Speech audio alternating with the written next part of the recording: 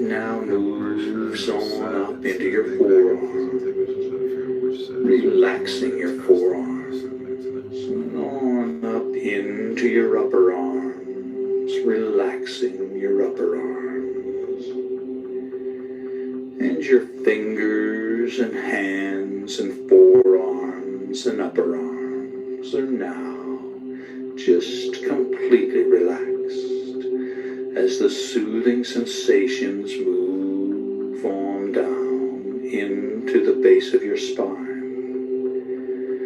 and then begin to move slowly up your spine, up your spine, up your spine, and into the back of your neck and shoulder muscles.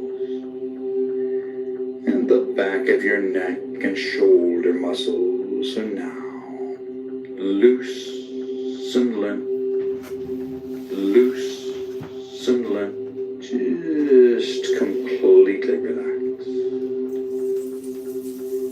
And the relaxing sensations now move on up the back of your neck and into your scalp, relaxing your scalp. Feel your scalp relaxing, and feel the relaxing sensations flow down into your facial muscles, relaxing your facial muscles, just completely relaxing your facial muscles. Allow a little space between your teeth, and your jaw is relaxed. And your entire body is now relaxed all over in every way. All tension is gone from your body and mind. All tension is gone from your body and mind. And it's time to imagine a bright white light coming down from above and entering your crown chakra of spirituality on the top of your head. Now this is the universal light of life energy.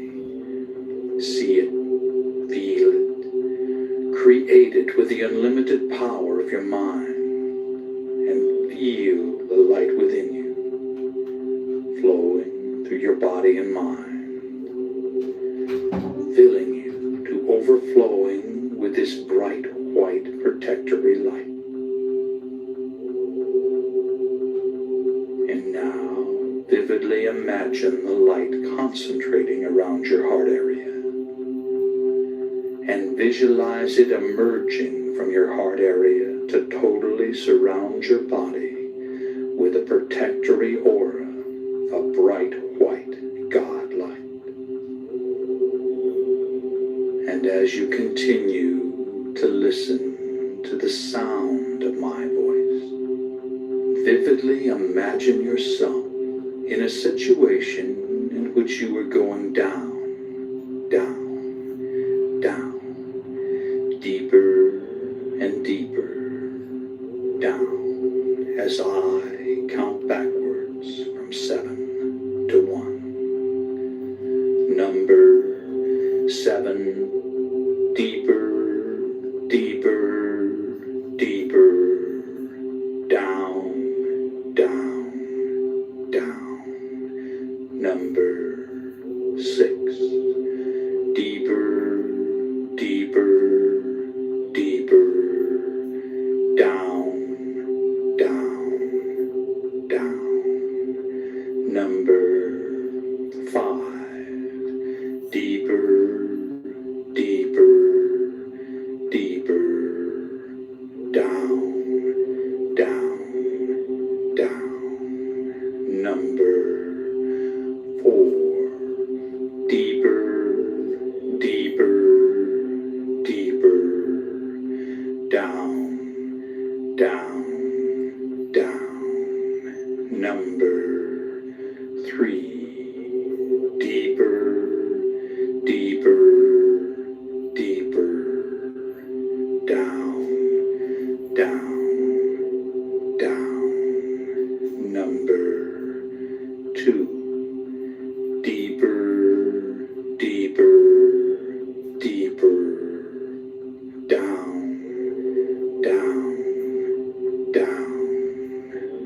number 1. And you're now very, very deep. And you feel deep. But let's go down even deeper, even deeper, even deeper. Number 7. Deeper, deeper, deeper. Down, down, down. Number 6. Deeper, deeper, deeper. Down, down, down. Number 5. Deeper, deeper, deeper. Down, down, down. Number 4. Deeper, deeper, deeper. Down, down, down. Number 3. Deeper, deeper, deeper. Down, down, down. Number 2. Deeper, deeper, deeper. Down, down, down. Number 1. And you're now relaxed and at ease and at peace in a relaxing, altered state of consciousness. And each and every time you alter consciousness, you will go deeper than the time before, until you've reached your natural level, which can be maintained by using this technique several times a week. Now, if at any time you feel uncomfortable in any way, all you have to do to awaken is to mentally count yourself up from 1 to 5. So you're in control. You can awaken at any time you desire to do so. And you're now relaxed and at ease, and a quietness of spirit permeates your body and mind. And I'm going to begin by providing suggestions that will be communicated to every level of your body and mind. And they'll be accepted on every level of your body and mind. A quietness of spirit now permeates your body and mind.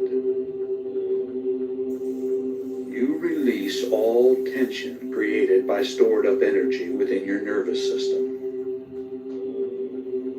All nervous energy is released to flow freely through your body and mind to be used in constructive ways. You feel calm, relaxed, and at peace with yourself, the world, and everyone in it. You have the courage and confidence to do what you need to do to resolve your problems. You can resolve your concerns and conflicts with minimal effort. You accept the things you cannot change, and you change the things you can. You accept who you are. You always do your best, which is all anyone can ask. Every day, in every way, you become more peaceful and harmonious. Negativity flows through you without affecting you. As a result of this programming, you develop a new, mellow, and confident self-image. Quietness of spirit are your key trigger words for post-hypnotic conditioned response. And these suggestions have been communicated to every level of your body and mind, and they've been accepted on every level of your body and mind.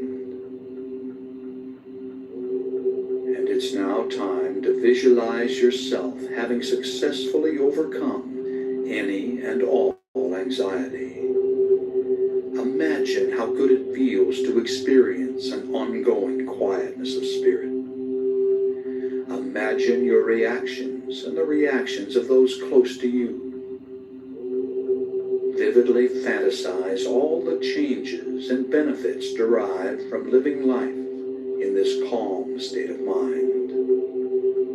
Create every detail of these visualizations, and in so doing, you communicate your desires to the levels of mind that will assist you in manifesting the positive outcomes.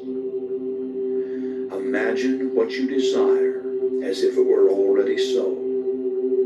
Do this now while I am quiet for a while.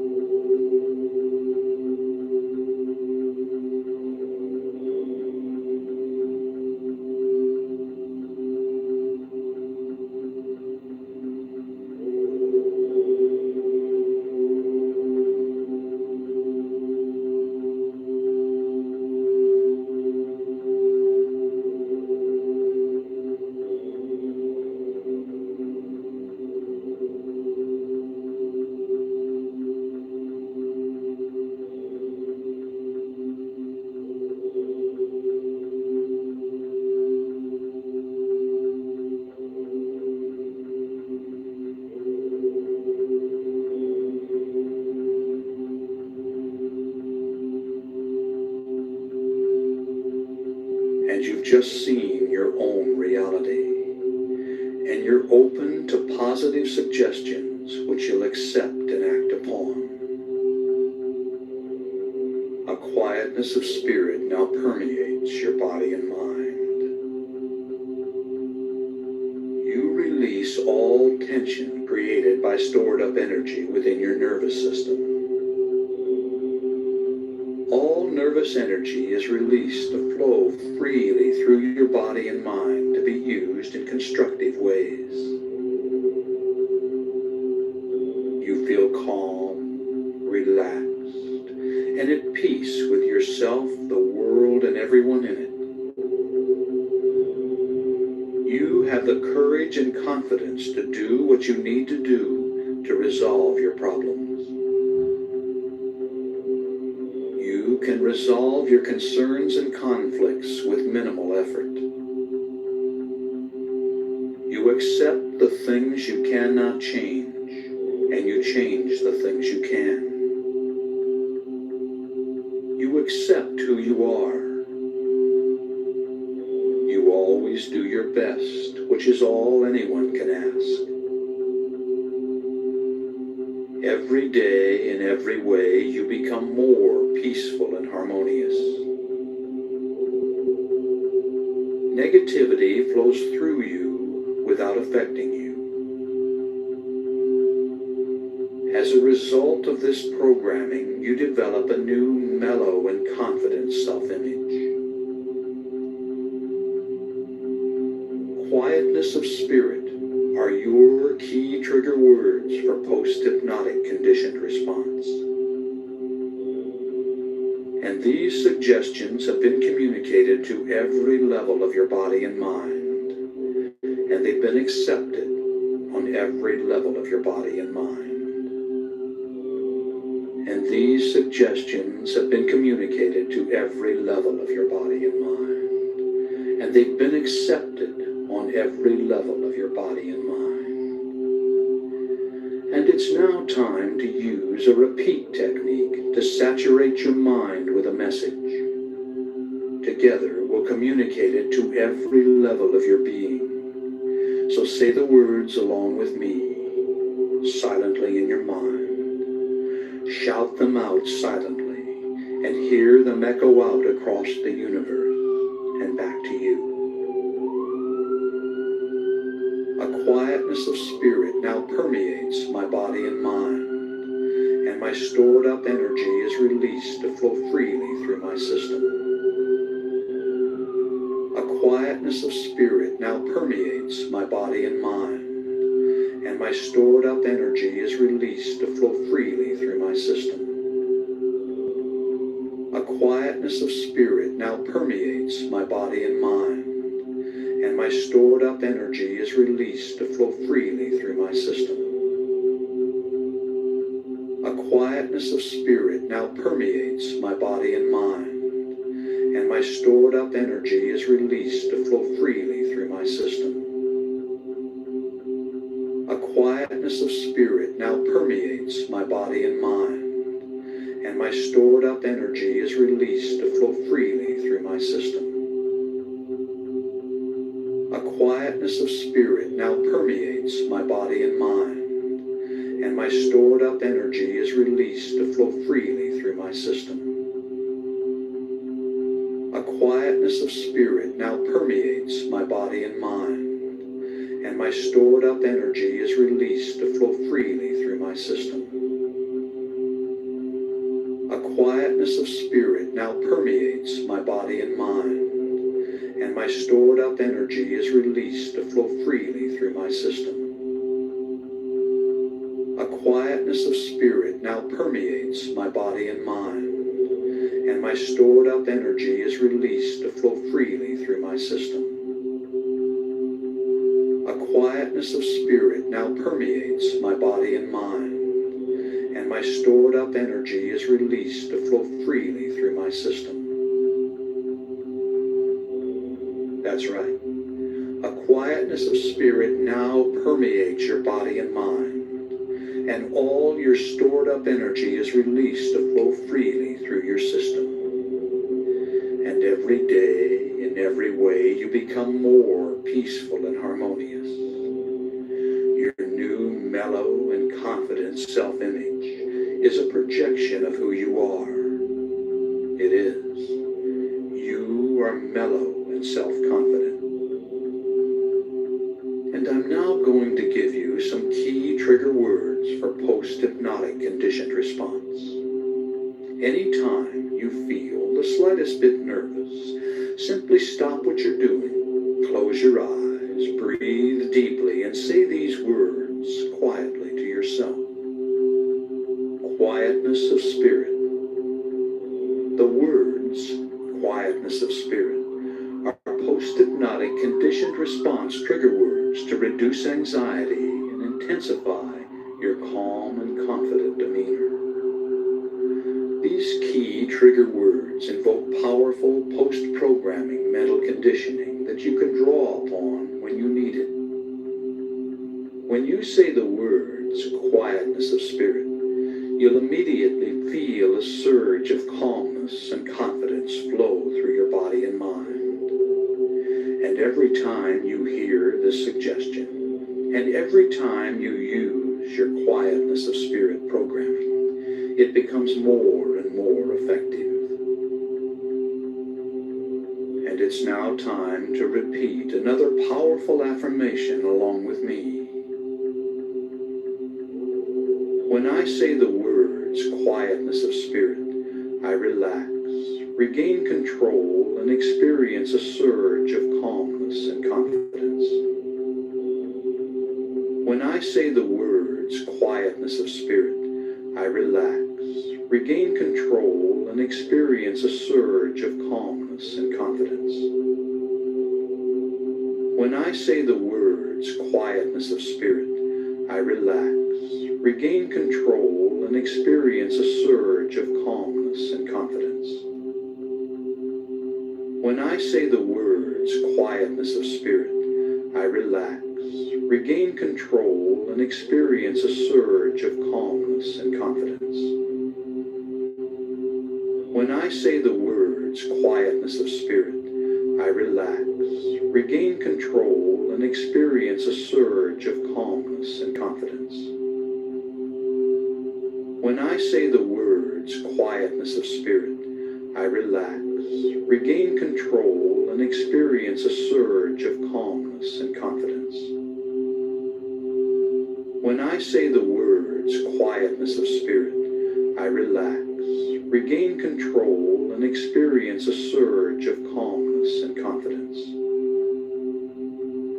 When I say the words quietness of spirit, I relax, regain control, and experience a surge of calmness and confidence. When I say the words quietness of spirit, I relax, regain control, and experience a surge of calmness and confidence. When I say the words quietness of spirit, I relax, regain control, and experience a surge of calmness and confidence. That's right. You've programmed this suggestion on every level of your body and mind, and it becomes your reality. And now, once again, it's time to create another visualization in which you perceive yourself having successfully accomplished your goal. Fantasize the desired result of this programming. Create every detail in your mind, your feelings and reactions, the reactions of others, everything. Make it real. Do this now while I'm quiet for a while.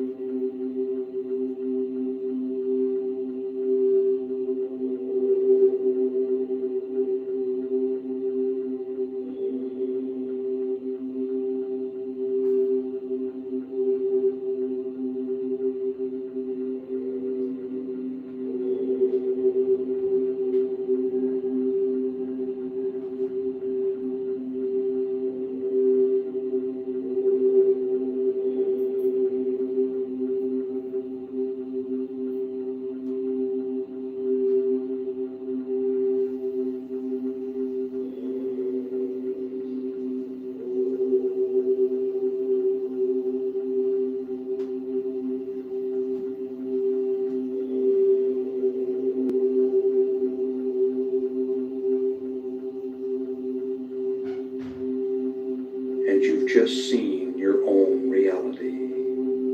And upon awakening, you'll remember all that has been communicated. You'll awaken feeling as if you just had a refreshing nap. Your head will be clear, and you'll think and act with calm self-assurance, feeling glad to be alive and at peace with yourself, the world, and everyone in it. So let's come on up now. On the count of 5, you'll open your eyes and be wide awake. Number 1, feel the lifeblood returning to your arms and legs.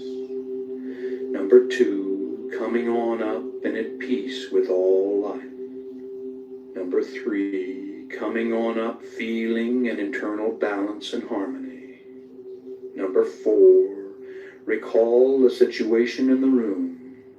And number 5, wide awake, wide awake. Open your eyes and feel good.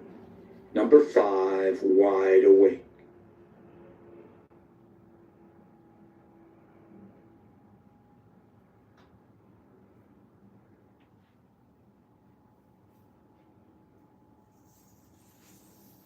You're wide awake and fully alert.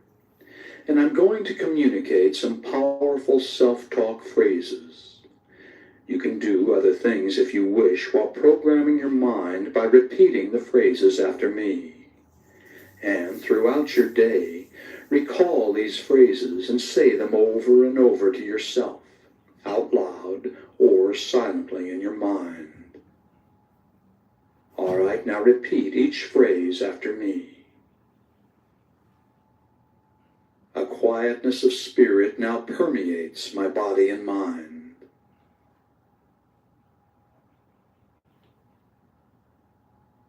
I release all tension created by stored up energy within my nervous system.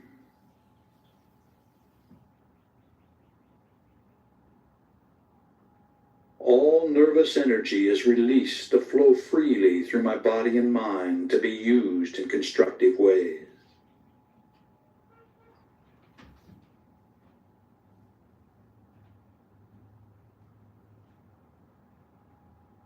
I feel calm, relaxed, and at peace with myself, the world, and everyone in it.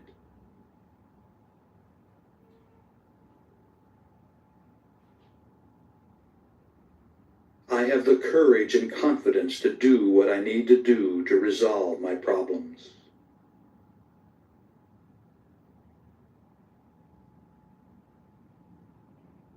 I can resolve my concerns and conflicts with minimal effort.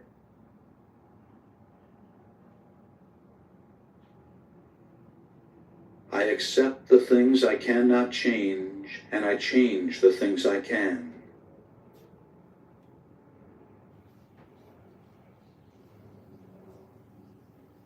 I accept who I am. I always do my best, which is all anyone can ask.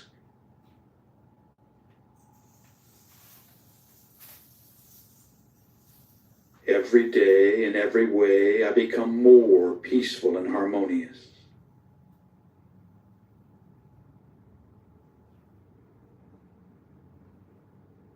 Negativity flows through me without affecting me.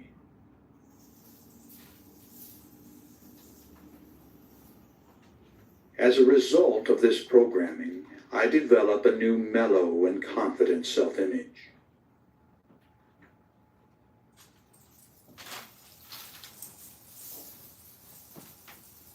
The words, quietness of spirit, are my key trigger words for post-hypnotic conditioned response.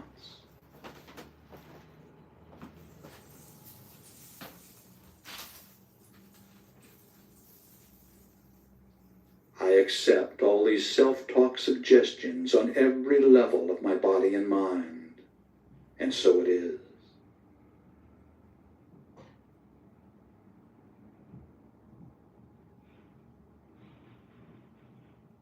A quietness of spirit now permeates my body and mind.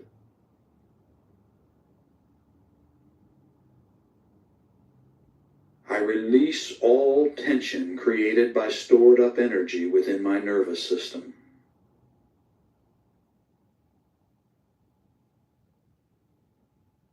All nervous energy is released to flow freely through my body and mind to be used in constructive ways.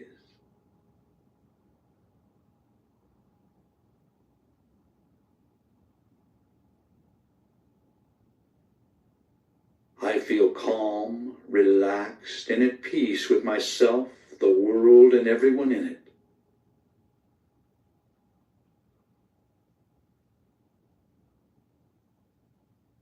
I have the courage and confidence to do what I need to do to resolve my problems.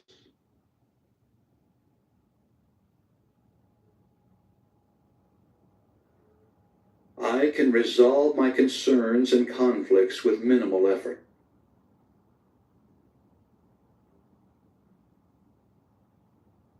I accept the things I cannot change, and I change the things I can.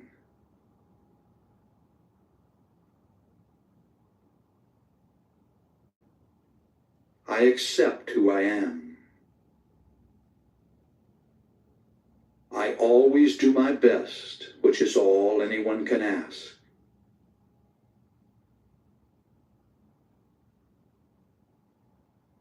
Every day, in every way, I become more peaceful and harmonious.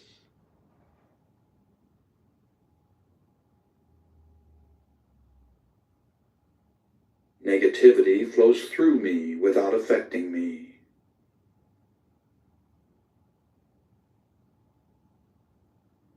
As a result of this programming, I develop a new mellow and confident self-image.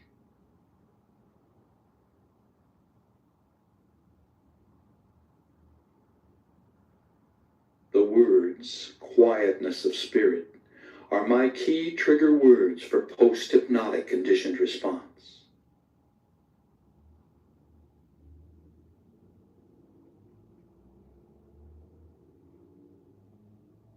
I accept all these self-talk suggestions on every level of my body and mind, and so it is.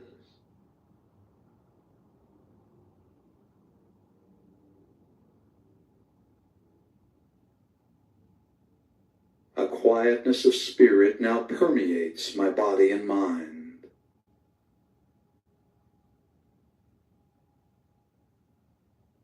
I release all tension created by stored up energy within my nervous system.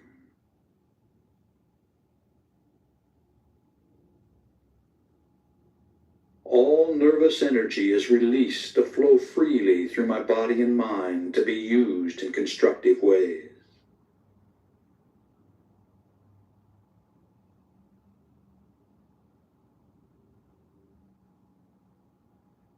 I feel calm, relaxed, and at peace with myself, the world, and everyone in it.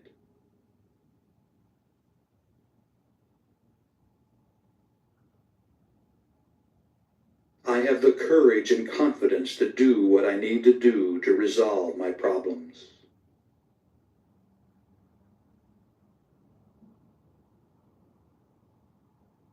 I can resolve my concerns and conflicts with minimal effort.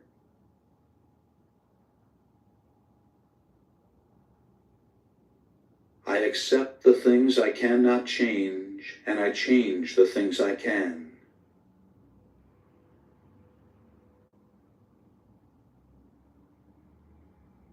I accept who I am.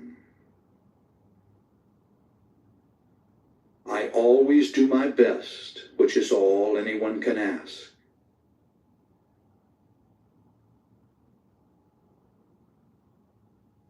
Every day, in every way, I become more peaceful and harmonious.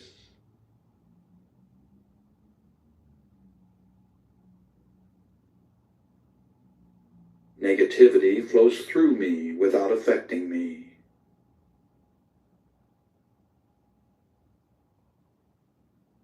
As a result of this programming, I develop a new mellow and confident self-image.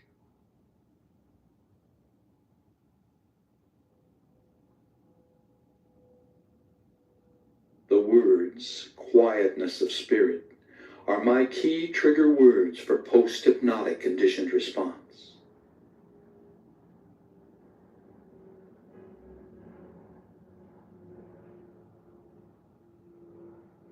I accept all these self-talk suggestions on every level of my body and mind, and so it is.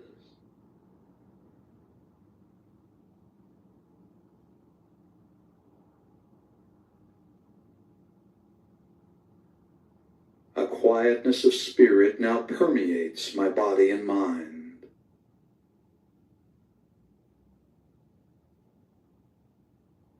I release all tension created by stored up energy within my nervous system.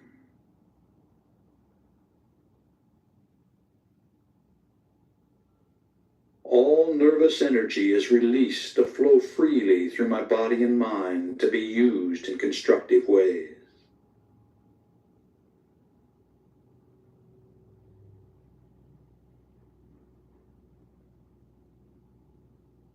I feel calm, relaxed, and at peace with myself, the world, and everyone in it.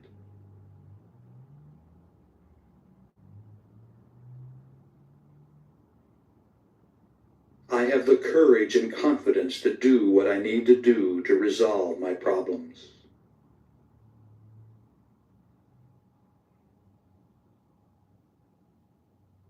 I can resolve my concerns and conflicts with minimal effort.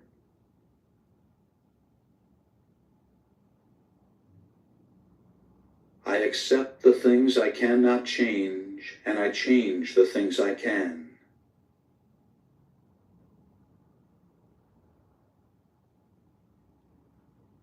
I accept who I am. I always do my best, which is all anyone can ask.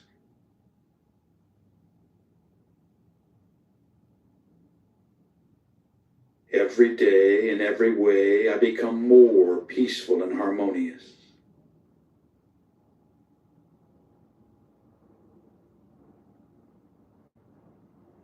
Negativity flows through me without affecting me.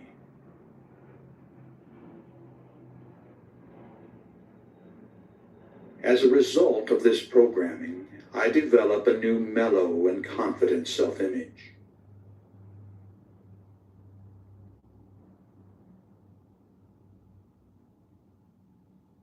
The words, quietness of spirit, are my key trigger words for post-hypnotic conditioned response.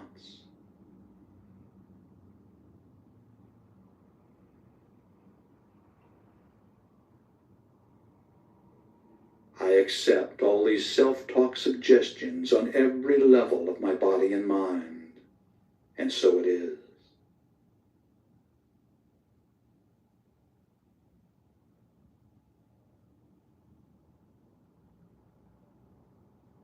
A quietness of spirit now permeates my body and mind.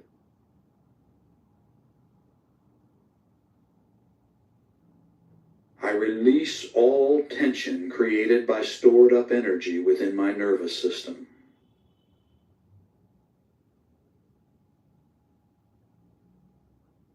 All nervous energy is released to flow freely through my body and mind to be used in constructive ways.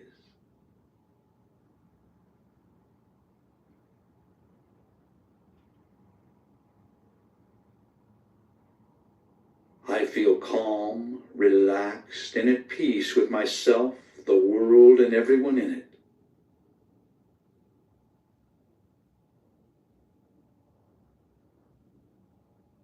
I have the courage and confidence to do what I need to do to resolve my problems.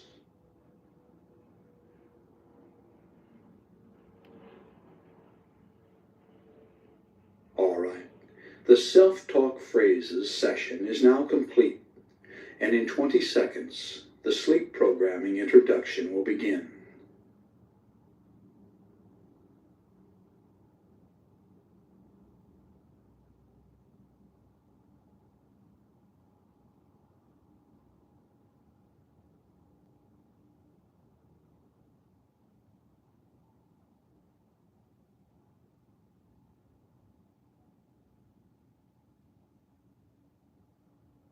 Sleep programming is nearly as powerful as hypnosis for programming your mind with life-changing suggestions. All you have to do is listen to the session as you go to sleep. As you relax and drift into first stage sleep, the cycle per second activity of your brain slows down to alpha. The second level of theta precedes deep delta sleep. Alpha and theta are the levels accessed for hypnosis programming. So on the following sleep programming session, I'll use the same induction as on the first session to take you to these levels quickly. Then, as you cross over into natural sleep, you'll continue to hear the suggestions. These affirmations are phrased for maximum acceptance by all levels of your mind. The words fade away at the end of the session, telling you to sleep soundly through the night and to awaken inspired to begin a new day. All right, now make yourself comfortable and prepare to be programmed as you go to sleep.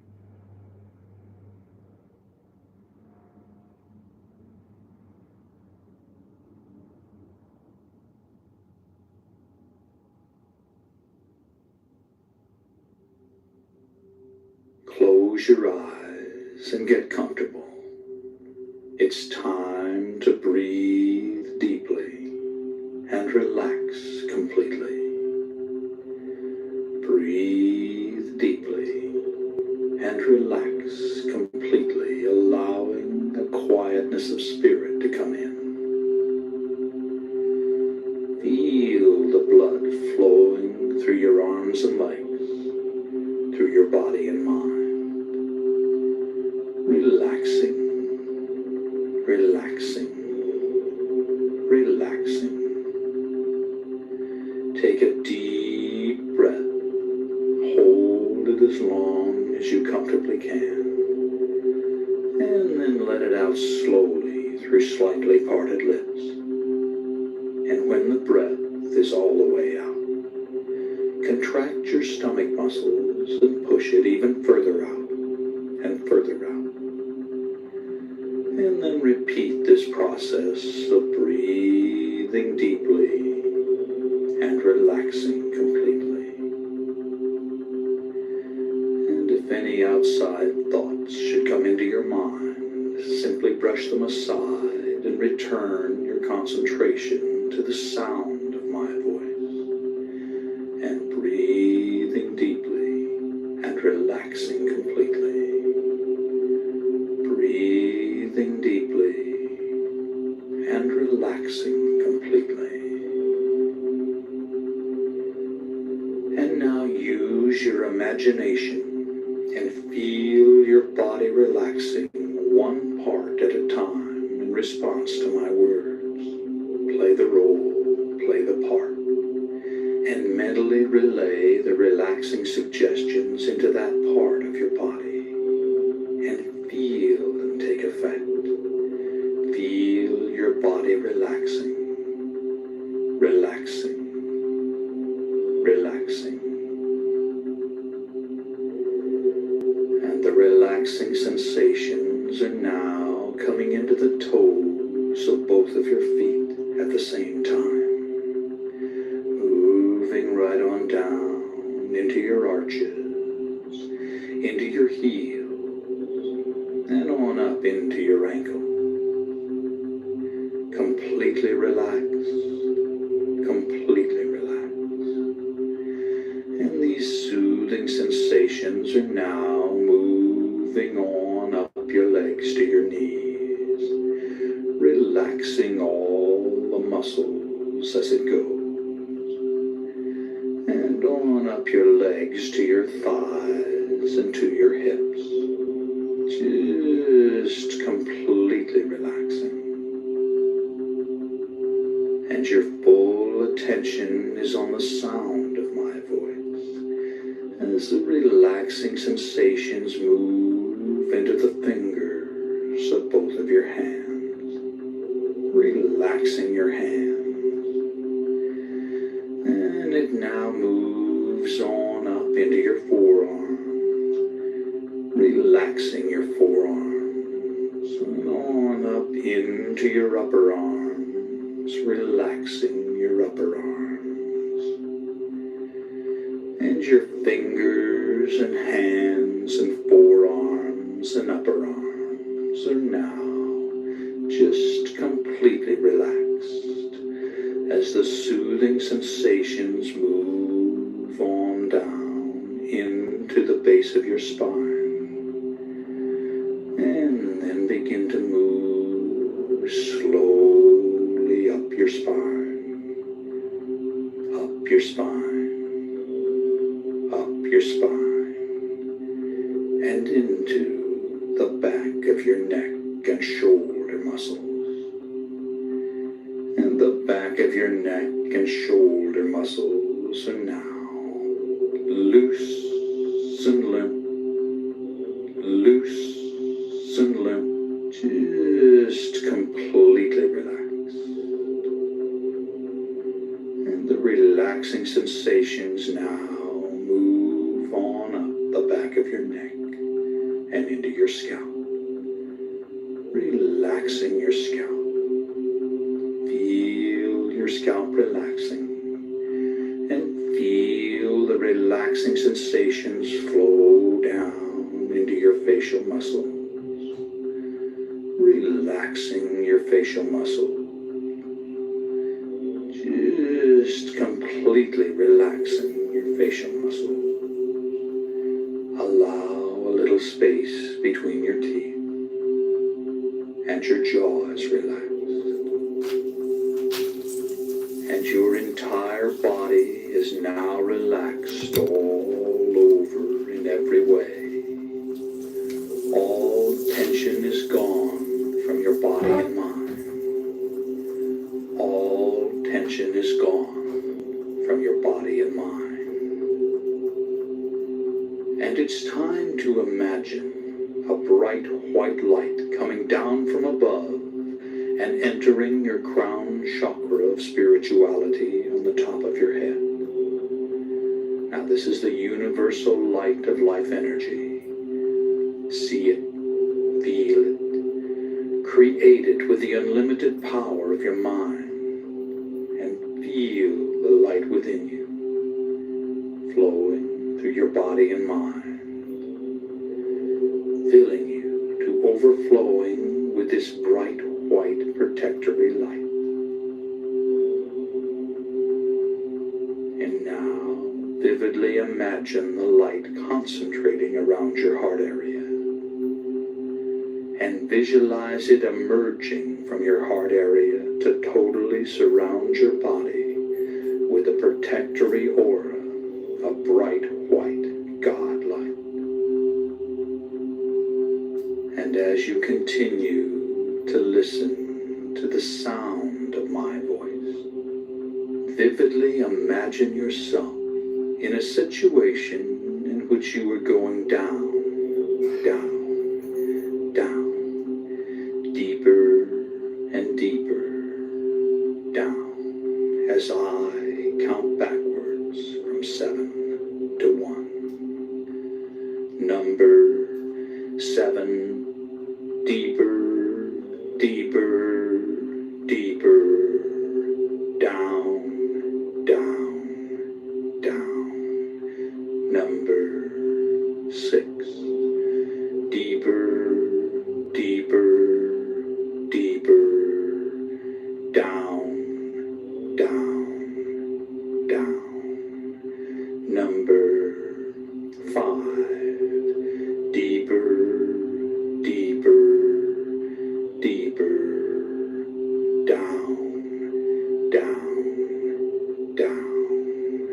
Number 4, deeper, deeper, deeper, down, down, down. Number 3, deeper, deeper, deeper, down, down, down. Number 2, deeper, deeper, deeper, down, down, down. Number 1. And you're now very, very deep, and you feel deep. But let's go down even deeper, even deeper, even deeper. Number 7, deeper, deeper, deeper, down, down, down. Number 6, deeper, deeper, deeper, down, down, down. Number 5, deeper, deeper, deeper, down, down, down. Number 4, deeper, deeper, deeper, down, down, down. Number 3, deeper, deeper, deeper, down, down, down. Number 2, deeper, deeper, deeper, down, down, down.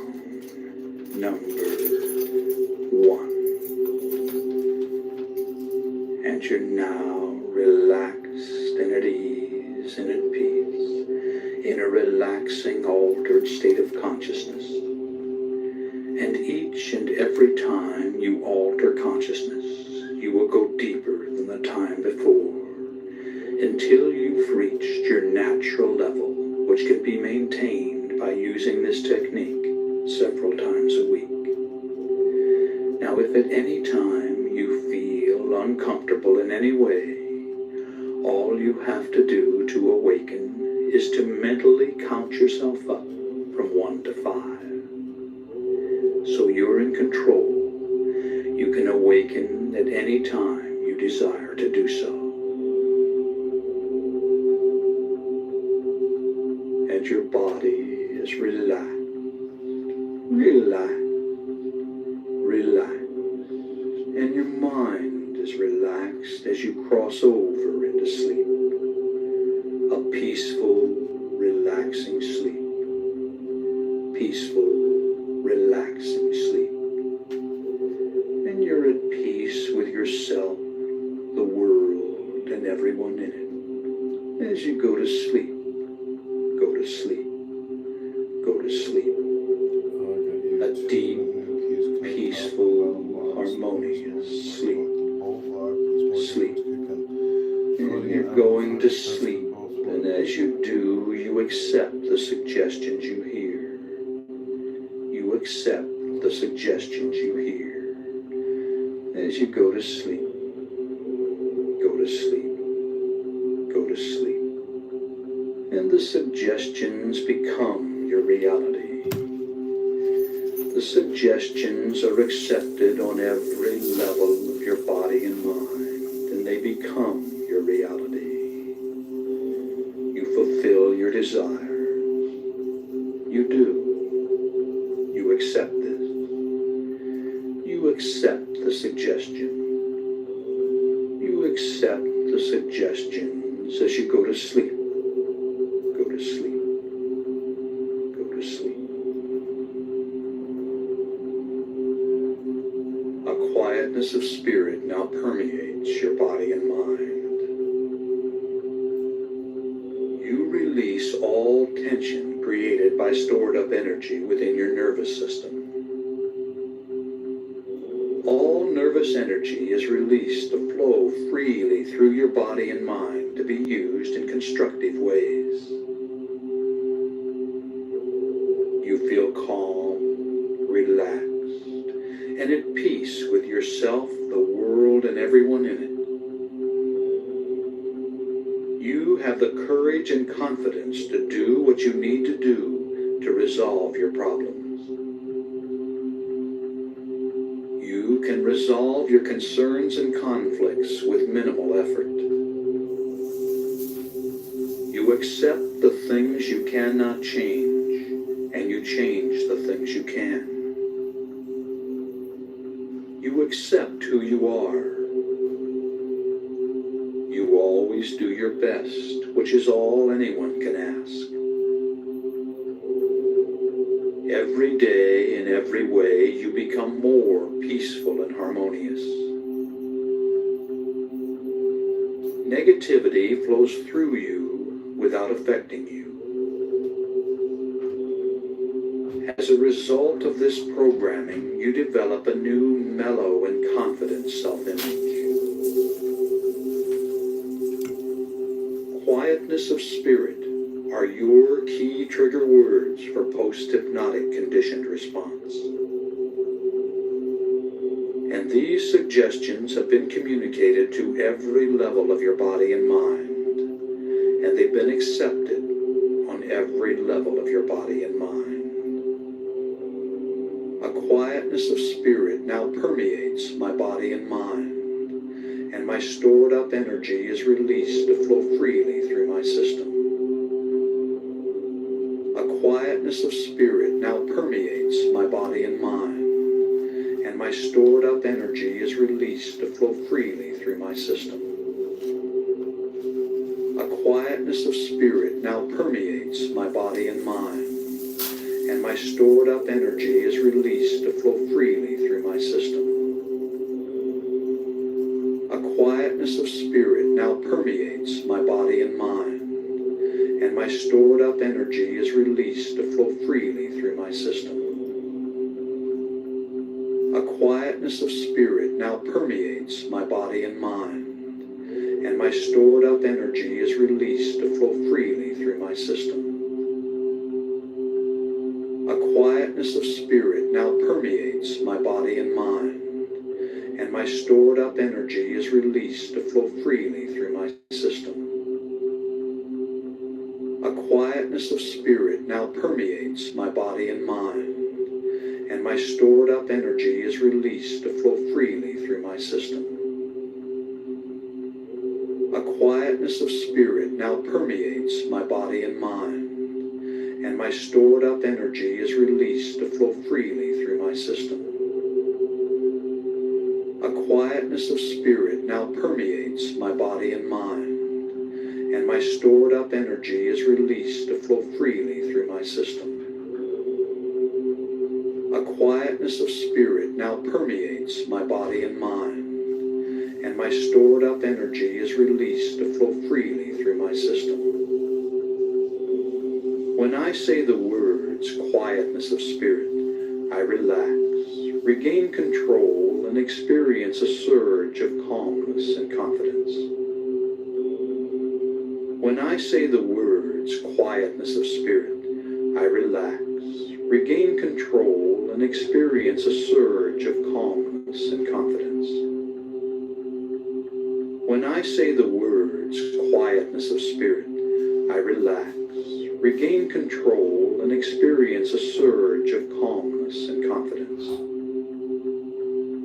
When I say the words quietness of spirit, I relax, regain control, and experience a surge of calmness and confidence.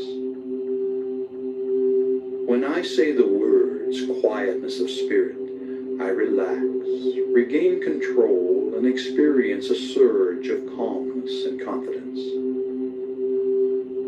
When I say the words quietness of spirit, I relax, regain control, and experience a surge of calmness and confidence. When I say the words quietness of spirit, I relax, regain control, and experience a surge of calmness and confidence. When I say the words quietness of spirit, I relax, regain control, and experience a surge of calmness and confidence. When I say the words quietness of spirit, I relax, regain control, and experience a surge of calmness and confidence. When I say the words quietness of spirit, I relax, regain control, and experience a surge of calmness and confidence. A quietness of spirit now permeates your body and mind. You release all tension created by stored up energy within your nervous system. All nervous energy is released to flow freely through your body and mind to be used in constructive ways.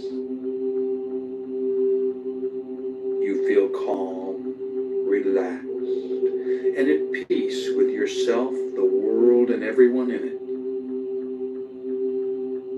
You have the courage and confidence to do what you need to do to resolve your problems. You can resolve your concerns and conflicts with minimal effort. You accept the things you cannot change, and you change the things you can. You accept who you are. You always do your best, which is all anyone can ask. Every day, in every way, you become more peaceful and harmonious. Negativity flows through you without affecting you. As a result of this programming, you develop a new, mellow, and confident self-image. Quietness quietness of spirit are your key trigger words for post-hypnotic conditioned response. And these suggestions have been communicated to every level of your body and mind, and they've been accepted on every level of your body and mind. A quietness of spirit now permeates my body and mind, and my stored up energy is released to flow freely through my system. A quietness of spirit now permeates my body and mind, and my stored up energy is released to flow freely through my system. A quietness of spirit now permeates my body and mind, and my stored up energy is released to flow freely through my system. A quietness of spirit now permeates my body and mind, and my stored up energy is released to flow freely through my system. A quietness of spirit now permeates my body and mind, and my stored up energy is released to flow freely through my system. A quietness of spirit now permeates my body and mind, and my stored up energy is released to flow freely through my system. A quietness of spirit now permeates my body and mind, and my stored up energy is released to flow freely through my system. A quietness of spirit now permeates my body and mind, and my stored up energy is released to flow freely through my system. A quietness of spirit now permeates my body and mind, and my stored up energy is released to flow freely through my system. A quietness of spirit now permeates my body and mind, and my stored up energy is released to flow freely through my system. When I say the words quietness of spirit, I relax, regain control, and experience a surge of calmness and confidence. When I say the words quietness of spirit, I relax, regain control, and experience a surge of calmness and confidence. When I say the words quietness of spirit, I relax, regain control, and experience a surge of calmness and confidence. When I say the words quietness of spirit, I relax, regain control, and experience a surge of calmness and confidence. When I say the words quietness of spirit, I relax, regain control, and experience a surge of calmness and confidence. When I say the words quietness of spirit, I relax, regain control, and experience a surge of calmness and confidence. When I say the words quietness of spirit, I relax, regain control, and experience a surge of calmness and confidence. When I say the words quietness of spirit, I relax, regain control, and experience a surge of calmness and confidence. When I say the words quietness of spirit, I relax, regain control, and experience a surge of calmness and confidence. When I say the words quietness of spirit, I relax, regain control, and experience a surge of calmness and confidence. A quietness of spirit now permeates your body and mind. You release all tension created by stored up energy within your nervous system. All nervous energy is released to flow freely through your body and mind to be used in constructive ways. You feel calm, relaxed, and at peace with yourself, the world, and everyone in it. You have the courage and confidence to do what you need to do to resolve your problems. You can resolve your concerns and conflicts with minimal effort. You accept the things you cannot change, and you change the things you can. You accept who you are. You always do your best, which is all anyone can ask. Every day, in every way, you become more peaceful and harmonious. Negativity flows through you without affecting you. As a result of this programming, you develop a new, mellow, and confident self-image. Quietness of spirit are your key trigger words for post-hypnotic conditioned response. And these suggestions have been communicated to every level of your body and mind, and they've been accepted on every level of your body and mind. A quietness of spirit now permeates my body and mind, and my stored up energy is released to flow freely through my system. A quietness of spirit now permeates my body and mind, and my stored up energy is released to flow freely through my system.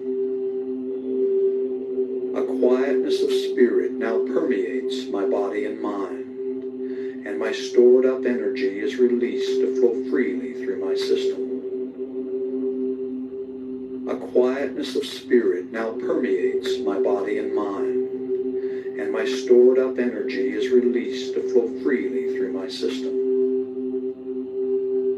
A quietness of spirit now permeates my body and mind, and my stored up energy is released to flow freely through my system. A quietness of spirit now permeates my body and mind, and my stored up energy is released to flow freely through my system. A quietness of spirit now permeates my body and mind, and my stored up energy is released to flow freely through my system. A quietness of spirit now permeates my body and mind, and my stored up energy is released to flow freely through my system. A quietness of spirit now permeates my body and mind, and my stored up energy is released to flow freely through my system. A quietness of spirit now permeates my body and mind, and my stored up energy is released to flow freely through my system. And you sleep peacefully through the night and awaken at peace with yourself, the world, and everyone in it. And you'll awaken feeling glad to be alive, refreshed, and thinking and acting with calm self-assurance, and inspired to begin a new day. And you accept these suggestions as you go to sleep. The suggestions are accepted on every level of your body and mind, and they become your reality. You fulfill your desires. You do.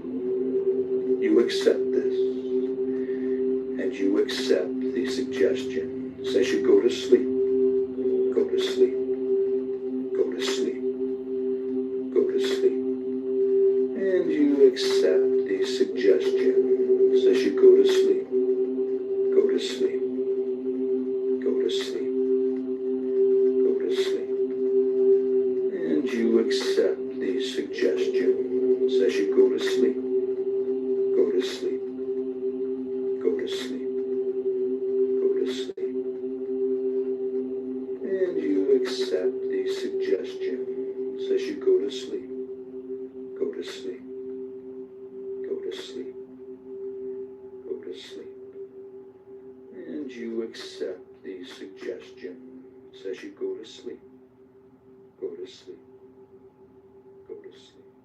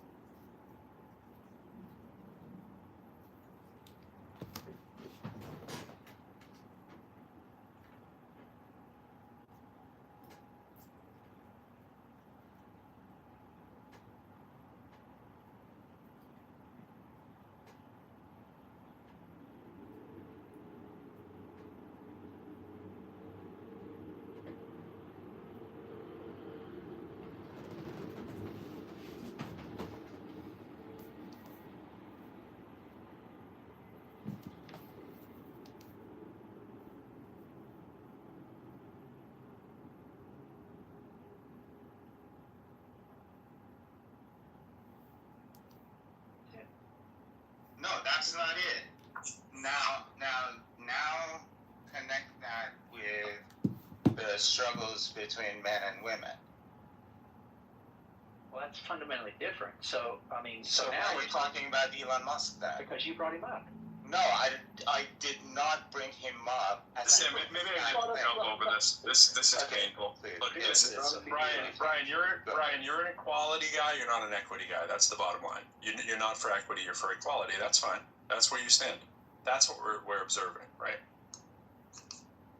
Yeah, I mean, I'm not really an equality guy either. I'm not an equality or an equity guy. I think both of those are fundamentally flawed. But I mean, if you want to simplify it that way, yeah, I would lean more towards the equality versus equity.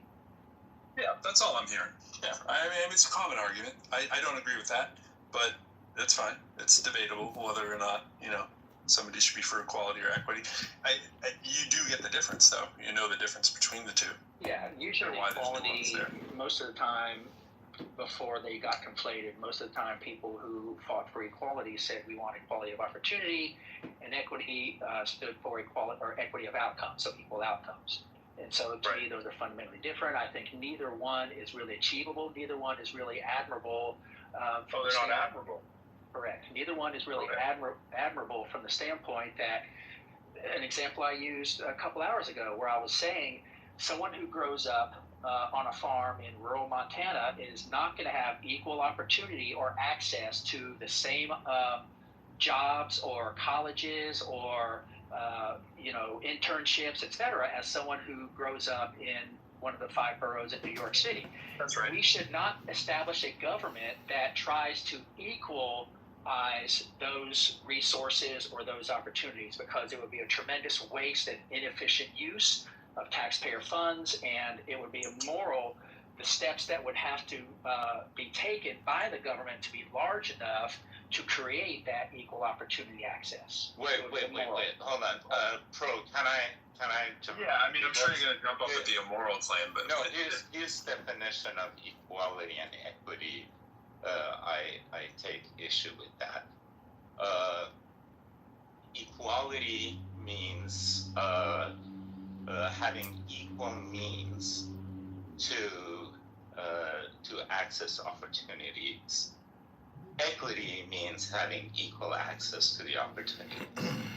So what he was talking about between the farmer in Nebraska and the guy in New York, they both have the same access to the opportunities, but the guy in New York has greater means to access those opportunities. So we would say in that case there is equity, but there's no equality. Yeah, I don't agree with that definition at all. I don't think that's how it's intended. What is it? I'm more interested. I don't really have as big of a problem. If you want to define equity as the outcomes, I'm fine. I get generally what you mean. That it's not a horrific distinction. But now that we've made the distinction, I'm really interested in why you think equity isn't something that's something we should be. I forget the exact word you used. What did you use? It's not applaudable or whatever it was. It's not admirable. Admirable, yeah. Why is seeking out equity not admirable? That was an interesting one. Well, can we agree that equity means equal outcomes? Generally, I'll like I said, it's not the best. No. I disagree with that because you can have somebody is more intelligent than the other one. Yeah, so right. It's not equal outcomes. It's having equal access. It's the opportunity. Yeah, it's the opportunity to get the outcome. Right. It's having equal access, not equal outcomes. Yeah, but it is outcome focused. It is outcome focused, though. That's fine. Let's go with that. No, it is not. It is starting point focused, not outcome focused. Yeah, but are you starting out with the same? We're saying the same thing, Sam. What I mean is so that you can achieve the desirable outcome, right? It's like so desirable for you. Well, I'm saying if somebody, obviously we know the metaphor with the equity of the kid on the bench. He needs to stand up higher to see over the fence. He needs a higher bench, right? We know all that. But what the outcome is, so he can see over the fence, right? Like that's what I'm saying. And so no, that is not the outcome. That's not well, the desired outcome. Yeah, That's- Sam's the changing desired the outcome entire was not to see over the definition. fence. The guy's too short. The guy's too short. But I mean, that was what I was saying. That equality is having them a means to be able to enjoy the access to the opportunity. Equity is having the access to that opportunity, having equal access to that opportunity. Right, but what we're saying is that you might need different levers, right? You might need, like in the example with the taller ladder to see over the fence, All right. providing the equity to get the outcome. That's what I mean by the outcome. He's divorcing outcome. He's divorcing the notion. That's fine. of the That's fine. outcome. It's not. But get to why it's not. Get to why that's not an admirable thing. Right. So even if we take Sam's definition, it still doesn't work, because what happens is what he's talking about is redistribution. What he's talking about is if Elon Musk makes $1 trillion and I make, what I make, then, much less, then I don't have the same opportunity or access to companies or influence or profit or whatever the difference is in that differential in that example, that comparison. He's talking about changing the Can you access please that I have. not assign what it is that you're saying to me, because I'm using your words to make sure we ground the definition in your comments. Well, I was asking you about your thought of why it's not admirable. Without referring to what I said. Yeah. We can pretend Sam's not here. I can take issue. Well, I tried with to use it, my own definition and you interrupted me. Well, Okay. I'm That's why we asked Should for I use my definition or should I use your I definition? I said go ahead and use your This is so meta, bro. definition. I'm Let's just staying go out to- of this. Well, he keeps This is what interrupting I'm me. He saying. doesn't like that I use my And you definition. keep bringing him and into the doesn't like context. that He doesn't need to be brought into the context. What is your freaking definition of why equity is not admirable, or Okay, explanation? so then I'll use my definition and Sam can just butt out and then wait till I'm done. That's great. So my definition of equity is equal outcomes. And it's similar in the problems that we encounter when we try to equalize access or opportunities because of the examples that I gave. Not only that, but you also have to factor in individual differences. Some people are more ambitious. They're taller. They're more athletic. Just to remind everyone, you said that all of Europe was less ambitious than the United States. Okay, cool. All right, we're back on Well, that. that's a cultural thing. That's an effect of their. Well, this is a belief that you have, is what it is. It's not a fact. It's a belief that you have. It's a weird belief that you would assign that to an entire continent, but that's another thing. So just put that on the table for all those who came to the game late, since you want to evoke ambition. Sure. So I think that when you try to equalize outcomes, you run into the same problem as when you try to equalize opportunity. You have to end up taking from the people who are productive. You have to take from, you have to use things like affirmative action. So if, as you were saying earlier, if we just take merit on its own, as its own standard and on metric, then only Asians would get into the higher universities, right? So that was your No, that was actually Benjamin's point. So wait, hold on. Equity is not the same thing as equal outcomes. No, it's not. But I'm not sure what you I know what he's trying to smuggle in there, and I know why Sam obviously They're is both pushed flawed. back against it. No, it's just the way that you. redistribution. The problem is redistribution. You're not saying the whole sentence with outcomes is what you're doing. We're concerned about the potential to reach the outcome by not hamstringing someone at the start. That's it. I'm giving you what you need at the beginning so it's possible for you to attain the outcome. When we're talking about degree attainment in higher education, I don't know where it comes from. It can come from a whole myriad of places. But I don't need to think it through. I'm telling you there's a variety of possibilities of where that can come from. Somewhere, right? It sure can, but there's a variety of ways that it can come from. You seem to be stuck on one of them. What we're trying to do is say, who is getting the bad end of the deal here? Is it poor Elon Musk because he has to give up a little bit more of something? Is that what we're getting at? What I'm saying is when you take that principle and you apply it throughout a society, you see that when redistribution, this notion and this scheme is put into practice, socialism, you run into things that you run into these socialist outcomes where socialist objectives. You decrease ambition, decrease productivity, you decrease patents. Yeah. Do you? Okay. So the efforts of socialism are to decrease ambition. Yet Elon Musk, who's benefited off of the idea of socialism, where he's had government subsidies finance his entire corporation for years, somehow the guy you think is Mr. Ambition has a lack of it now all of a sudden. I think in that way he has benefited from socialism more than any human I can point to. Yeah, I can't think of another person who's benefited from socialism more. His cars were the principal part of how he started to get to where he is now, drive on public roads. He had subsidies from the government, which are paid for by taxpayers, to make that company happen. Then he gets government contracts from NASA to put his satellites in the sky that he turns a profit on, so that he can actually sell access to the internet to mostly third world nations who do not have decent access to Wi-Fi. That's his business plan. There's no more robbing from the poor to give to the rich business plan that I can think of that benefits off of corporate socialism and socialism in our government here, particularly in the United States, one that he has access to unlimited since Trump let him in and do the Doge, than anybody I can think of. So congratulations, Mr. Ambition has succeeded off of socialism, and you don't see it.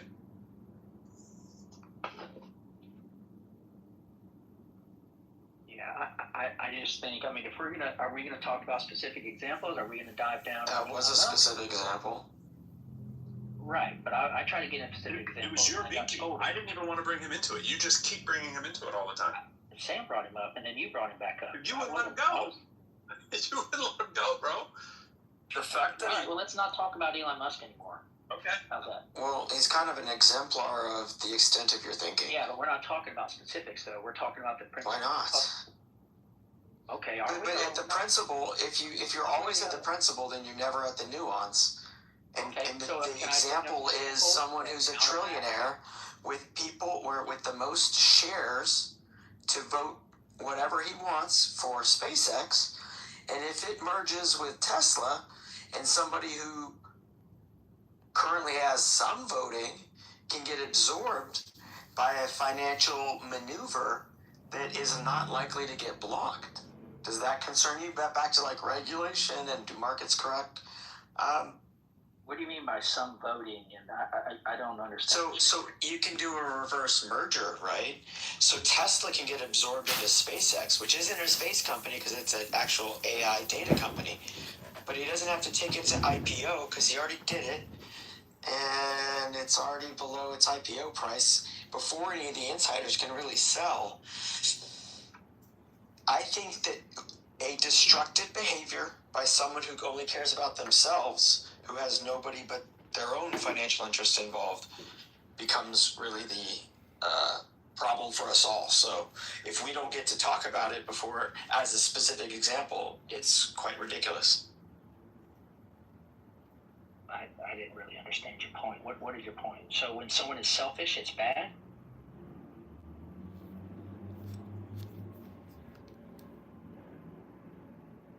You really lost me.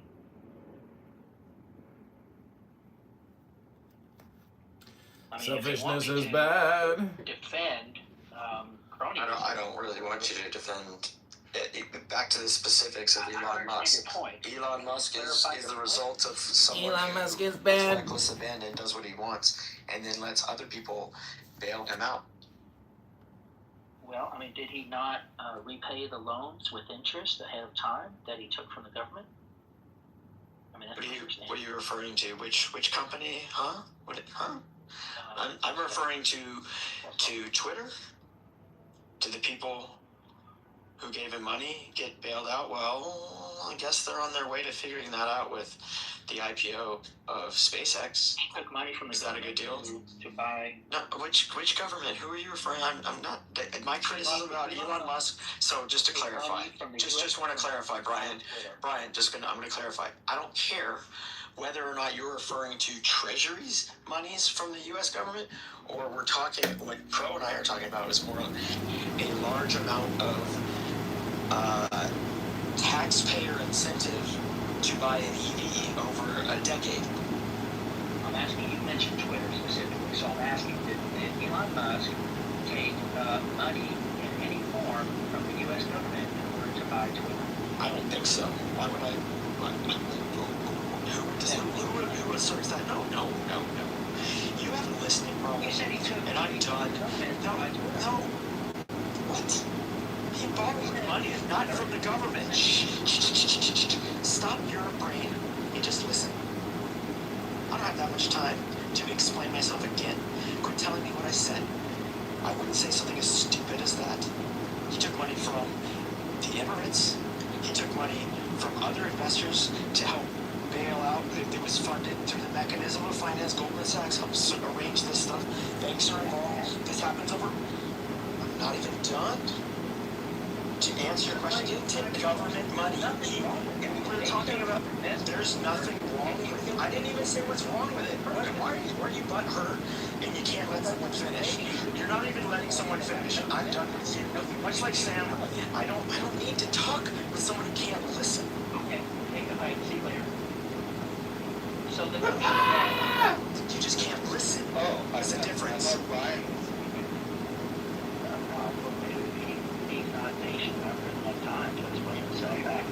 Accurately, I was very accurate. I didn't say anything about the government giving him money to buy Twitter.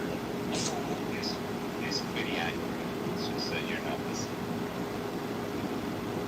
Okay, so then your claim is that he took money from the Emirates and other private investors to buy Twitter. That's your claim. I'm asking. It's not even a claim. What the fuck? These things happened. Why are facts my claim? You're terrible. The way he talked.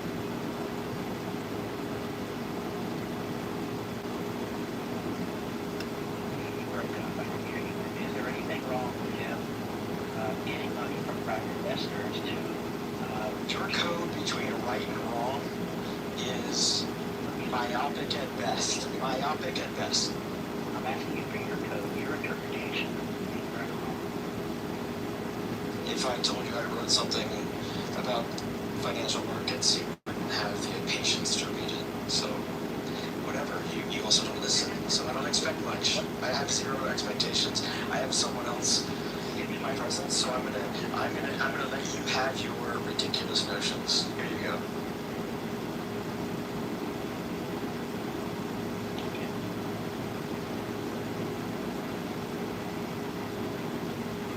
I think if an entrepreneur is able to convince people who are willing to invest their private holdings, their private money in support of purchase, then I would need to hear a moral argument as to why that's not good, or why we shouldn't allow it, or why the government should limit that. If there are uses and arguments that Hey, Brian. I don't know. Brian, I don't think there's anything inherently wrong with that, but I think there's people that have a problem with they have this in their memory of you earlier saying that we need to support and protect Elon Musk, which is completely opposite of what he's done as far as, his companies have done as far as the people, the employees, and the population that, his companies are around. Think of the fact that he left California to Texas because he was a little butthurt about taxes or whatever it may be, that he left Texas, but that impacted huge communities there. And it was not, he doesn't need protection. That's the thing that's the problem with people have in the back of their head, because your first statement is like this: he needs protection and support from us. He's a trillionaire. He should actually be supporting the people. And I don't know if I came across with my point is he deserves equal protection under our Constitution and the rights that are on board. How you worded it. That's not exactly how you worded Okay, well, shame on me. It's my bad. Yeah. My intent was to say that he deserves protection from Everybody fraud. does. I think Everybody does. That's a given. So the gift should not be exempt from this protection, right? Right, but at the cost of people's lives, livelihood. Sorry, I didn't mean to say lives, livelihood. That's kind of fucked up in a way. Don't you think? No, not really. I mean, if he decides to move his company from California to Texas because he can make better use of his money and resources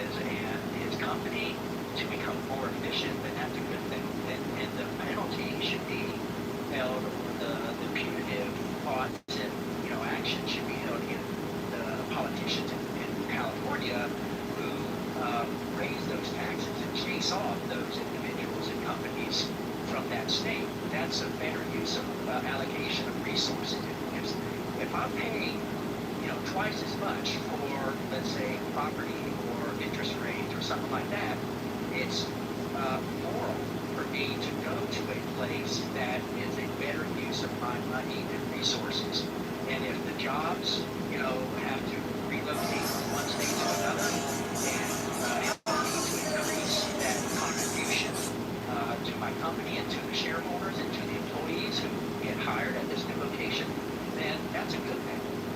Yeah, but even at the decimation of the community that company built in California from scratch. So then blame the politicians who chase them off. Tesla's still so high. Tesla's still very much in California, right? But Tesla's producing more cars in California than Texas.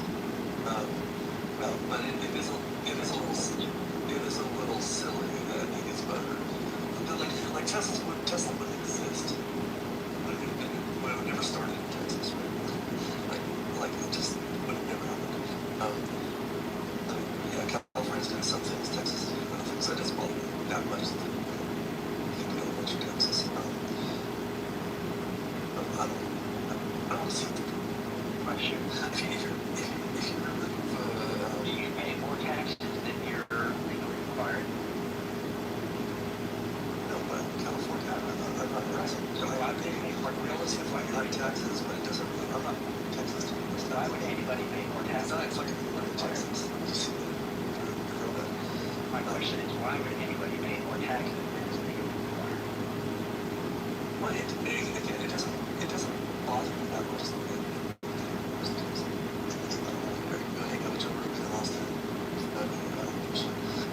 But it's a little ungrateful to the state limited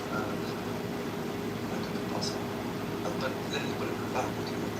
But I'm curious. This thing you said earlier has been bugging me. This thing about if you don't like this idea of equity, you brought up. We still haven't got the answer about equity. The quality of outcome. I'm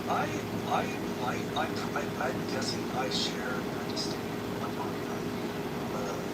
for the concept of quality of outcome, or at least as a metric. It's kind of insane. But I'm not sure that I'm 100% enthusiastic and supportive of bunching those two things together.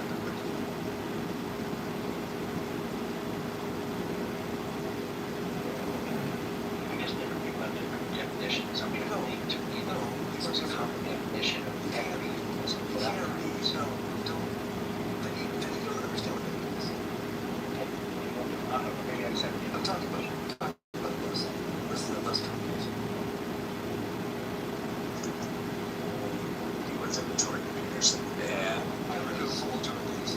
I was wondering if somebody definition of equity or look up in Merriam-Webster what the definition is and read it here. Unfortunately, I can't do it right now, but if That sounds fun.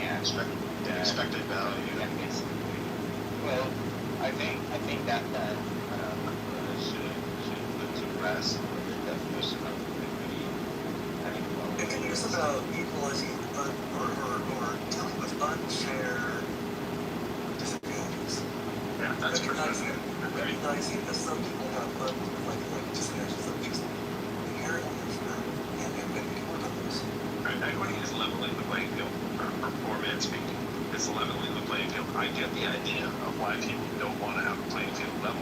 If they believe that they've worked harder than everybody else, they'll take to a certain position on that playing field. I think a lot of people do. If you have a child who's worked really, really hard in a sport and they're like way at the top, and something comes along and says, why do we suddenly make like 20 steps backwards just because we feel he has an unfair advantage? And you're like, wait a second, he worked to get that advantage.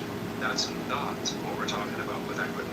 We're not talking about hamstringing people for the sake of hamstringing them. We're talking about people who are hamstrung, unhamstringing them.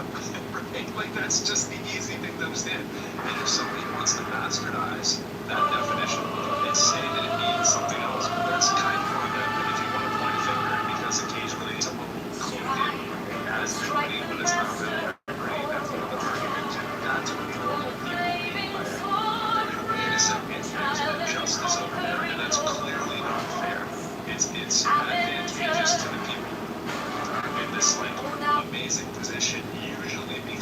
exploited something to get there, right? They're exploiting and taking advantage of somebody else's less fortunate position, and they can continue to reap the benefits off of that for a long time. And then we're like, wait a minute, there's got to be something there to say. You keep using the word morality, and I'm not sure what you mean by it. If you just mean like what is or something, but when I hear that word, if I'm going to grant that it's a thing, I'm talking about exactly this with equity, and you're saying it's not some plausible goal we should, aspire to. I don't get that. So, something else is fiction. So, morality is rooted. It's already been rendered, Mr. Kyle. If you don't have a choice, then there can be Senator Roscoe Conway. So now I don't agree that morality is rooted in free will, so we can look at it.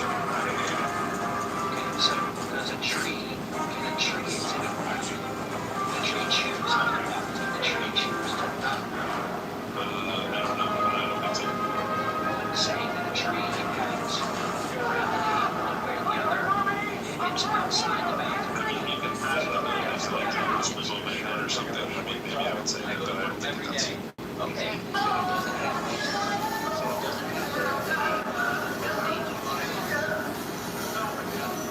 a stone, a boulder does not have morality because there's no choice, there's no consciousness, there's no free will.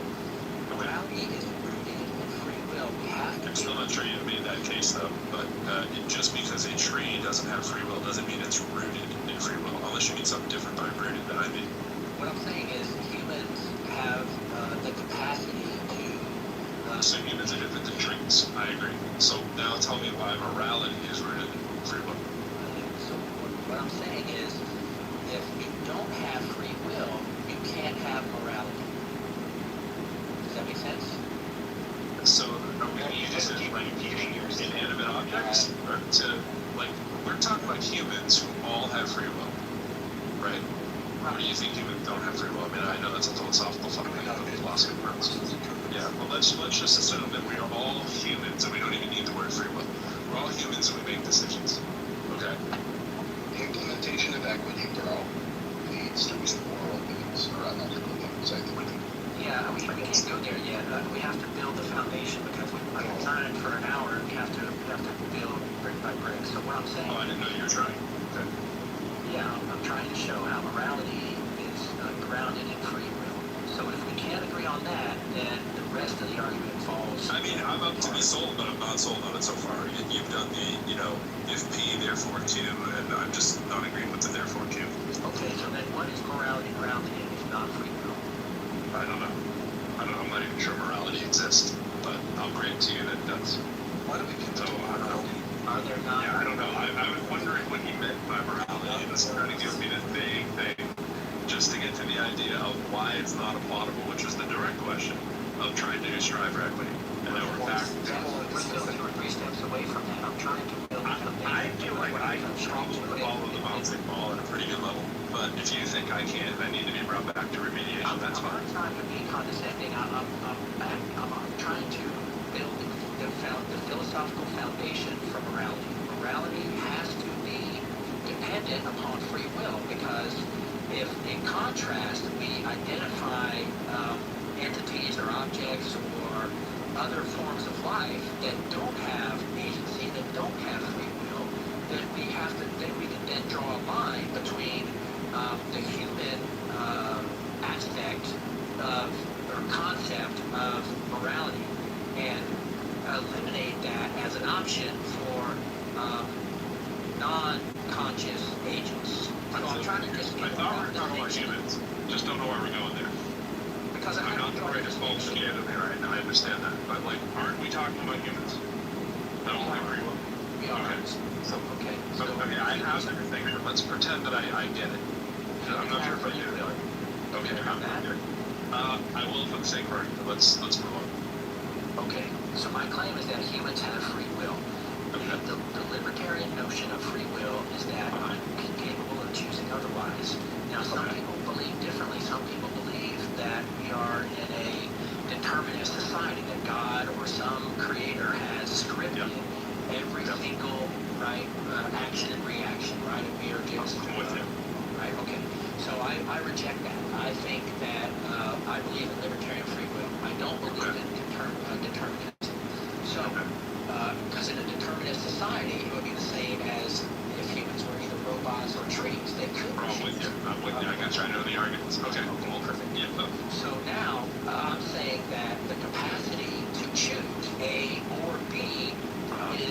foundation of morality, because A might be moral, B might be immoral. As in, A, I might want to murder you, B, I might not want to murder you. So there are fundamental differences between A and B, and that can start at the highest, most stark contrast of murdering versus not murdering, all the way down the spectrum to I'm choosing to eat McDonald's or Chipotle. Right? If I refuse to kill two people that I don't know, then I just have to pick one. Was I being immoral to the other person? If you're choosing to kill someone, I have to. If someone has a gun to my head, right? They say like, you know, the only way that life can continue for the rest of the world is if you choose A or B, and I choose A. What was I immoral? That's not the.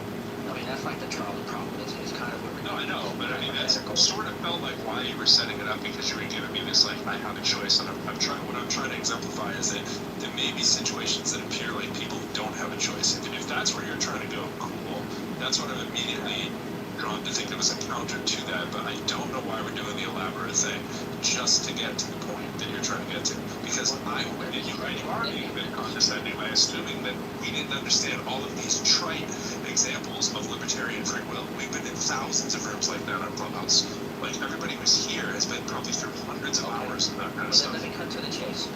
So then the connecting of the dots between what I just said and the claims I was making earlier is when you have a government that has the monopoly on the authoritative or justified use of force, you have a government that is capable of implementing force to people who don't behave a certain way. You're taking away their agency. You're eliminating their opportunity to do A and not B. Okay. That's immoral. Oh, okay. Therefore, don't run for me. Therefore, don't have a government that does that. Don't have a government that doesn't. Just don't want to talk about equity.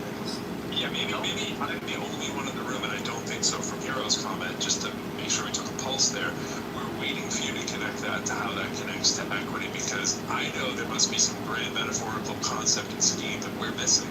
Yeah, It's clear to you, but it's not clear to the rest of us anyway. So let me connect the dots. Yeah, three steps here. So first step, morality is rooted. I think it's the third step I missed. Second step is having government that is designed to limit or remove or initiate unjustified uses of force, to coerce or mandate that people only have access to, say, option A and not anything other, and that's immoral. When you design a system that is built on equity or equal outcomes or even equal access to opportunity or equal resources, that is the same principle, just an extension of the principle in the economic realm versus, say, the life and death realm. So I had to hear you say it to know how much shit that made no sense. So basically, the argument is any limitation on free will is immoral. And that's not what I said. That is exactly not what I said. I didn't say what any limitation. Government is designed to protect the rights of the individual. If I am a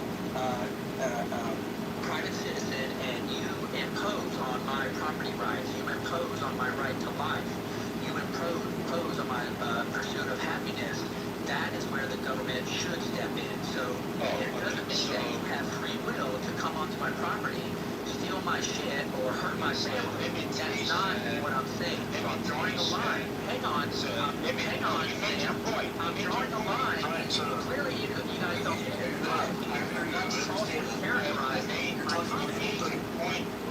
You keep falsely characterizing my points, though. You made your point. So you made your point. Okay. So basically, what you're trying to say, or what I understand, correct me if I'm wrong, is a limitation on free will when the exercise of the free will does not affect the rights of others, then that's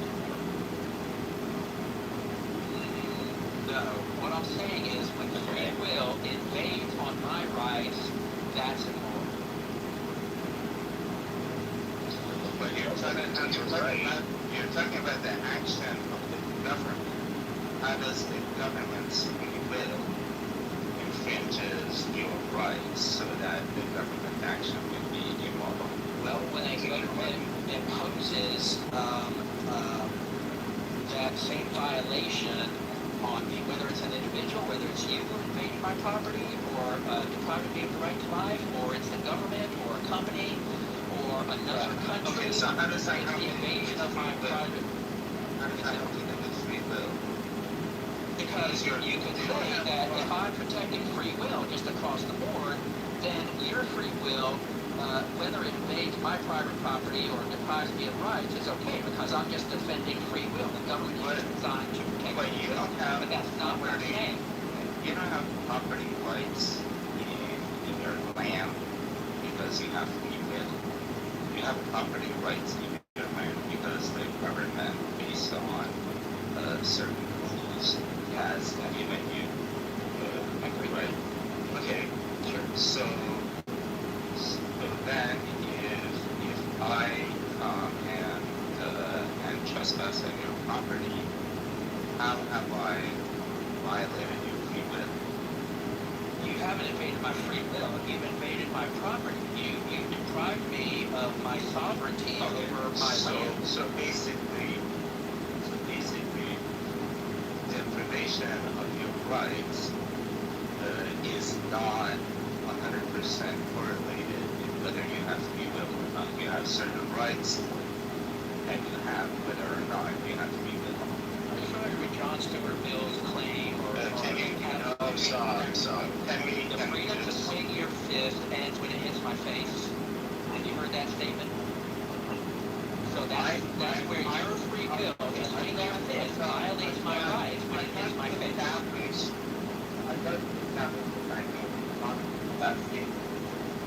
Where the right of property is not right. So if I violate your property rights, right, then I have violated your right without having violated it. Is that correct?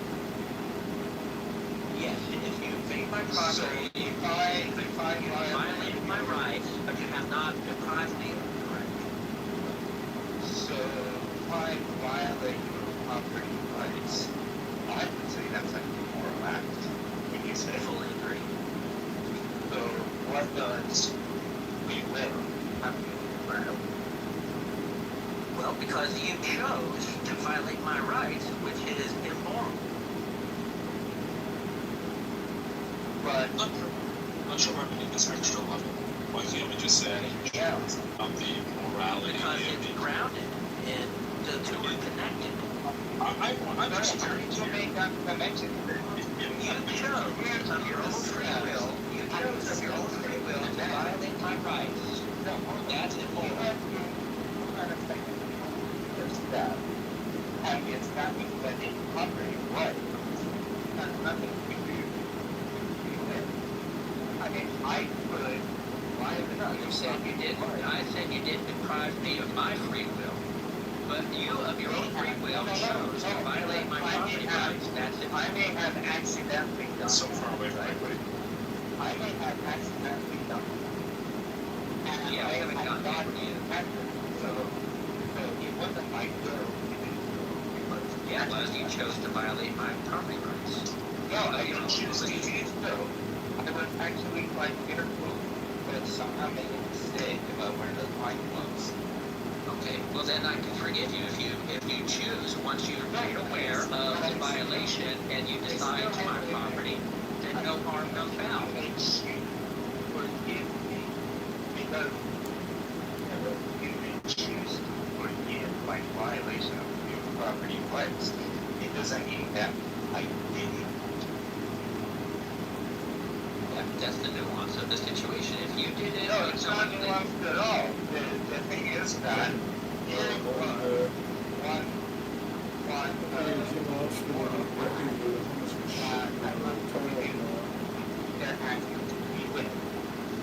again, as you can explain to us, one of the free wills have morality. So I'll explain it again. They're not I'll explain it again. So in your situation, in your hypothetical, you said that you invade my property, but you didn't need to. And so that's different, fundamentally different than someone invading my property and what I said, which was coming to steal my stuff or hurt my family. So you changed the context of the situation by saying that you would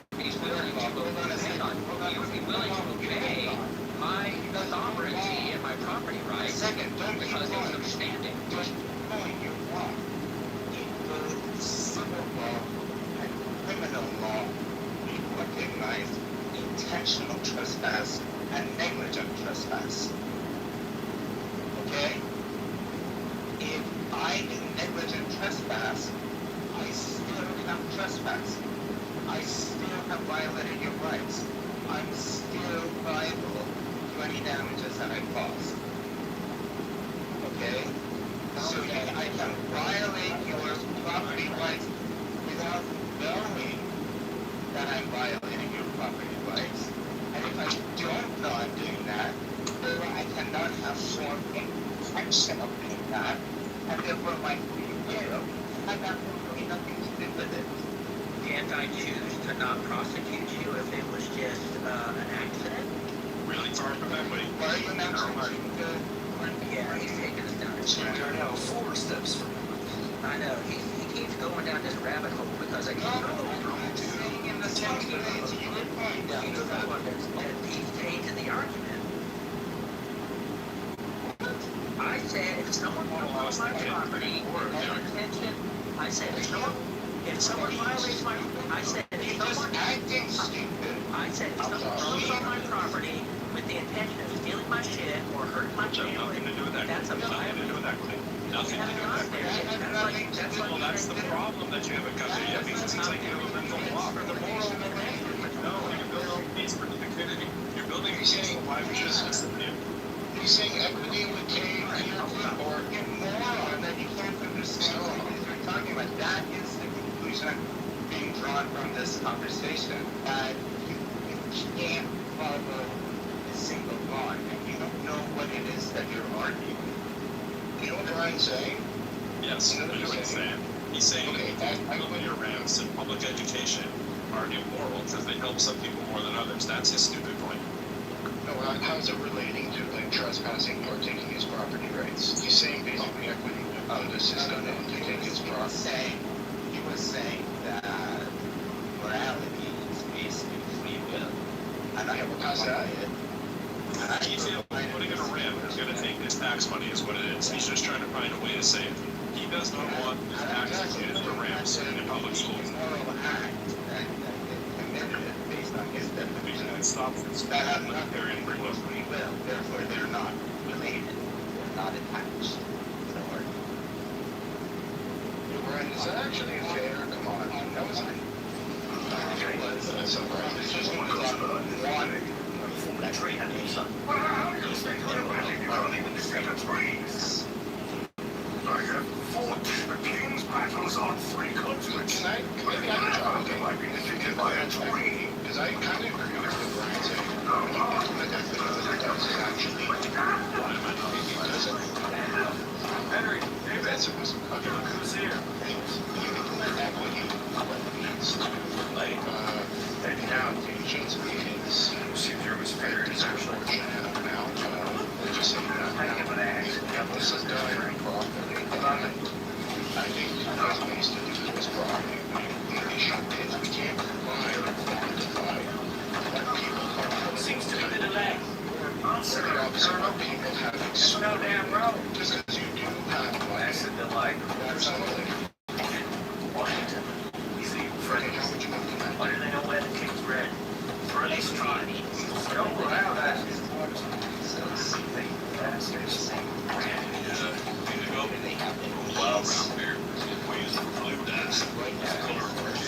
Boys, go ahead. We're all ready to go. Get shot first. I'll play it in the woods and giant old man.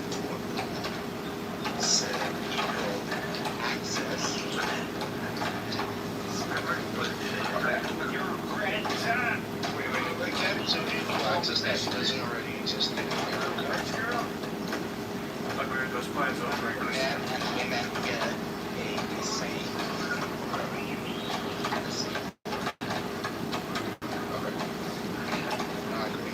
why'd you come back? Anything else? With race. My mission was selfish.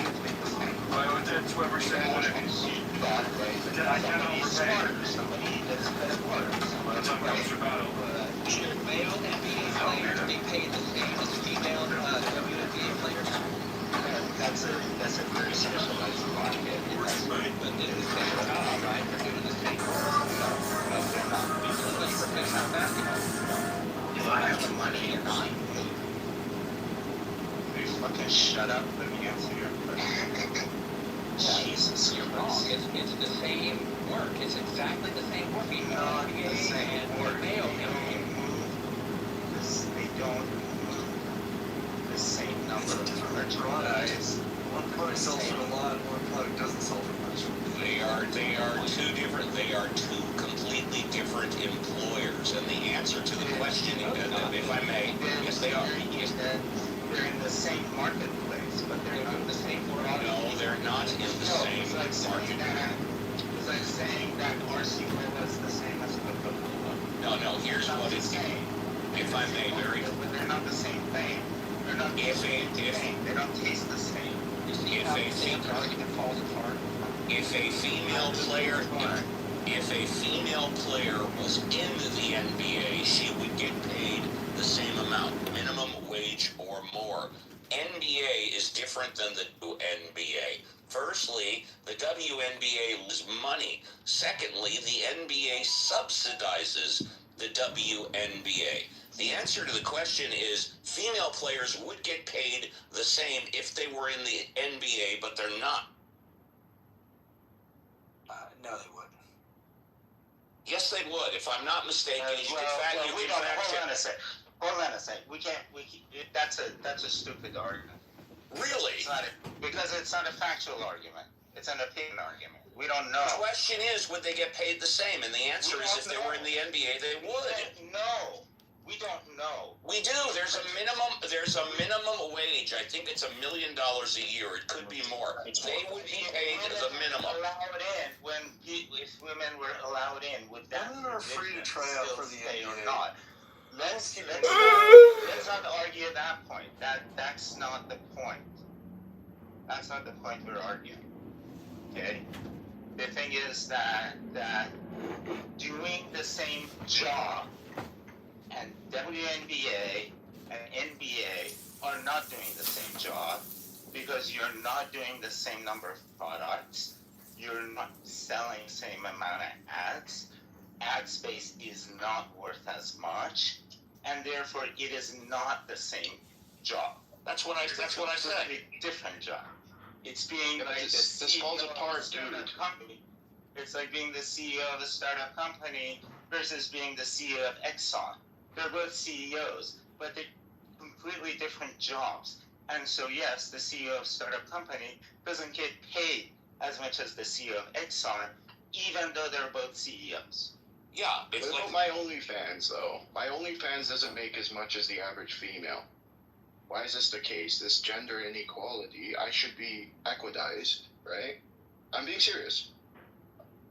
I think you guys are all talking past each other. Then you shouldn't. That's not what equity is. Engage in. You guys are talking all past each other because women's basketball and men's, they compete in the same overreaching sport and entertainment, but the target different consumer audiences. Their viewership and revenue is different. Target demographics is different. And their shared infrastructure and labor markets are completely different. But as a sport, it's the same. But the market should hold. The CEO of my company and the CEO of Pfizer play in the same space, which is pharmaceutical companies. But my company is not the same as Pfizer. My company is at most $15 million in valuations, whereas Pfizer is probably $15 billion in valuation, if not more. I do have a solution. Right? So you can't say just because these two guys are CEOs of pharmaceutical companies, they should be equal. It should be equitable, meaning that my CEO should have had the same opportunities as the Pfizer CEO to become a Pfizer CEO. But through the choices that he made, he didn't become that. There's an interesting thing here. So pro sports is very socialist. When you look at the NBA, it's a very, very socialist agreement that works incredibly well for the super elite capitalists that run the league, right? They enact things like profit sharing. There is probably no better example of socialism than profit sharing, so that the league can't fail, right? The NFL makes sure that the best teams, when they play the worst teams, it's not just you keeping the gate of your worst team games, you're sharing the gate of the best team games. When the jerseys sell, the money from the best players also gets redistributed to the teams with the worst players. That's not socialism. It is socialism. It's a major aspect of socialism. No, socialism? No, I know very well what it is. Just allow me to finish, and you can tell me why I'm wrong. The ideas of redistribution of wealth inside of that little closed society are borrowing some of the best elements from socialism to make sure that it keeps going. When they have salary caps, there's all kinds of instrumentations that are done to leverage the owner's ridiculous wealth, right? To keep it and to make sure it works. The interesting thing is, if you took the WNBA and you now pitted them against, let's say, college basketball players, let's say men, I bet you would get a very, very well-received crowd to watch that game. And now that NIL agreements are in place and college students can make money, I bet both would have a field day. I don't know if anybody's thought about it, proposed it, or put it on the table, but if you started up a league of women playing with men at, let's say, the college level, even if it was D2, whatever level we need to do to have at least some close parity, I'm quite sure that it would be a very profitable enterprise for both the owners and the students who are profiting off the NIL deals. And you could kind of put some of that to bed, where women would be able to make some of the same money that men are making, and you would probably inflate some of those college players who aren't making the same as D1 players. Just an interesting. Respectfully, I think the notion that is socialism is incorrect, and here's why. Socialism, as you can see in my PTR, if you read Marx, it's the abolition of private property. It's the state-owned grocery stores that Mondami is proposing in New York City. The government does not in any way limit or control the salaries or revenues of NBA teams. They are perfectly free to make all the money they can in the private market. If people want to buy a jersey or a ticket or a season or whatever, that is up to the free market to determine doses and revenues and all of that. Just because on the tail end they some of that money to keep lesser revenue generating teams is not socialism. Socialism is the gut-run, controlled corporation or industry. If it was socialism, the government would be dictating to the NBA how much money they could make, how much they could pay, how much they could charge for tickets, all of those things. You conflated some communism. You did that wrong. You conflated some communism. Socialism's in them. so wrong. Because socialism allows for private ownership of property. Communism does not, Brian. That was like the first line you said, and it stuck with me. And that's second not thing is you're conflating economic socialism with social socialism, which are two different things. One is the government gets involved in the means of economy. The other one, the government is involved in the provision of social services. No, that's so fascism. Those are what you're describing is fascism. Fascism is you're totally you're now totally off the reservation. Fascism is where you have the private sector able to generate wealth. It's just the government comes in and dictates where that money. That is not fascism, Brian. That is not fascism. You can have capitalism in a fascist country. Hold on a country. second, Brian. By saying that, you have shown that you really are not equal to me in this conversation. I don't think you understand socialism at all. Actually, Brian, it's not my place. How do you think where did fascism come from? Way below me. Where did fascism come from? I believe the first guy to implement it was Mussolini in Italy. Yeah, and what was the way he operated? So there were private companies, but he got involved with dictating. It has nothing to do with the private companies. Go again. How did he operate as a leader? Well, that's my claim. You tell me. He operated by showing like power and like basically ruling with an iron fist. That's what fascist. No, ruling with an iron fist is completely different from a corporation. Echo's 14 points of definition. How is that different from what I said though in the economic factor? No, economic is different, completely different. We're pretty far off. One's a government, dude. One is a government, the other one's a corporation. Well, the notion that the NBA is a great example of socialism, I think, is what got us down this road. And I was explaining how it's not understand the argument. Well, you didn't explain why it's not correct. Yeah, because the government doesn't dictate to the NBA how much they can charge, how much they can pay, any of the salaries. No. Within the league, the NBA governs itself. It's not. But they're a private company. They're not influenced. They're mandated by the government how they're going to spend. The NBA is a socialist government, a country run by socialism. That's not what he said. He said I said that it has. Listen, I said that it has socialist elements, and that those rich billionaire class that are very, very capitalistic, they recognize, is the point, all of the great aspects of socialism that really work when you can control it. The biggest one being the revenue sharing. I mean, you're getting that money generated from all the television rights or whatever other business the league is doing. You share it rather than just giving it to whoever is the team with the most viewers. That's why I say do the same thing with the WNBA and have them play against the college players. Because if we want to say it's not going to be enjoyable watching against pro players, let's make it a little bit more equitable, right? The salary cap that's in the NBA is the richest owners can't just spend unlimited money and just go buy up all the elite players. Then everybody would have 10 LeBron James on the team, but they don't do that. Like just last year, the salary cap was something like 150 million, right? And it goes up. You get all these escalating tax, they call them aprons, right? You get all these like restrictions, and that happens from year to year. You don't get to this point without a very kind of socialist thing there. I mean, think about what a salary floor is, and think about like socialism. I mean, they have a luxury tax if they violate this stuff. So if you have a super wealthy rich team that gets all the attendance, like let's say like the Celtics and the Lakers and stuff, if they exceed whatever the payroll level is that the league agrees upon, then they have to pay these penalties, which are basically taxes, and it stops all the domination stuff of those kind of guys running. So there's no parity every year, right? So they just use the purchasing power and they just mop up. But that keeps the whole league's overall structure, for the economy of the structure intact. So if your worst performing teams get to draft first, that's another example of socialism. That's exactly what they do, right? They're making sure. Socialism is the government mandated. That's how they operate. You're just so stuck on the government. You're just so stuck on the government. You don't understand. Socialism is the government control. Those mechanisms. Okay, thanks for that. Those mechanisms the pro's describing, like letting the less successful teams draft early, or I forget. I don't know all the different. Socialism is not just that.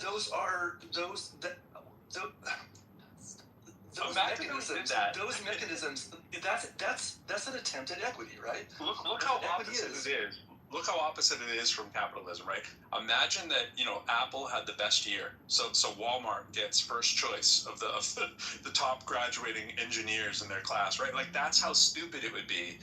So you can see the juxtaposition of the two, and what you would have your panties in a bunch if that ever happened, right? Only if the government literally, that's what they're doing, and it's a bunch of billionaires who are the most capitalistic people we have in society are using all the elements of socialism because it works when they do it cohesively together for their benefit. If a company like SpaceX or Tesla or whatever is able to attract the top graduates and top engineers, whatever, then the government is not in any way involved, then that's not socialism. That's just that company being a great place to work. Right. Exactly. So there's nothing socialist about that. Right. No, I agree with you. That's pretty capitalist. That's kind of what we do. What I'm saying is if you want to bring more equity into it, which was the conversation, you do what these capitalists are doing in their little fake created universe and government that creates unprecedented wealth, right? The maximum salaries, right? Like your best employee, imagine that you said you would be devastated if all of a sudden we said, oh, the CEOs can only make $10 million a year. I mean, I would be advocating for it, and so are they, right? They don't want LeBron James or Curry or whoever to be able to make $2 billion. So guess what they do? They say there's a salary cap and the team can't exceed it. And that, now granted, they make a crap ton of money. You can argue that, like $60 million a year. The NBA makes the most money out of all the, and including soccer. They make all the most money per player because there's only 15 really, 15 players on 30 teams, 450 players in the world who are doing that job. They don't have like big teams like United States football teams and baseball teams or whatever, but they got collective bargaining, bro. The players sit around, they organize, they have a union. What does that sound like, right? They negotiate the whatever the compensation is, right? And the stuff that other capitalists get their panties in a bunch for, but this works. This makes the league go around, and it makes the rich get richer. It makes the workers get relatively rich by comparison, and everybody's pretty happy in that fake little bubble world. Now, the problem with it is the regular person can't afford the commodity. So you could argue that there's some issues there too. But it's not stopping that thing from being super hyper capitalistic to everybody else's accord, because it sounds crazy to say the NBA is socialist, but they really are. It's just that there's a bunch of elite capitalists running the scene behind it. And that's all because they share income. Can I ask you a question, Pro? Can we go back to is equity in education immoral? Because that's what you were really, like, we kind of, like, diverged from that. Oh, that was, you mean like, is it immoral to have a wheelchair ramp? Well, equity in education, is it immoral? Well, that's what you were saying earlier that Brian was disagreeing. It sounds like you'd be disagreeing with the idea that we should have a wheelchair ramp. No, I don't think so. I think that it depends entirely how it's defined and implemented. Like if you say education, and I'm talking about education like lowering academic standards or restricting advanced programs just to get more equity in there, that's immoral, or it could be argued as that. But well, is it illegal? Wait. Right. Miguel, hold on a sec. The equity in education will look exactly the same way as Pro described equity in the NBA. All NBA players are qualified to be in the NBA. That's right. But no team will have a monopoly on the top players. And the salary of the players are regulated. But most importantly, this is where equity is not outcome dependent, in that at the draft stage, where we see the most equity being played out, no one will expect that all the teams will win the final. Everybody knows that only one team will win the final. So in that sense, outcome of the NBA season has nothing to do with equity. The draft stage has everything to do with equity. Yeah, the only part about the outcome is, and this is the reason I've let that fly before, is because they all want the same outcome. They all want a fair chance to have a chance to win the title. And the owners agree that that is a good thing too. When you have parity, they agree that it's a good thing that everybody has as close to a fair chance as possible. And they've put all the mechanisms in place to do that, and we're calling that equity. Right? Like that's it. I'm not saying it's perfect. I'm just saying it's a really good example of capitalists showing you their true colors of how socialism works well for them, and it's nothing to be scared of. We have it in pro sports, which is the most capitalistic kind of thing that you can think on one hand. And back to the very beginning of the room, we can, as intelligent people, come up with systems that work better than the ones that we have. You don't have to booty clap for the United States all day long just because you're from here and think somehow if you want to criticize it that you're like a communist or something. Bro, it is clear that pure capitalism is a pipe dream. It is clear that pure communism is a pipe dream. The truth is you can have more communist aspects into your capitalism without spoiling the punch. There are some things that work. There are some socialist things that work. And I understand socialism is sort of a step towards, pure communism, and people get upset because of the original documents and say, well, this is just a step to get there. And you have things like you have quoted in your book there that you're scared of. But it's like sane people aren't really trying to say that we want pure communism in the United States. Right? Nobody's trying to do that. It wouldn't even make sense here. But what would make sense are a lot of the elements from socialism that seem to work. And yes, along the way, they bring in a little bit of equity, parity, whatever you want to call it. But it's not saying everybody gets a trophy, bro. It's not what it's doing. So is equity fair? And the answer is, how do you define fairness? On the one hand, people. During the NBA draft, equity is not fair at all on the one hand, because the team that worked the hardest and did the best during the regular season gets the last spot on the draft, and the team who just lazed around and drank beer gets the first spot, right? So in that sense, equity is not fair at all. But if you look at the overall system where this plays in, not individual teams, but the overall NBA draft system, then you see that, yeah, overall it is fair, even though at the individual level it may be extremely unfair. That's right. And everybody agrees that makes more sense than the alternative. They all say, hey, we can imagine ourselves being at the bottom of the poll there. What would we want if we were at the bottom? What would the average team want? Let's not just think of Elon Musk with your example of the poor guy at the top, right? Everybody sees that you can get a chance to be the rich guy at top, and that, everybody sees that you could be on the bottom. And if we set it up so that it's lopsided, it's going to eat itself at some point, like we have done in the United States. Capitalism has eaten itself. That's why we run a deficit. Which is why the people who are the teams who are on the top, like the owners of those teams are on the top. There's a reason why they're not like complaining about the system. Open equity, man.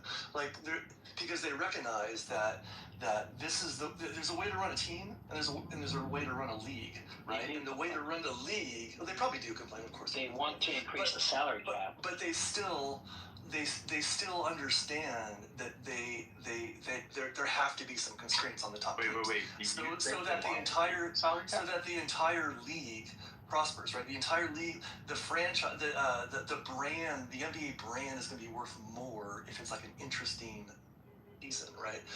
So everybody's kind of bought into this idea, and which is the exact same reason why I think. Even though it might cost me a little more, I think we should have better access to healthcare in this country, because if people are healthier, the country will do better, people will do better in school and work, and we will be more prosperous and all these things. Because even if I have to pay a little more or someone else, because I can actually, the thing Pro said is super important. That just that idea that you can imagine, next season we might be the bottom team, right?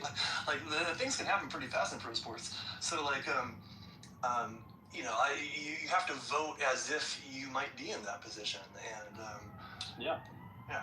They have rules, and I know you want to say something, Brian. Let me just say this. They have rules, too, in the NBA where it's like Jason Tatum obviously blew out his leg a couple years ago, right? They have rules that go up for debate every now and then that are like, can we get an exemption for a horrific injury? And you know what? Teams kind of go, yeah, we can. And they vote on whether, this particular injury qualifies. If a player dies, right, they have they think about it. And it's not just because the rich ruling class get to make the rules. Brian, I heard you start to say something about maybe implying that the owners would want to increase the salary cap. That's not true across the board. It's the players who'd want to increase the salary cap. You might have a few wealthy, super rich teams and a few teams that just historically have done better than others who may slightly favor that. But overall, the owners are fighting against paying the workers more money, just like any capitalist society, right? They don't really want the workers getting paid $1 billion each. That's not helpful for their bid. Yeah, that's accurate. I was gonna say I think it's interesting to delve inside the NBA and talk about equity and outcomes and resources and fairness with the draft lottery and things like that. But I think ultimately it's kind of a specious argument, because it's still an unregulated. What I mean is, it's not a government interfered with company or industry. I think a better comparison would be, say, the NFL versus the XFL. So you have two competing, companies inside the same industry. Now, if a government were to come in and say, we're going to have to help the XFL because it's unfair that the NFL has such a, what would you say, monopoly on, this industry. And so we're going to penalize the NFL, and we're going to subsidize the XFL. We're going to take people's money, taxpayer-funded subsidies, and give it to the XFL because we want parity across this entire industry. It's not fair, blah, blah, blah. That, to me, would be, an example of government interference in the industry. But that's not what happens. The XFL comes and goes. You have different, companies that come and go. Do we know why that happens? Because they're not as brand recognized. They're not as popular. They don't have the tradition. They don't have the caliber of players. Right. Well, it's a power imbalance. Like the NBA, I know. Wait a minute, Pro. I think the analogy here was didn't land. The thing is that the reason NBA is relevant is because we're looking inside the NBA, assuming that the owners group is the government. That's right. And assuming the regulations in the NBA are laws, and assuming that the NBA is a country, and then we say these regulations analogize to the laws of a country are socialist. I think everybody here understands that a true socialist system has to involve the government. But we're basically using the NBA and the system of regulations in the NBA vis-a-vis the players, vis-a-vis the owners, as an analogy for a system of government. Absolutely. No, it's good to reiterate that. I think just think of that as a country, comparing it to the other country that you're about to compare it to, which would be the XFL, right? The other country maybe wasn't able to compete. It's like saying the other country couldn't go to war with us. Yes, it's another tip in the hat for why that is a good model, right? You made a very profitable, strong entity that can do well, i.e. you want to make a strong country, right? That would be sustainable. The other thing I was going to say about the NBA, though, is like Ice Cube has a 3-on-3 basketball league, which is done pretty well.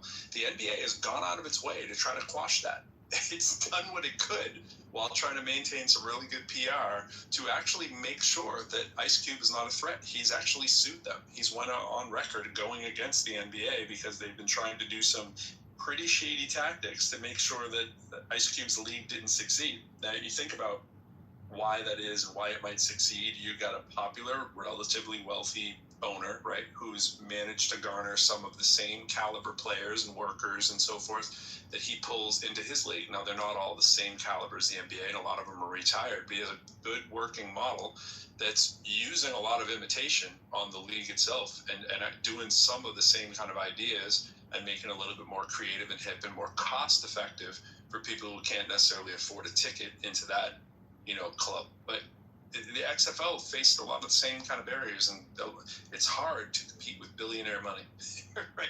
It's hard to compete with our military. It's hard to compete with somebody who's pretty strong and can print money. Like all these things, there's differences we can run down in the analogies, but I think the point Sam's reiterating is the important one, is that if you create something that's healthy and stable, you can see that doing that needs to have some socialistic elements to business to make it work. And they're telling you that. They're like, there's the punchline. Well, I think I can see where if the government got involved in helping to, let's say, squash or limit the 3-on-3 league from Ice Cube, then that would be a foul. But if it's just the NBA, maneuvering its what would you say, advertising. Leverage. Yeah, it's leverage. Then that's fine. If the product is that good and the demand is there for a 3-on-3 league or the XFL, it's going to be just like Netflix. Netflix came up and stuck up on Blockbuster, if you remember, 20 years ago, 25 years ago, and they were, dismissed as just a rent DVDs to your house, right? And now they're one of the biggest companies in America. So if the demand is there, the business model is good, then that company is going to overcome. And if it doesn't, then there's a reason. And only when the government gets involved to subsidize, like Solyndra or some bullshit like that, that's where I have a problem with it. That's where I think government interferes unnecessarily and inappropriately in the economy. The fact that you're bringing government back up again, I don't think you heard what Sam said. I don't think you understand how analogies work. Like, the NBA is an analogy of it's a big organization, it's a big system, right? And within that system, they have found, like in a lot of big systems, certain, let's just call them socialistic mechanisms are kind of necessary and make a better product. Yeah, you keep on saying, like, yeah, well, if the government did it, I don't. But if the NBA does it, that's fine. No, but what you're conceding is that, well, these socialist, let's say, mechanisms like equity or whatever, if they work inside that large organization, they work inside other large organizations, then those kind of things also, work in the way a country operates.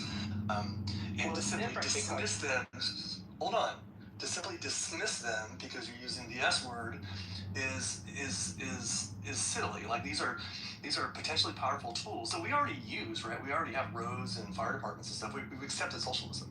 It's just the argument. Well, where does it apply? Where doesn't it apply?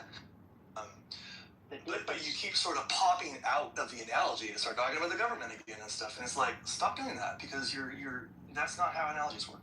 The difference is that the government has the exclusive monopoly on force. So if a company the NBA or another country, the NBA has exclusive use of, I don't know, no, they don't. red cards within NBA games, something like that. No, you sure do. They sure do, bro. They find. I'm sorry. Do they have red cards in the NBA? Check this out. Check out the communism that they have. Right. This is what the NBA does. If you say anything about the official, you're fined $50,000. $40,000 is, I think, the baseline. It used to be 30. If a player says those refs sucked, you're fined immediately, and that money gets pooled to the rest of the league. And the players have actually argued, like, where does that money actually go? We need to actually see the money trail, right? That's just one way, right? If you have too many technical fouls, they can kick your player out for the game, right? They do these kind of things. And to the Ice Cube analogy, it's like that's what Ice Cube was saying. Ice Cube's main point with their lawsuit, and they went to the DOJ, so it wasn't like some small thing, right? They're saying, look, you don't beat us, the little guy, the smaller competitor on the court. You guys got to control the doors leading to your court, right? Like, it's all the money and the television and the talent and the officials. The NBA is like, you can't use our officials. The NBA is like, so the NBA really got salty really quickly. Well, you could argue there's something wrong with that, because you're banning the freedom that you don't like of that individual official to go and make money elsewhere, right? When that was never a thing before. There was no exclusive referee thing before. Like, there's nothing stopping. There's not a shortage on qualified referees. I mean, there's nothing stopping. Oh, yes, there is. There's nothing stopping college. No. I just want to stop you there. Yes, there is. There is a shortage. I'm a referee. I'm a high school referee and a baseball umpire. There is a massive shortage. Anybody can go to pursue that. Right. But it's very hard. Yeah. Can an NBA ref There's nothing preventing go and me or do you anyone have a else problem, from becoming a Brian, referee? with interrupting constantly? Can you just stop that? Bro, can an NBA ref go, say, like, ref a D1? Yeah, of course. A lot of times they're the same. So they can do that, but they specifically can't do the 3-on-3. Yeah.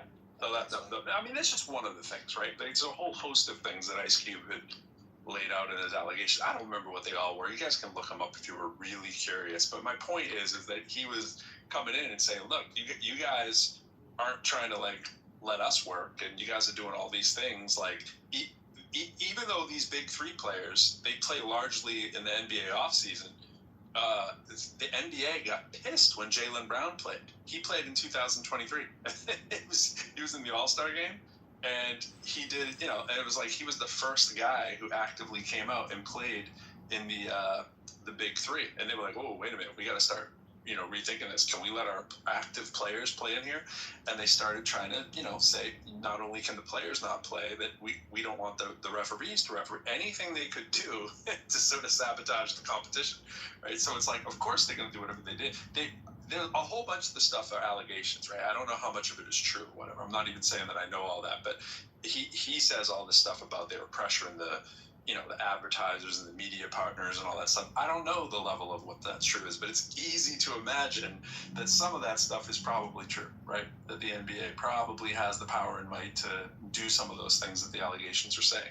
Now, despite that, he's actually doing pretty well for himself, the league, and there's other little leagues popping up around that are looking the same. There's a women's one popping up and all this kind of stuff too, so pretty interesting. But yeah, I taught a class on this, a couple classes on this stuff, and I'm just continue to be fascinated by sports owners and sports ownership and just all of the socialistic elements that are in there that make them run and be super successful, ironically, right, in the most capitalist country in the world, right?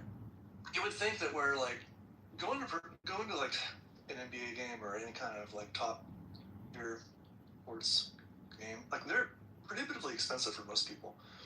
Hundreds of dollars a ticket for even just like lame games, right? You would think offering some kind of B League, minor league, some kind of option for people to go see basketball in person more would only grow the interest in. So whenever I hear about these kind of protections, I always think, like, these guys are just shooting themselves in the foot. Like, who cares? Let Ice-T's thing, like it's probably not going to be a thing, right? Ice but Cube. If somebody... Ice Cube. Ice-T. Oh, Ice Cube, sorry. They're both Ice Cube. Like, it doesn't seem like it's going to hurt the NBA.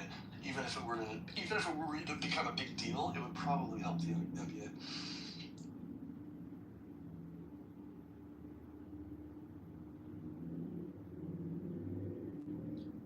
Jeez. What do you mean by equity in schools? What do you mean by that? Here's what here's what comes to mind when I think about it. Equity in schools. So like, labor statistics show pretty clearly that, people who do college fare better financially in life. So we encourage kids to go to college. They're like, hey, you gotta take the SAT test. Well, turns out some groups perform way better on the SAT than others. And then it's like, oh, well, duh. It costs money to take the test, first of all. Like, there's a private company that does that. That's weird, I think. And they're assholes. Like, they're super hard to deal with. So that's a problem. But even beyond it, so another thing is just like test prep, right? People, these groups who do better, it's because they prep for the test. So here's an equity thing. The school can offer test prep, right? It could be after school.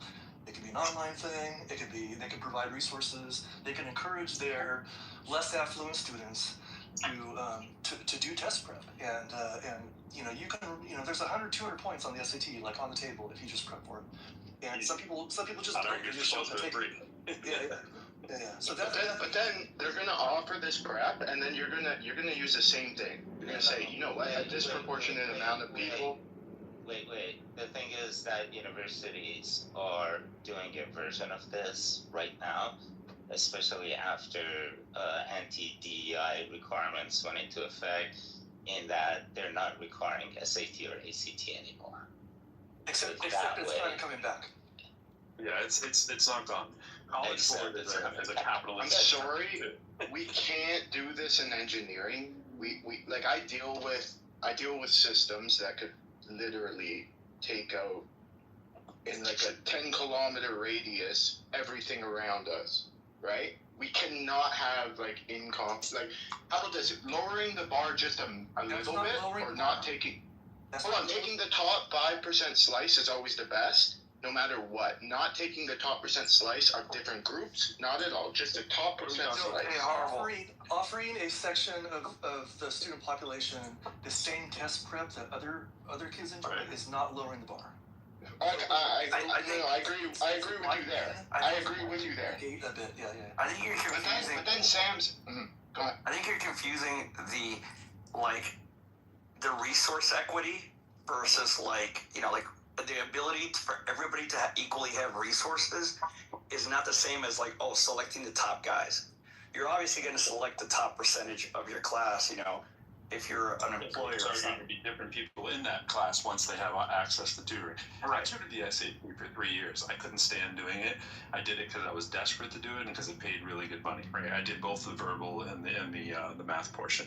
And the first thing that you're taught when you're tutoring for any of the good companies out there, the first thing you're taught is the guessing strategy. Right? I'm sure some of you have heard about that, right? You're teaching the guessing strategy of if you're a good student, you know, an excellent student, a poor student, a sucky student. There's a guessing strategy to just use mathematics on your side to weigh against the penalty of guessing, which is a real thing on the SAT, so that you can teach students where they stand and what probability-wise, if they're going to get a bigger deduction by guessing or not, depending on their grades and their strength. Right? That's the first thing you do. That's pretty wild. Now that's test-taking strategy, right? There's more test-taking strategy too. Stuff like if you find a question that you're taking more than a minute or two on, you're probably doing it the wrong way, right? Because the SAT is not looking for high-level kind of calculation. Those of you who did the SAT and did pretty well as a kid, I guess you'd be pretty surprised that you'd probably have pretty close to a perfect score as an adult if you even just reviewed through the material for like a couple weeks. You'd be like, holy crap, because your strategy of taking tests as you get older, smarter, wiser gets a little better, assuming you're not completely rusty. You're going to increase points magically just because you're a more competent, aware person of how the world works and strategies and so forth. And if you ever sat through just a few hours of that as a competent, mature adult who isn't just being forced to eat their broccoli because mom or dad wanted you to take this crazy test when you didn't want to and you'd rather be out swimming with your friends in the summer, which is why I did not like tutoring.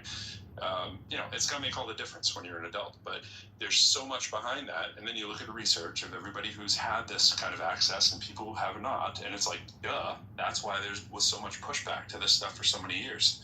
But College Board is the company behind this, right? They do the AccuPlacer and the SATs and all this stuff. They are a very capitalistic company too. They do not want to go out of business. They want it to be worth merit. They want there to be a thing that says we must use this metric to determine who the smart people are. And unfortunately, SAT prediction is, you know, I would say still used and is still pretty heavily biased towards one group of people, just culturally from the way that it's examined. I don't believe it's culturally biased. Because it says yacht, you expect white kids to like, oh, I know what yacht is. Really? Well, I mean, yeah, pretty much. Like, that's the kind of thing. There's a high bar of certain kinds of language. Yeah, that thing does exist, and it is kind of a really. It's not just that it's white kids. It's just people who have my first language wasn't English. My first language wasn't English, brother. Well, like, cool. But it wasn't just like because you're a certain race that you don't have access to that. It could be anybody whose income class doesn't get them there too. We're really talking about people who are the haves and have-nots in society, not so much what their race is. But a lot of times there's a correlation there, but it's not exclusively to that. Like, it's very easy to use coded language on a test, and it doesn't even have to be intentional. A lot of times it's just the people giving the test are from a certain culture and they're writing a thing that they think everybody would understand. You could go through and circle the words on an SAT that jump out at you as like, wait a minute, a kid who doesn't have access to this kind of funding to take this test is not going to have access to that vocabulary word on all things being equal. I mean, and I saw what Aisha wrote there in a comment, like, your points as an adult won't go up that miraculously. I was not a stud on the essay. I was a 690 in high school. I'm a perfect score as an adult. And I was a perfect score to my shock and chagrin after only going through the SAT a couple hours with an SAT book that I bought at the yard sale for $1, tutoring a high school kid. That was the only experience that I ever had. And I went to the place to go tutor, and I was like, they were like, hey, you want to take the test? And I was like, yeah. And I took the test and I got a perfect score. So that's a big jump, right? Going from a 690 to an 800 with nothing else, no kind of like prepping and prodding for that, except the difference of classes that I had as a college student years before that, right? That was it. So, I mean, I'm assuming the adult has maybe gone to college, right? And maybe had life experiences that would make them better at test taking, is all I'm saying. When I isolate for a single variable, and this variable is simply culture. It's simply culture, bro. Like, please, brother. There's not a single variable. You don't isolate for a single variable. If I can When there's not a I can isolate for that. Yes. Just a Sri Lankan or whatever who's just as dark skinned, so you can't use race. Just as poor, so you can't use monetary whatever class, right? Tends to be prioritized in studying versus, let's just say, I know how to fix the black community. I get it. I know how. It's not throwing money. It doesn't work. If you want to grow up idolizing someone that's in jail and stuff like this, that's the problem. That's what happens with low income and 50 years of all the Democratic politics. Thanks, Horrible. Thanks for playing. That was one too many offenses in a row that we can't really listen. We weren't talking about race. Just had to insert that in there. I mean, I guess we were obliquely in some ways, but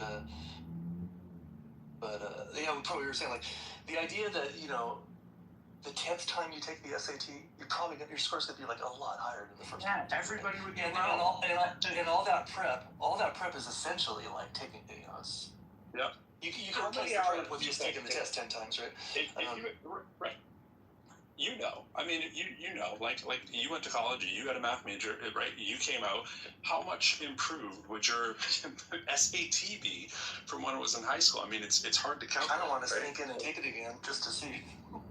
Yeah, I literally, when I took the SAT, I literally, like, on Friday, there was an announcement at the school, like, SATs are tomorrow, and I was like, what? I did the same thing. I was the guy who, like, I wasn't thinking about college. It's the same thing. And I'm like, all right, and I went, and I guess I did okay, but, like, the idea that, like, I could have done 200-300 points better just by, like, probably 100 points just by for picking up the book the weekend before or something like that. There's always this low hanging fruit. But that idea that actually Tiger's comment, too much about vocabulary. This idea that there's like cultural words, like you can make fun, you can say like yacht, like that's silly. But no, I mean you can't deny that there are cultural touch points.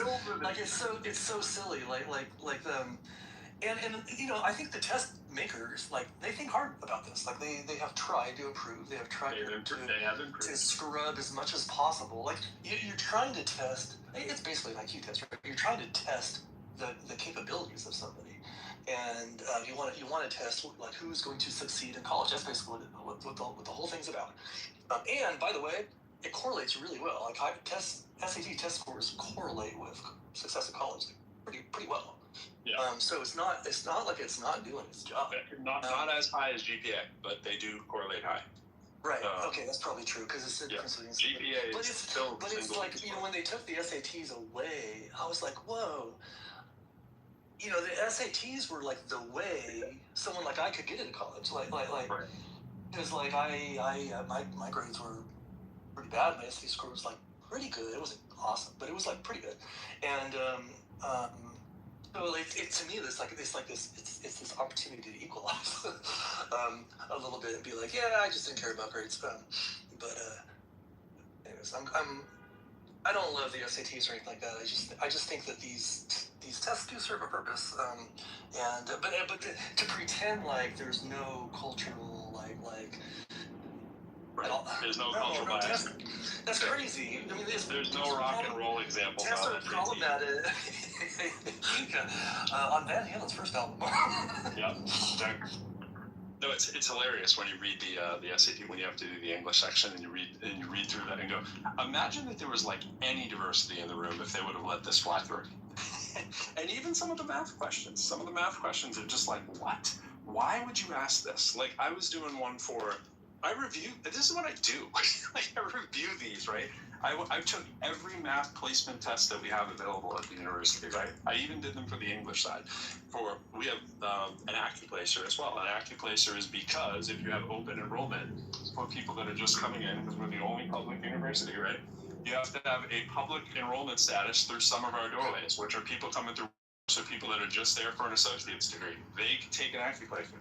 Everybody else doesn't, but they're moving more and more towards making those folks do it too. And when they don't do it, they take a regular math placement test if there's any ambiguity with people's records or whatever. And it's basically an algebra test that you give out to everybody. You just see if they do really well in the algebra test, us brilliant minds in the math department go, this person's going to do well in math, right? And this person's What did not. you call the test? The Accu test? AccuPlacer. It's also administered by College Board. So College Board, AccuPlacer, and it's hand in hand together. It's search for years on the AccuPlacer, right? I am the person who made the cut scores at our university, right? By aggregating all of the literature that is out there on how these numbers come to be. I made the flow chart for our university, right? For like which courses you have to take, for which major, blah, blah, blah, because it wasn't done before I got there. And I'm not trying to pat myself on the back. I'm just saying I'm pretty vested in this. And it's hilarious when you take the test and you go, wait a second, this question right here, I don't actually know what they want because of the language that they use, the language in the instructions. Ambiguous language, overly, fluffy kind of language in places, just in the directions. Now, it's not most questions. They have done a good job on most questions. But they are clearly testing for what you don't know as opposed to testing for what you do know. It is a gotcha kind of test when you take the AccuPlacer. Now it's adaptive now, right? So you can take an adaptive test and it will give you, more or less of the questions, whether you did well on them or bad on them, obviously, and moves you along because we are, in 26 now. There's no need to give non-adaptive tests and so forth, but it's gotten better. It's not that it's but it's just one metric, and it has nothing to do with what that person is going to do to overcome. Like I've had students who've had a 3 on the math place. When I was at Northeastern, I had a student who had a 3. I use the example all the time. And the dude is making far more than me at State Street Bank. Right, he had a 3. We should not have taken him. I had to fight for this kid myself to get him into the program because I interviewed him. So I heard his story. I heard his pitch of why we should just take a chance on this kid. And we ended up doing it despite his horrific math score. Now, we had claimed that for our first year program that we were just using the test scores for placement. And if we wanted a student, we were going to take them regardless of what their test scores were. And that we were going to find a way to get them funded, basically, to take the course that they need. That they needed, right? And that program is still going on. It's foundation year. And it is continuously each year become a more selective program, right? Where now I think the average GPA of the kid coming in is somewhere like 3.4. Now this is a first year access program, right? That I was teaching in. A first year access program for people in the actual community coming in. So we did the same thing. They were taking tests. They were doing holistic interviews. This stuff costs money. It's time and money to have interviews to hear the story of why this otherwise pretty good student on paper, has like a 3.0 or something, just happens to have these bad math grades and would never get through the front door of this university that usually is looking for a northward of a 4.2 or a 4.3 to even be considered in any of the STEM programs, right? So we're like, okay, what's your story and what has sidetracked you? And then we hear it and we go, oh my God, this kid is going to overcome. This kid is going to be that elusive grit person who will work. And you have to go to bat for the person after you've, selected through their interviews and put all the cards on the table of who this person is. Then you can actually pick with high probability of who's going to succeed because you actually know what the story was, as opposed to I just have one data point, which is what their SAT score on, which is ridiculous. It's just like filling in bubble test, and trying to say that standardized testing gets it right. Of course it doesn't. We all complain about standardized testing, but yet we still have it in higher ed across the board. Hey, Pro, I got a question for you. And I'm pretty sure you're familiar with it. What do you think of the German educational system and how they select their students to, grow through different tracks? Yeah, like the track where you're going to go to college. Yeah, I'm familiar. It's certainly efficient for the factors of production, for the people who own society, for the people who are running the world. Oh, of course, yeah. Like that's it. It's not so great if you're one of those individual folks, but it's not like it's the end of the story either. It's not like you're doomed forever and ever and ever. It just kind of means your undergraduate education, a pathway has more or less been selected for you. And it's not like you can't jump out of that pathway, even though it may seem like the doom, gloom, and despair, right? Suicide numbers aren't as high there as they are in some of the Southeast Asian countries, though. So, there's that. But, look at like MIT, which has massive amounts of people from countries that are high on the suicide rate. It was one of the highest suicide rate schools there are in the world, not because they have an influx of German students. And I'm only using this to illustrate that it depends who you're looking at it from. Like for the student outcomes, or for the owners of business outcome, or for the country on a whole, you know?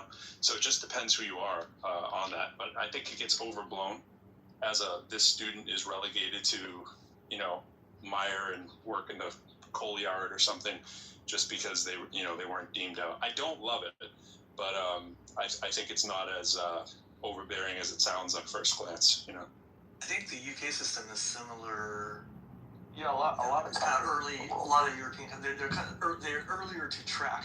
But one of the things about Germany that this is my understanding, anyways. I don't have firsthand, but you know, I've got a couple German friends.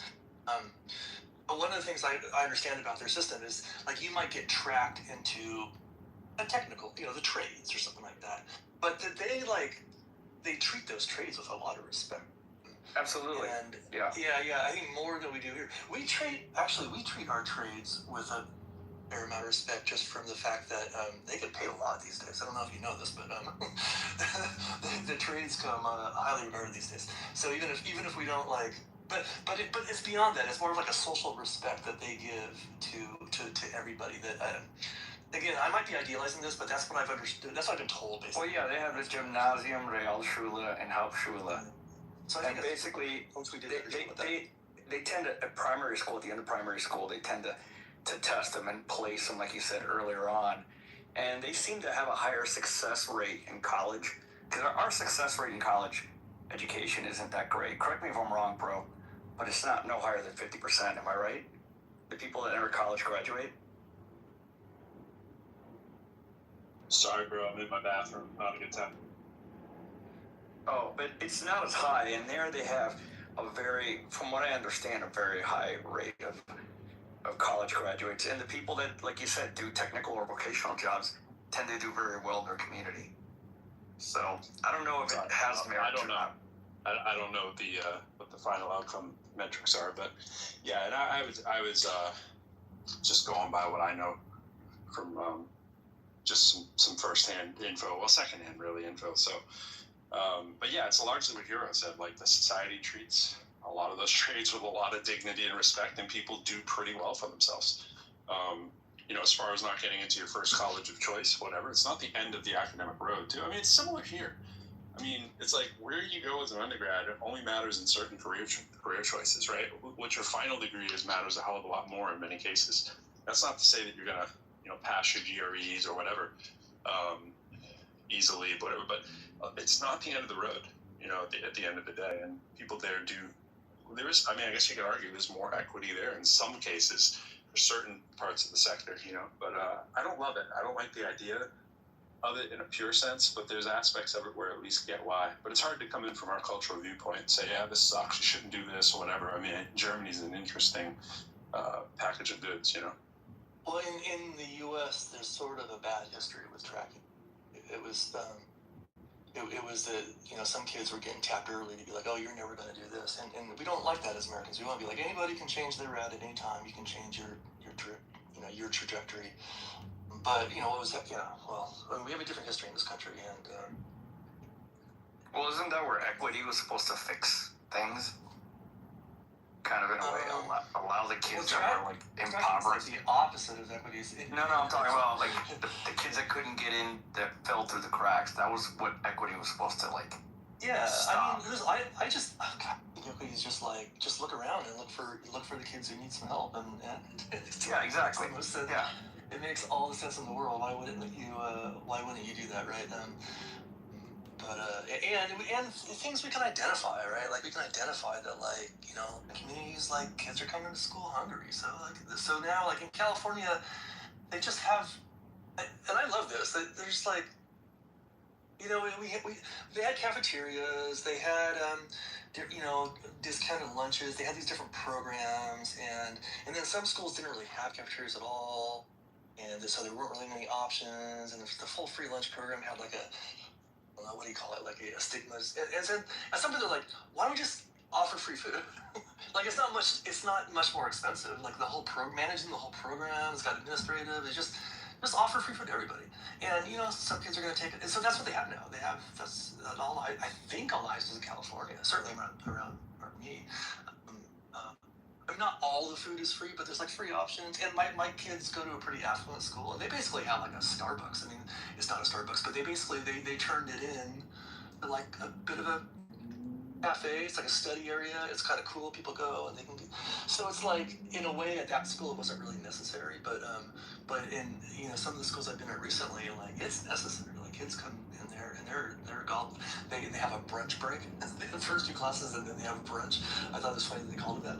But it's like, anyways, addressing these concerns kind of makes sense in a lot of. It's not just about kids don't get enough food. That helps create community. Kids who eat together. Anyways, I think these are identifying these things and just being like, oh yeah, SAT, or this kid just needs some tutoring, or all these things. Like, it's fairly low-hanging fruit. Not every kid needs it. Not every kid who does need it is going to take advantage of it. But whatever. It's not. I don't think these things are necessarily that costly to implement. It's just about making better schools. And it's definitely not about lowering standards. Yeah, I totally agree. Although, I mean, that's a problem. That can be a problem too. I have, in my recent experiences in schools, have been kind of shocked at how like vacuous some of the education is. But that's a separate problem. Like equity isn't lowering standards. If standards are being lowered, that's a separate thing, and is it's unethical, actually. Possibly concerning. I'm not in a panic over it. I think it's over-reported, but there's a big difference. This is what I've learned recently. Like, massive difference in what class you go to. Like, so I was substitute teaching last year, which is a very weird thing to do. But it let me go to a bunch of different classes, and I would have a day full of geometry classes, just for example, and there would be like, I didn't know from looking at the schedule, but it would be very clear that there were different geometry classes, and the type of students, and it would vary quite a bit. So you would get that one AP geometry, or I don't know if there's AP geometry, but there's the higher level and stuff, and it's like, holy shit, these kids are pleasant to work with. They have vocabularies, they can talk in complete sentences. And then in the dumb class, these kids are like grunting and shit. They can barely even form. And I'm like, what are you saying? Like, can you put that into a sentence, please? Like, I don't even know what you're asking for here. Super distracted, wanting to get up for water every two. It's like, it's a really strange thing to see that in one school. And in a day full of classes that all have the same label. So clearly there's this sorting going on that I don't love, but yeah, I don't have a solution, but the sorting I'm thing working on one. It's just weird when it's so early. You know what I mean? Like the German thing is just like you're gonna sort them like at whatever age it is. It's ridiculously young, right? It's like, that's the thing. That's just the knee-jerk reaction. It's a little Brave New World. Yeah. You are going to be a plumber. Yeah, you shall be plumber. No, not Brave. What's the other one? The 3-part series there. Oh man, the movie. I think it begins with an A. What are they called? When the kids get chosen by, you shall be an intellect. And it begins with a D. What the hell's the name of that movie? I don't know. It's like some dystopian, like teen kind of movie. I actually love them. I just forgot what they're called. Divergent. Leanne just put it too. I just looked down. I'm like, right after I said it. So, but yeah, the Divergent series. It's like, you shall be the erudite. It's like, that was a series about calculus. You thought it was a series about what? Calculus? Oh, that's good. That's good. I see what you did there. Yeah, it's weird. Anyways, I mean, I think there's arguments of whether, you get more equitable results or whatever, but it certainly doesn't feel equitable when you're telling the third grader, I can't remember the grade, whatever grade it is, it's really early, that thou shalt be a plumber. It's like, it's great. It's at age 10. It's at age 10, actually. 10? Yeah. Well, what is that, 4th grade? Think about your 18-year-old self and your 22-year-old self. Oh, but that's my point. How it's totally different. That's my point. It's exactly and yeah, it's crazy. When I did the SAT the second time, I was in my 20s, and it's like, and I read it, I should put there, she has a point. Like, obviously it would be invalid if you've actually gone through the education and then take the test, but that's kind of my point. The point is, the test is actually telling you who is fit to get into this university. And it's like, well, if on the back end I was able to do it, so I'm not saying I wouldn't have got in with my scores, but I certainly wouldn't have got into some schools. I had a 610 and a 690, right? So 1300. That's good for a lot of places, but it's not so great for others. And it was like, I was just like you. I didn't know what the hell I was doing. My parents never took an SAT, or they had no idea. They weren't paying for go to SAT class. They would just take the test and shut up. I did get to take a pre-SAT, and so you had a little bit of exposure, right, to even go up. I don't know what I had on that, but whatever, you go up, and then it's like you go take it after you did your 4 years. And it's like, wait a minute, if I could do this good now, what were we saying that you were going to maybe say that I couldn't get into some of these elite institutions? I didn't go to an elite institution. I went to a state institution. I mean, it was a good state institution, but I came out and now I can crush it, by the way, on both subjects. And I suck at verbal. I just conned my way through it with good test-taking skills and breaking down Latin and Greek prefixes, right? And that is a major thing, by the way. You can't sleep on that. A little bit of Latin, a little bit of Greek. I mean, you can just figure your way out through a bunch of words. I had no idea what I was talking about. But I can look at a word and say, incorrigible. I mean, I use that example all the time. It's like, I would never say that in a sentence. I've probably never said it in a sentence except to explain this sentence, but I can go in, not, able, not able, corrige, core. What is something with begins with core? Correct. Corridor, those are straight. Not able to be straightened? Okay, now let me think about that with the analogy that, a child is too incorrigible. I get it. You can't straighten out the kid's behavior. All right, duh. Is that what we're testing? We're testing our ability to, scam the system, or do you really want to know my vocabulary? Because that's another loaded thing too. But as an adult, we can all go do that, right? Not just the kids that have access to Latin and Greek as a head start. You just get more access and exposure to those words after you go through a system. So what did you pre-predict? That I wouldn't have been a good person to show that I could have high scores, even though I could have got those scores if I had the education? That's what we're saying. With the education to take the pre-test, with the money to take it, and parents that know better, you're going to do better. That's it.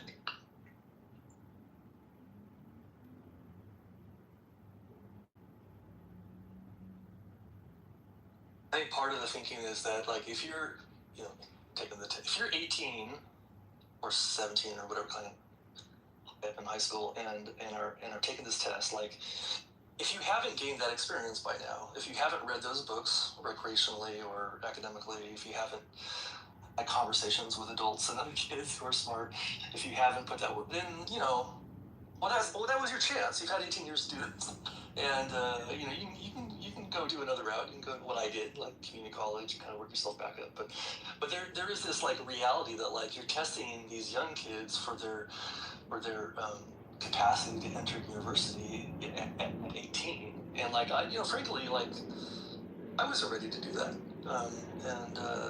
but I'm glad I was able to revisit it later. I just wasn't. I don't think my brain was very well developed yet. I agree. I mean, I can't. Bit of a slow launcher.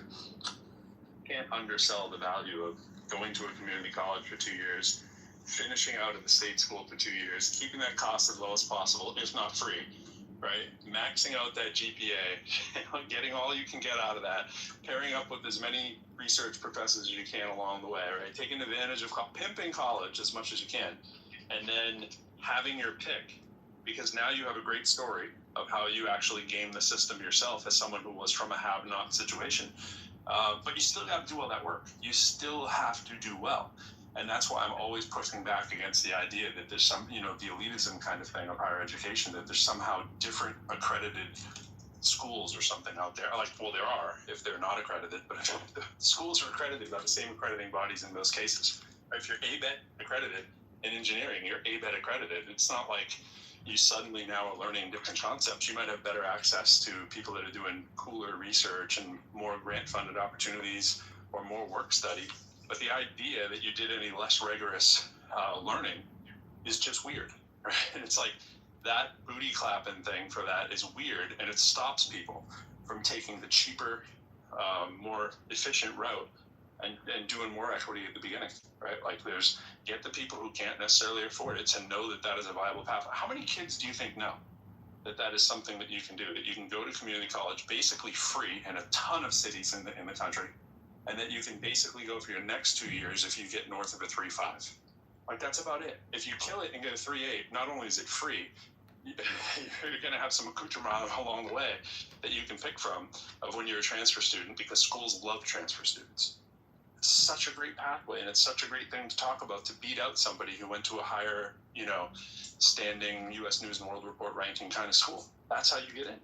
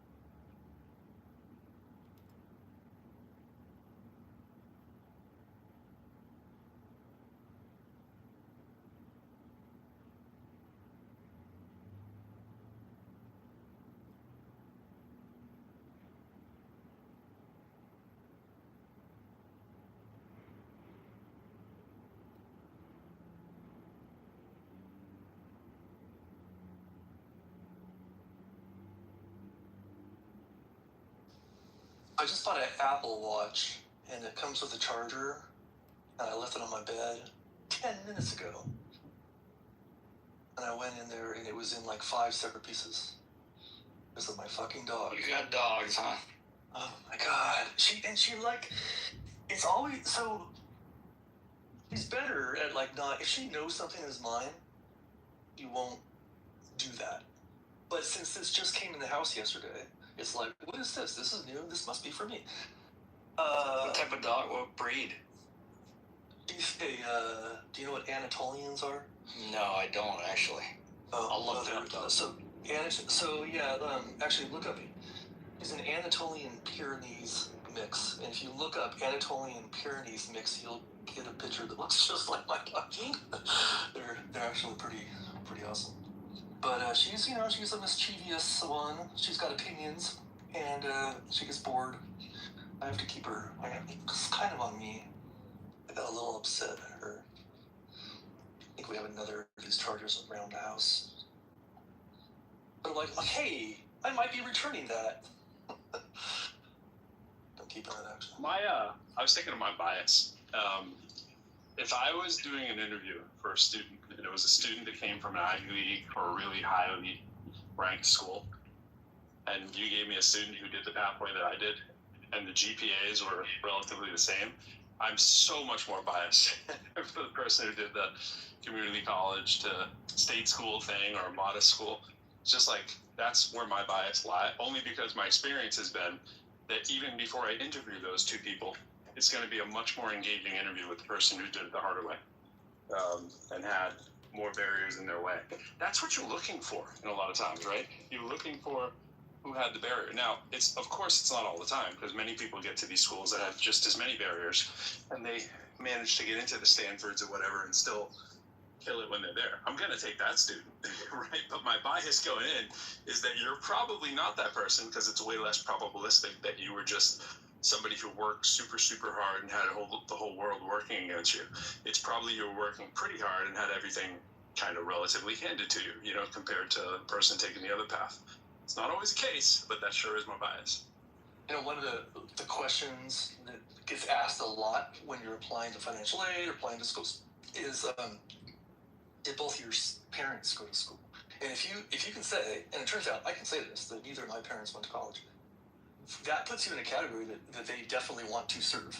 They want to see that generational jump up. That's kind of rare.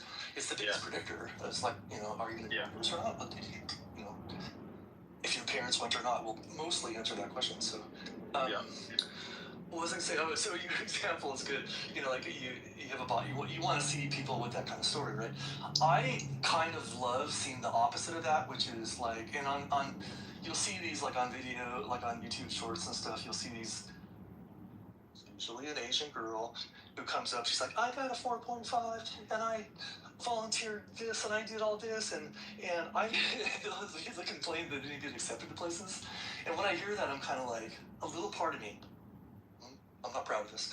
A little part of me is kind of like, yes, because it's like, not that I have anything against Asian girls. It's more like, you can't just do that. You can't just be like super awesome at everything.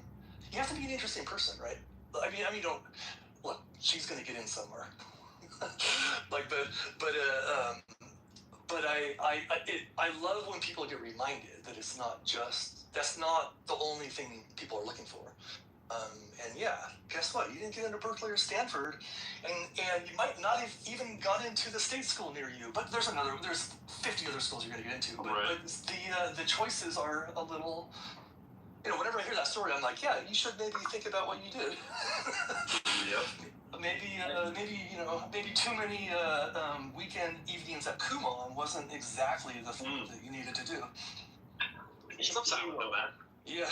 hey, hero, pro. Why are they so many sidebar? See, I should say I'm here too.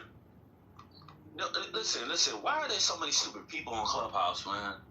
I just came from a room where you're not gonna tell me about the flat earthers, are you? No. I'm talking about an epidemiology question. I'm talking about would you take a rabies vaccine? One guy said no. You gotta stop going to this one, man. You just keep giving this one to them. You gotta come up with some new material, man. Dude, it's so many stupid human beings on this damn app.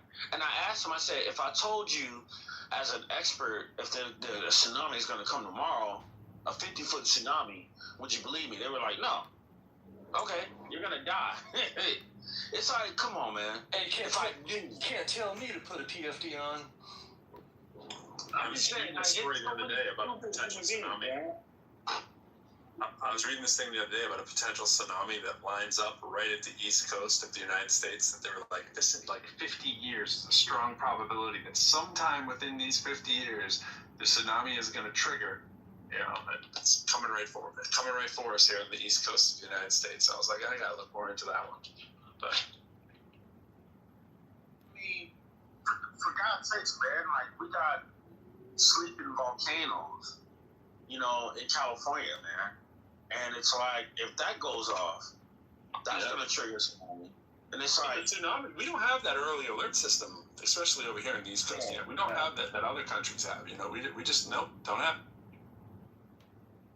I got alerted a couple days, just maybe about a week ago, like at 6 in the morning, all the phones in the house went beep, beep, beep. And it was like this earthquake warning. And it happened up in Ukiah, which is about 100, 200 miles up north of me. And so I was in bed and I was kind of doing the math, like how fast do these seismic waves move? How much time do I have? And then like how much time do I have before I realize nothing's going to happen? And anyways, it turns out it's just a few seconds warning. But it's a pretty cool system. No, Hero, like, listen, man, I watched a video on YouTube, I want to say like a month ago, and there was a volcano explosion somewhere in Mexico, and the ash is so hot, like you would die. I mean, it's called pyroclastic flow. Yeah. Dude, it is so hot, man. And so the thing is that you saw people like in their cars, like just like looking at it, and they're not driving away. And I'm just like, dude. One guy was like, dude, I'm gone. And you can see him like dipping out, man, like going from car to car or whatever. And it's like the people that were running from it, that's the one I'm afraid, because they're gonna die. They're not gonna outrun that. You know what I'm saying? It's like, how many human beings believe that we live among today? And that's the question I have. Well, Also, you don't want to run from a power plastic follow. You want to stand up, be big, and shout and wave your arms. That's the best way to survive a lava flow. Bang some pots and pans. Common knowledge. Hey, Jarl, are you still there? Jarl. No, I guess not. Was that for me, or what did we say, Pro? Jarl the Mallard, I think that is. I was wondering if he was there. I think that's a goose with a... Goose? Okay. That's a goose with a interesting hair. My bird knowledge is extremely low. Let's just say, even as I said Mallard, I was like, I'm just taking a shot in the dark here. Well, I was guessing too. I was guessing duck. I just guessed duck. The goose with a glorious haircut, a glorious mullet. These ducks I took the picture of yesterday, I was hesitant to even call ducks. I was like, those are ducks, right? So let me ask you a question, Pro. Would you get rather bit by a duck or a shoe-bill bird? I don't know. The duck sounds more pedestrian, so we probably know more about a duck. So I'm gonna go with the duck. Wait, I don't think rather. Is a duck not a shoe-billed bird, or what? What is a shoe-bill bird, by the way? So basically, the shoe-bill bird is like a damn near dinosaur. So their beak is basically looks like a shoe-bill, and so they're like an older bird, and their bite force is pretty bad, man. Like, so I'm good with the duck then, right? We're gonna go with the duck then. Stick with what you know. Stick with what you know, yeah, man. That's how I reasoned that. I was like, a lot of people know a lot of things about ducks, and I haven't heard of too many people dying at the duck bill. So I figured that was the safe one. Do you see how I do that? Do you see how I go for that expert level reasoning? I like ducks. John was talking about dinosaurs on the boat yesterday on the Ark, and I was like, oh, here's a picture of dinosaurs on a boat. that's my picture right there. Closest thing I got to dinosaurs on a boat. Too bad Jarl's not there. I wanted to ask Jarl about his thing. He has a pretty funny take on AI makes people delusional, which I kind of agree with parts of that, so I wanted to hear him elaborate on. Well, there's some interesting YouTube videos on that. Kind of hilarious. I actually think AI is going to make people more stupid. I mean, if you want my personal opinion. I mean, ChatGPT, whatever AI program, young kids are going to use that and utilize that for school. And imagine, for example, I worked with a nurse, and he was like, dude, I'm using ChatGPT just to write my papers. Really? You're writing papers on taking care of patients. Imagine that. So, I mean, you know, there's obviously both sides of it, but I think if you said that about Google, obviously a few years back, we said, man, we're just going to get stupid because people are just going to Google it. I mean, I would argue I've gotten smarter since Google. I haven't gotten stupider. Yeah, it's a good tool. I would argue I'm going to get smarter. I probably have gotten smarter since AI, because I probably read more due to the volume of AI that I've utilized. You know, a lot of times with AI, I'm doing the same thing as a Google search. I'm asking for the sources and reading the sources, or in many cases, I'm asking what sources are worth reading. You know, just like gleaning from the ones provided, which ones would be worth my time. And my little agentic system does that for me. It's like, this is the one, Pro, you have to read. And I really consider it as a trusted person who has the same opinion of Netflix that I do. It's like, oh, because it knows what I like. It's like, Pro, you have to read this one. And of course, I read that article. And he's like, you could read this, but, you know, here's the main points. I'm like, great. And my main point extraction, bro, has got me so much more knowledge than I used to have. You know what I'm saying? Like, I didn't have the time for something to give me all the main points and detail it, lay it out for me like an executive assistant, right? I'm like, give me an executive assistant for $20 a month, and I'm pretty happy.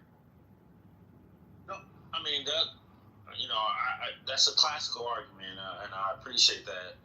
You know, one of the things that my professors always said is that don't use Google to answer your questions. Don't use Wikipedia. Don't use blog posts. Don't use none of that.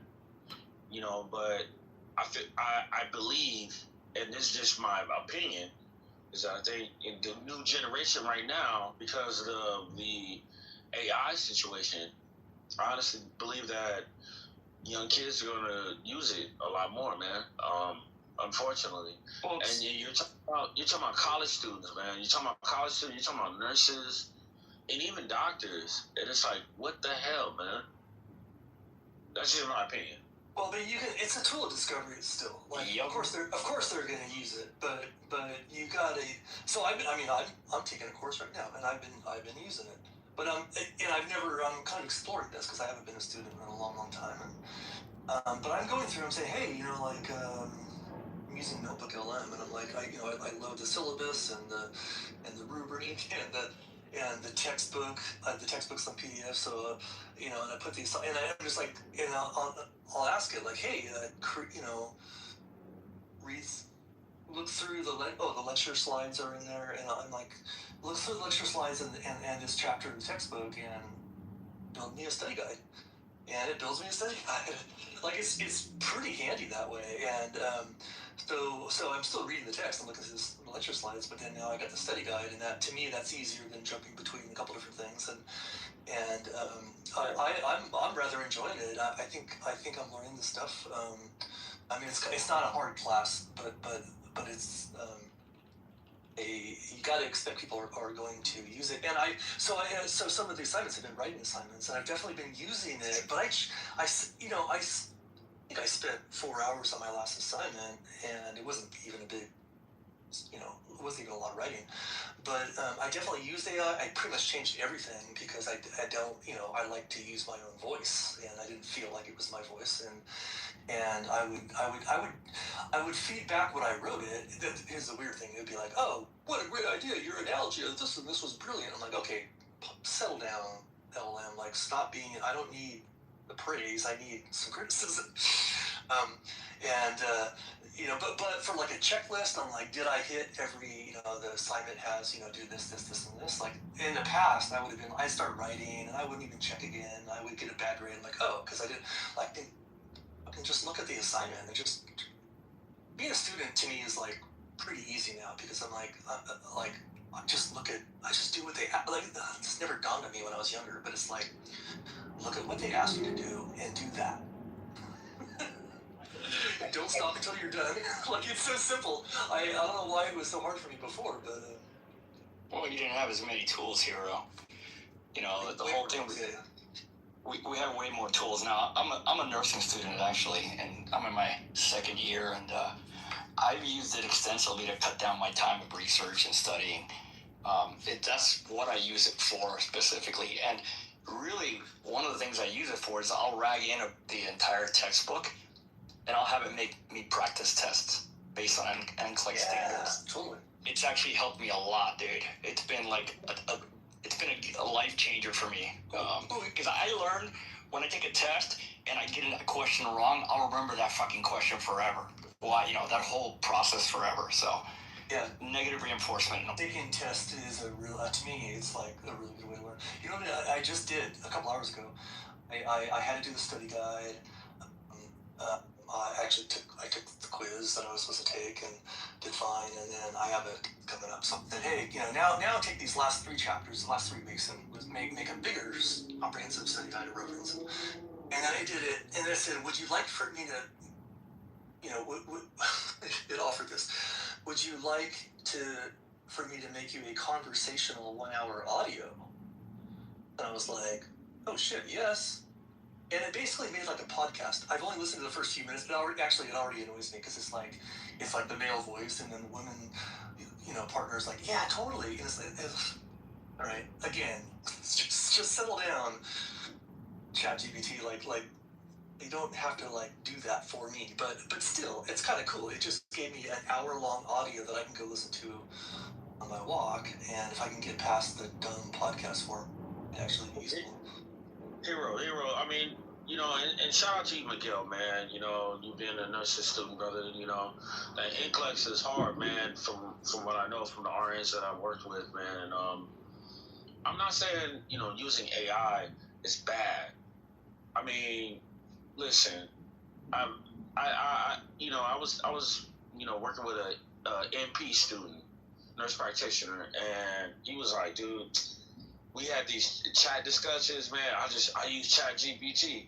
I didn't even know what Chat GPT was until he told me. He was like, yeah, man, my professor had this question. I just used Chat GPT. I'm like, oh, snap. Sometimes you get lazy. And I've used it before. I've done it a lot. Especially when I'm writing emails and I just don't feel like writing. I'm just like, man, what do I say to this professor? Blah, blah, blah, blah, blah. And it says this. I just copy and paste. I'm like, okay, now I understand what people are doing. Now, am I going to write my dissertation on that? No. You know what I'm saying? Because, again, when you're in a doctoral level, like, you gotta defend that. You have to defend it.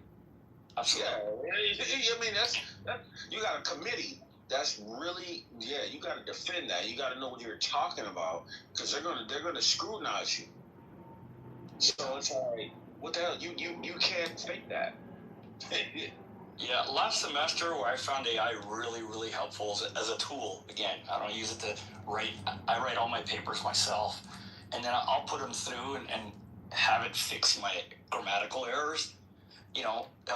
But I use a thing called like a pocket or a plod when I'm in class. Instead of having to take all these notes, I can dedicate my entire time to attention to the teacher, and then the plod or the note or the pocket thing takes all the notes for me, and when I get home, I ingest it, and it has basically everything the teacher talked about, including, hey, you guys need to know this.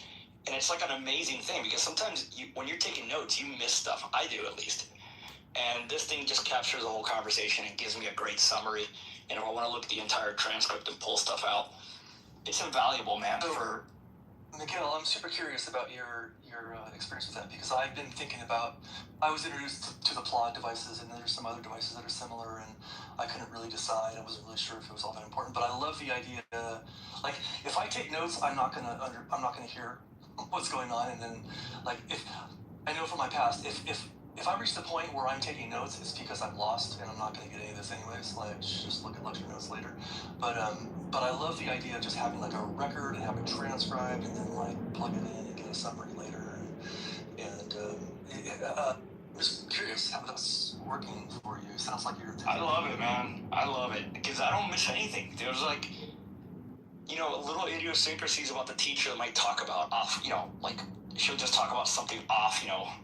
She'll like go on a tangent, and there's some important information in there. She might say, while I'm taking notes, oh, you guys need to know this slide. I might not get to it, but it remembers everything. It's like going to class all over again, and I can sit there and read the transcript and really ingest stuff, which is kind of cool.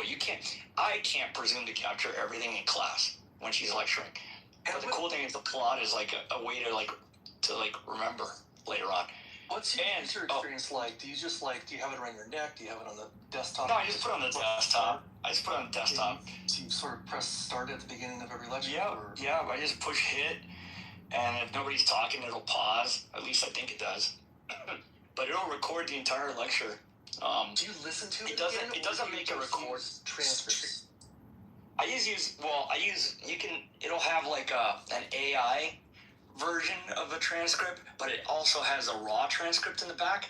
And I don't know if the plot model or the pocket model are the best. They're LLMs. So I'll ingest it into Claude, the actual entire thing, and give it a better, manipulate the transcript to my preference. Do you see what I mean here? But and then I can put it into text format before you upload it, or do you? Yeah, completely text. Yeah. It's not voice. It's not like I'm listening to anybody. It's just recording. And the cool thing is, I can rag it into my Obsidian, and then I can say what chapter it's from, and what day and everything. And then later on, I can say, hey, can you give me a test on chapter 10? And it'll go in Obsidian and look at all the notes from chapter 10, anything and the teachers usually are, how they are. They like to give you like a little help, a little pat in the butt to get you going. And they might give you some things that may be, answers, I guess, or So there's a lot to that. Or, you know, they'll say, hey, make sure you read pages, you know, and really know that. And sometimes that slips your mind. But with this, I've got the whole class, as you know, and I can listen to it I can read it continuously, or get the best parts of it. I don't know if that helps. It's helpful to me, man. It's really helpful to me. When I first heard the concept, I like the concept. You know, like you can imagine even in, like with the workplace having like something on your neck and just all day long and just be like, hey, when I was talking to Bob and what did he? No, I don't use it that way. Yeah. But you could conceivably yes. use it that way too, right? Like, and yes. I like that idea, like a kind of a always. I mean, maybe it's a little creepy, but you're not recording.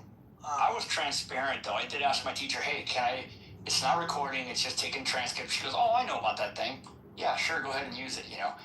That's how I kind of like, so it's very transparent with the instructor. And they seem to be okay with it, up to now at least. I like how it's independent of like, because you could be doing the same thing online, like taking an online course, right? And you can have like tools on your laptop or on your thing. Yeah, that's why you... Like, I like the idea to have a completely independent piece of hardware doing this thing that will not be affected by, you know, software updates or whatever happens during the day. I just think and it's even independent of your phone. I mean, it integrates with those things later, but I like the concept. No, it's actually pretty good. And again, you know, it's unlike, you know, like, you know how they say that like, I guess there's a statistic that students that take online classes tend to do better than people that take, you know, in-seat classes. And I think it's because we have access to the notes online, and, you know, that you can look at them as much as possible. And, you know, a lot of people sometimes are unsure, or they're confused in class, and they're too afraid to ask a question or ask for clarification or ask the teacher to repeat themselves. And, you know, sometimes I may find that myself in that situation, so I just say, hey, I'll just let the pocket or the plod pick it up, and then later on I can rehash it, you know, on my own. And then I can ask AI to explain this to me in a way I can understand, if you get what I mean. So I've got that tool. It's like I'm freezing that class in time, and I can go to it anytime I want. Can you insert marks or something like that? Like, hey, remember this? Like whisper to it, or doesn't it have like a whisper mode or something? Yeah, you can talk. You can talk, and just I don't know. Or is there like a button you can press to like? Yeah, there is. I think there is something you can mark, but I haven't fucked with it, dude. Honestly, I can look for it, but I haven't messed with it. What?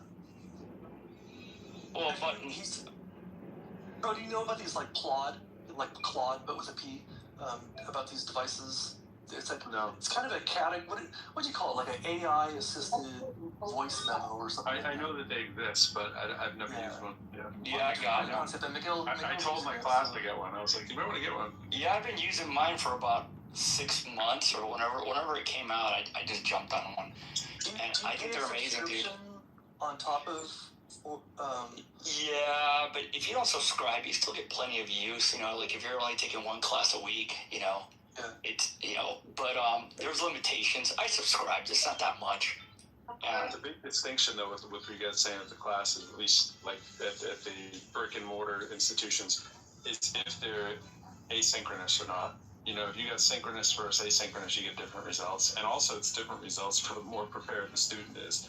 If you get like a really responsible student who has asynchronous courses, they can be fine. But a lot of times, the underprepared student needs the synchronous, like, you know, they're online when the teacher's online kind of thing. And that's when the class is taking place. Not these like highly asynchronous kind of leave it to the student's responsibility kind of thing. That can go wrong a lot of times. Yeah, I see that. It's just somebody says statistically online students do better, but yeah, that could be just. I think I would largely guess that that's true. Just said as a broad statement, but those are two different baskets. You know, like I think that's because most classes now. Well, maybe not most, but there are a lot more asynchronous classes than there used to be. You know, there's a lot of hybrid classes too, bro. Oh yeah. Where one week you go to school and the next week you're online. That's how some of my nursing classes have been. Kind of interesting, actually. A lot of them are every 2 weeks, so that you really only have like 4 sessions where you actually meet with the class. Those actually, I mean, I love teaching those. So those are ideal, really. Are they as rigorous, would you say? Yeah. Oh, yeah. So, a lot of times they're more rigorous. Yeah. Yep. For the older, more mature students, like the hybrid classes are really good. For the young 19-year-old kid, it might be a disaster. That's how I've seen it. Yeah, similar to what I just said, same idea. Sorry. No, it's the same. We're saying the same point. It also carries through with the hybrid courses, for sure. I was teaching them to grad students, and they love them. They feel like we all do. You feel like it's this wonderful opportunity to either get to meet with the students or meet with the faculty. And it's really every other 2 weeks, so you meet on, week 1, and then it's like, oh, okay, now we're going to have class online again. Well, we would normally do like the first class would be in person, then you'd have like, the next week that you're online. Sometimes it's the next week is online and then you're in person, right? Sometimes it's every other week, so it just depends. And then there's some that do once a week, and then they have one meeting that's on and on. It just depends how it's chopped up. But when it's pretty infrequent, like whether it's 4 or 8 meeting sessions, you can't help but feel like it's special and that you're really looking forward to it. Yeah. And like for me as a student, I find the hybrid classes, having the note, gives me the best of both worlds, or the plot. Sorry.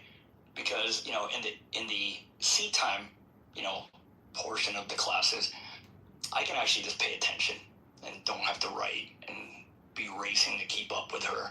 I just have that class over and over again as a transcript. I should write, too. It is way more easy. Pro, how do you detect fraud or cheating? Possible for somebody to be using.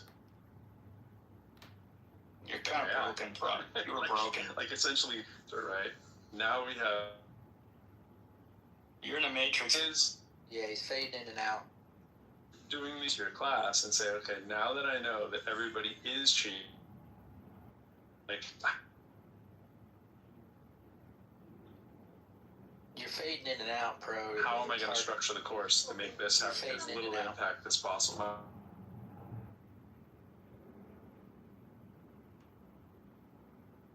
I've taught in a couple different engineering academies at the high school level, a couple different states, and in person, and during COVID when it was remote, and I was able to detect cheating when it was in person, but when it was online,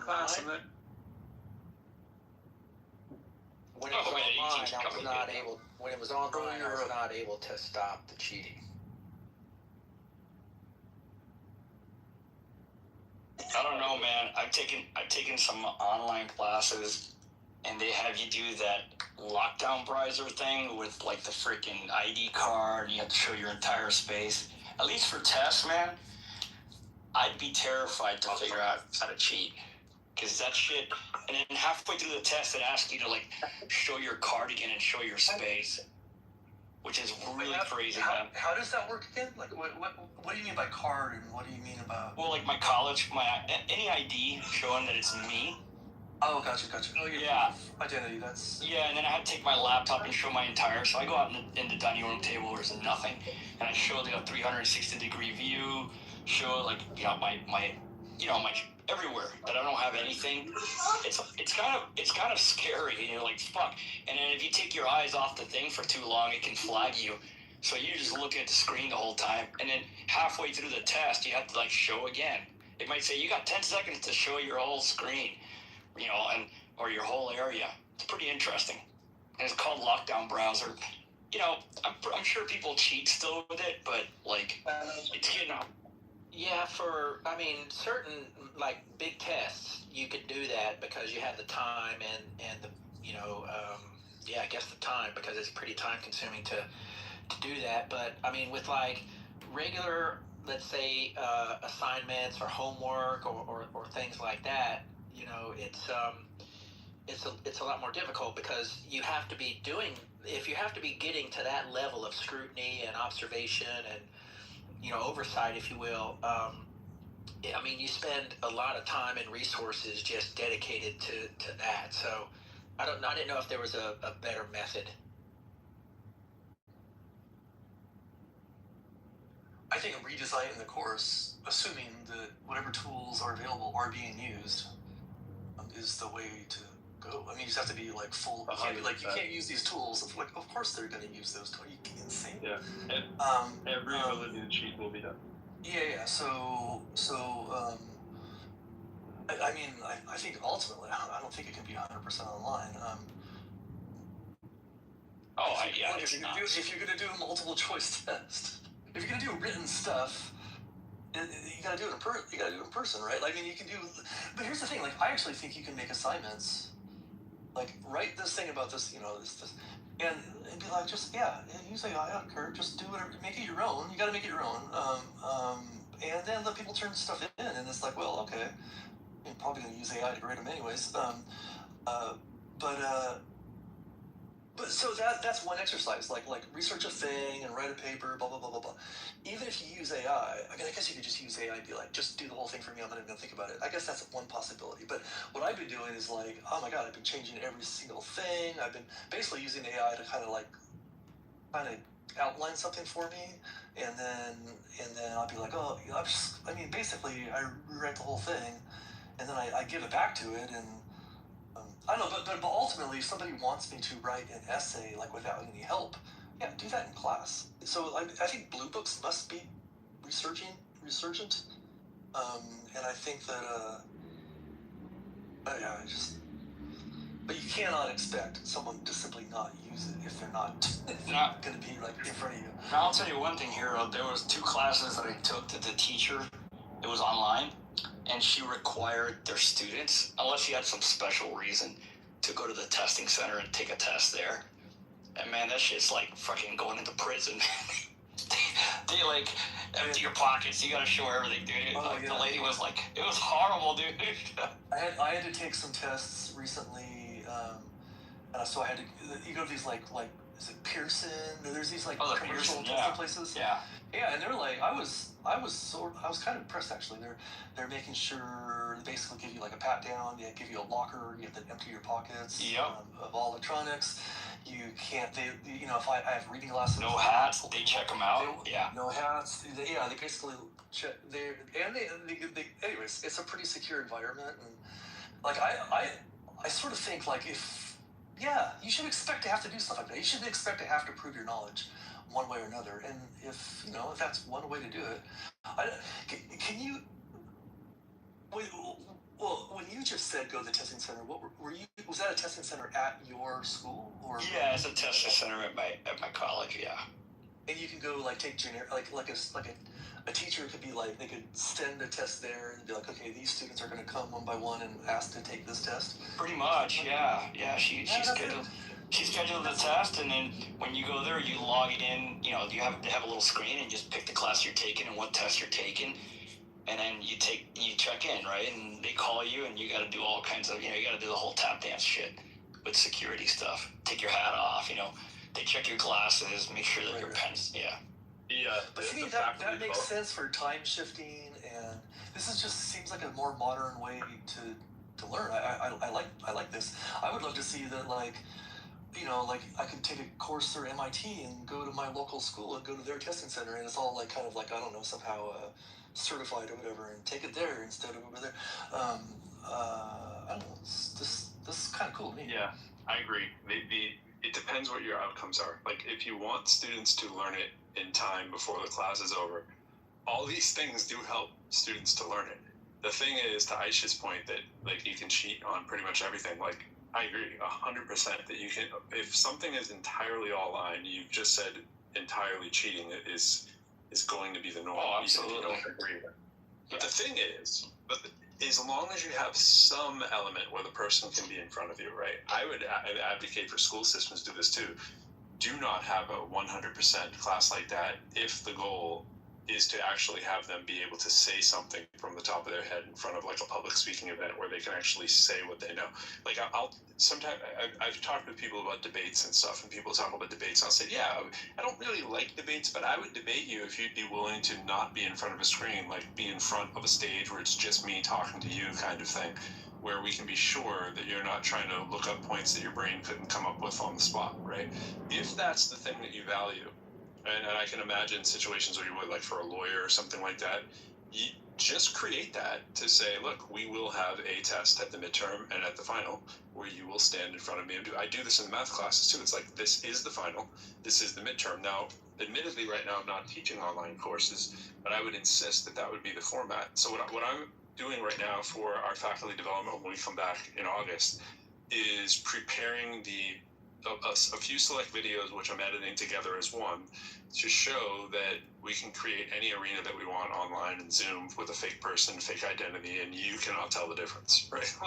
Like no matter what you think you know about AI, we can create a scenario where you do not know the identity of the person who's in your class if you're not cognitively thinking about this on the front side. And I had one of those as a legal issue where we had a student who never showed his face on camera, and then the faculty was pissed off. And the faculty did not build anything into their literature to say that the student ever needed to turn his screen on. It was just assumed that they were going to do this. And this tested the school's policy, which of course was a lack of a policy in this particular area. Like most universities don't have that written. They're starting to change because they realize they have no teeth. But a kid right now can clearly, that knows what they're doing, not even very sophisticated anymore. You don't even need like NVIDIA grade stuff anymore. You used to have NVIDIA grade materials to do this, right? And now you can create and simulate with very little experience an arena that looks like somebody else taking a test, talking to you at any given time. So what are you going to do about that? And it's just to make faculty think that, to her point earlier, is that the students will be cheating if they're online, and they have been cheating when faculty have been asleep at the wheel. Now, I don't like to make the police state and respondent lock down. Just have a situation where you can make it a hybrid. Tell the university they should only have hybrids, and then put an unprecedented amount of the value, if that is what you value, on people doing it in front of you. That's it. That's the solution. Otherwise, just accept that there's going to be some cheating in there and find out if you're okay with it. Like, if somebody's gonna go through that much trouble to create a video, wouldn't it just like study? It's way easier. It's way easier. If I have an older brother who I could pay $50 to take my test or whatever, or somebody, right? And that person is willing to sit in class on the day that we're doing the test and take my test for me, a push of a button, I can have it be him sitting in front and look like me, or I can make me look like anybody I want to.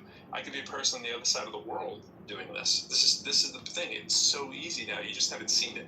So if you haven't watched the videos of these being done and having to put a couple fingers up in front of your face to be the sort of the thing that can, the only thing that can AI prevent and hack right now, check them out. I mean, it's wild. It's crazy that that's where we are. Like, anything can be fabricated and you can do it for almost no money.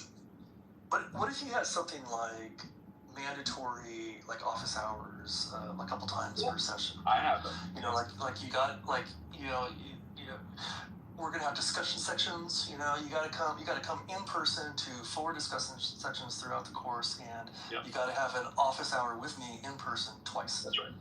And I'm going to ask you questions, and you have to respond, and I have to be convinced that your knowledge that you represent, you have on these tests and the other things that are in your head. Yeah. And some oral stuff there's a long tradition in oral testing and stuff. It's not new.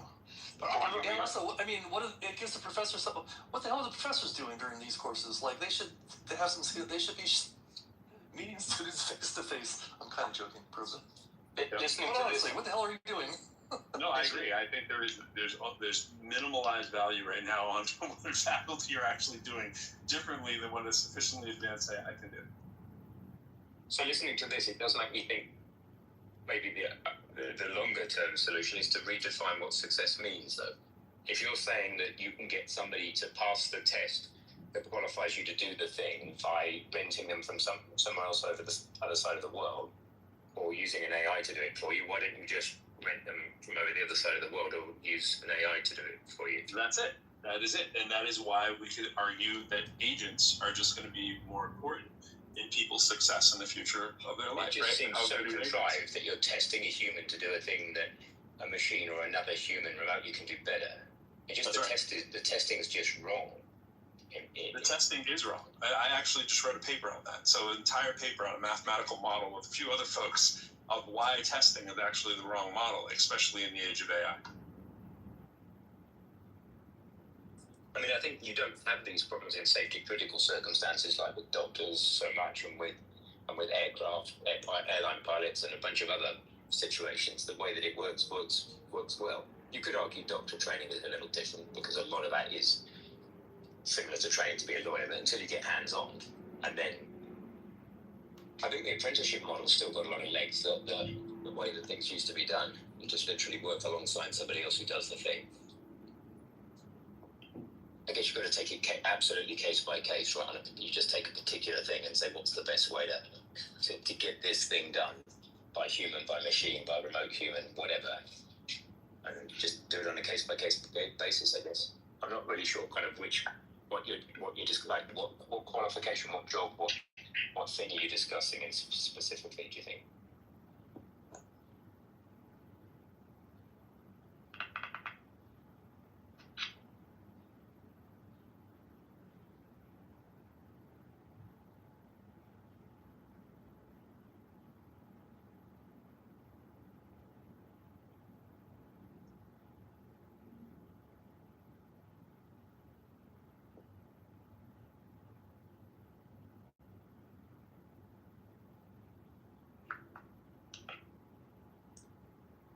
Are you there, Pro? Are you trying to talk, or are you, Oh, yeah, I'm here. Oh, okay, sorry. I'm about to get my haircut. Ooh, love haircuts. I get one once a year.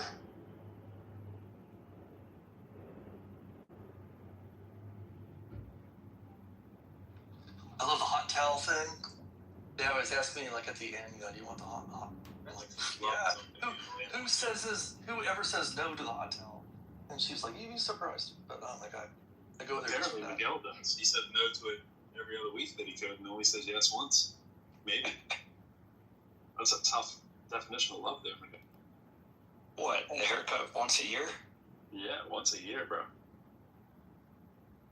Yeah, I usually cut my hair when it starts to bother me. And that's pretty much it. I really don't care how I look.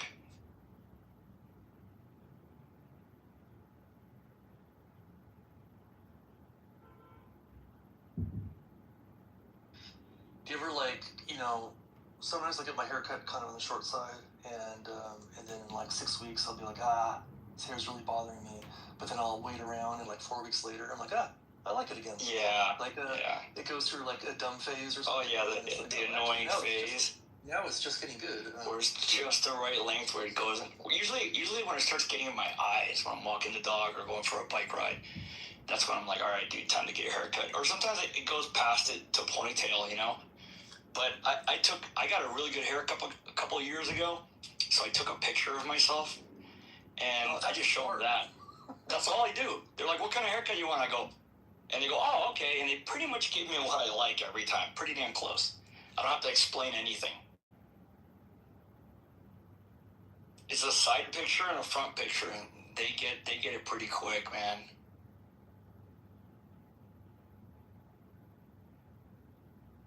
It's actually saved in my favorites. It's kind of sad. All right, okay. How much do you pay for a haircut these days? I don't know. I think it's $20, and I give them $10 tips, so $30 about once a year. I have a set of clippers, but they broke, and I just clip I go in the backyard and just mow my head, man. Like completely, like with a number 2 I think it was. Yeah, I have one of those, and I'll just like, cause it gets all ratty near the bottom, and my it burns for what they are, and it gets all shaggy. Like the bottom stuff grows faster, so I'll just kind of like zip to kind of clean it up. I'm like, I'm good for another few weeks. The person who cuts my hair is like, you come in like every 4 months, like you should. I think she purposely doesn't cut much hair off so that she thinks I'll come in more often. But yeah, at the place I go to, she's like, come on, you haven't been here since December, and she can read the notes of and it said, look at the picture. He has a picture. And she goes, you have a picture? I was like, yeah, here you go. And she was like, all right, let's do it. It was that easy, man. Guys, it's kind of cool when these, I guess, barber places or haircut places take notes, you know, of what the person has and what they like. I don't know. It makes it a lot easier.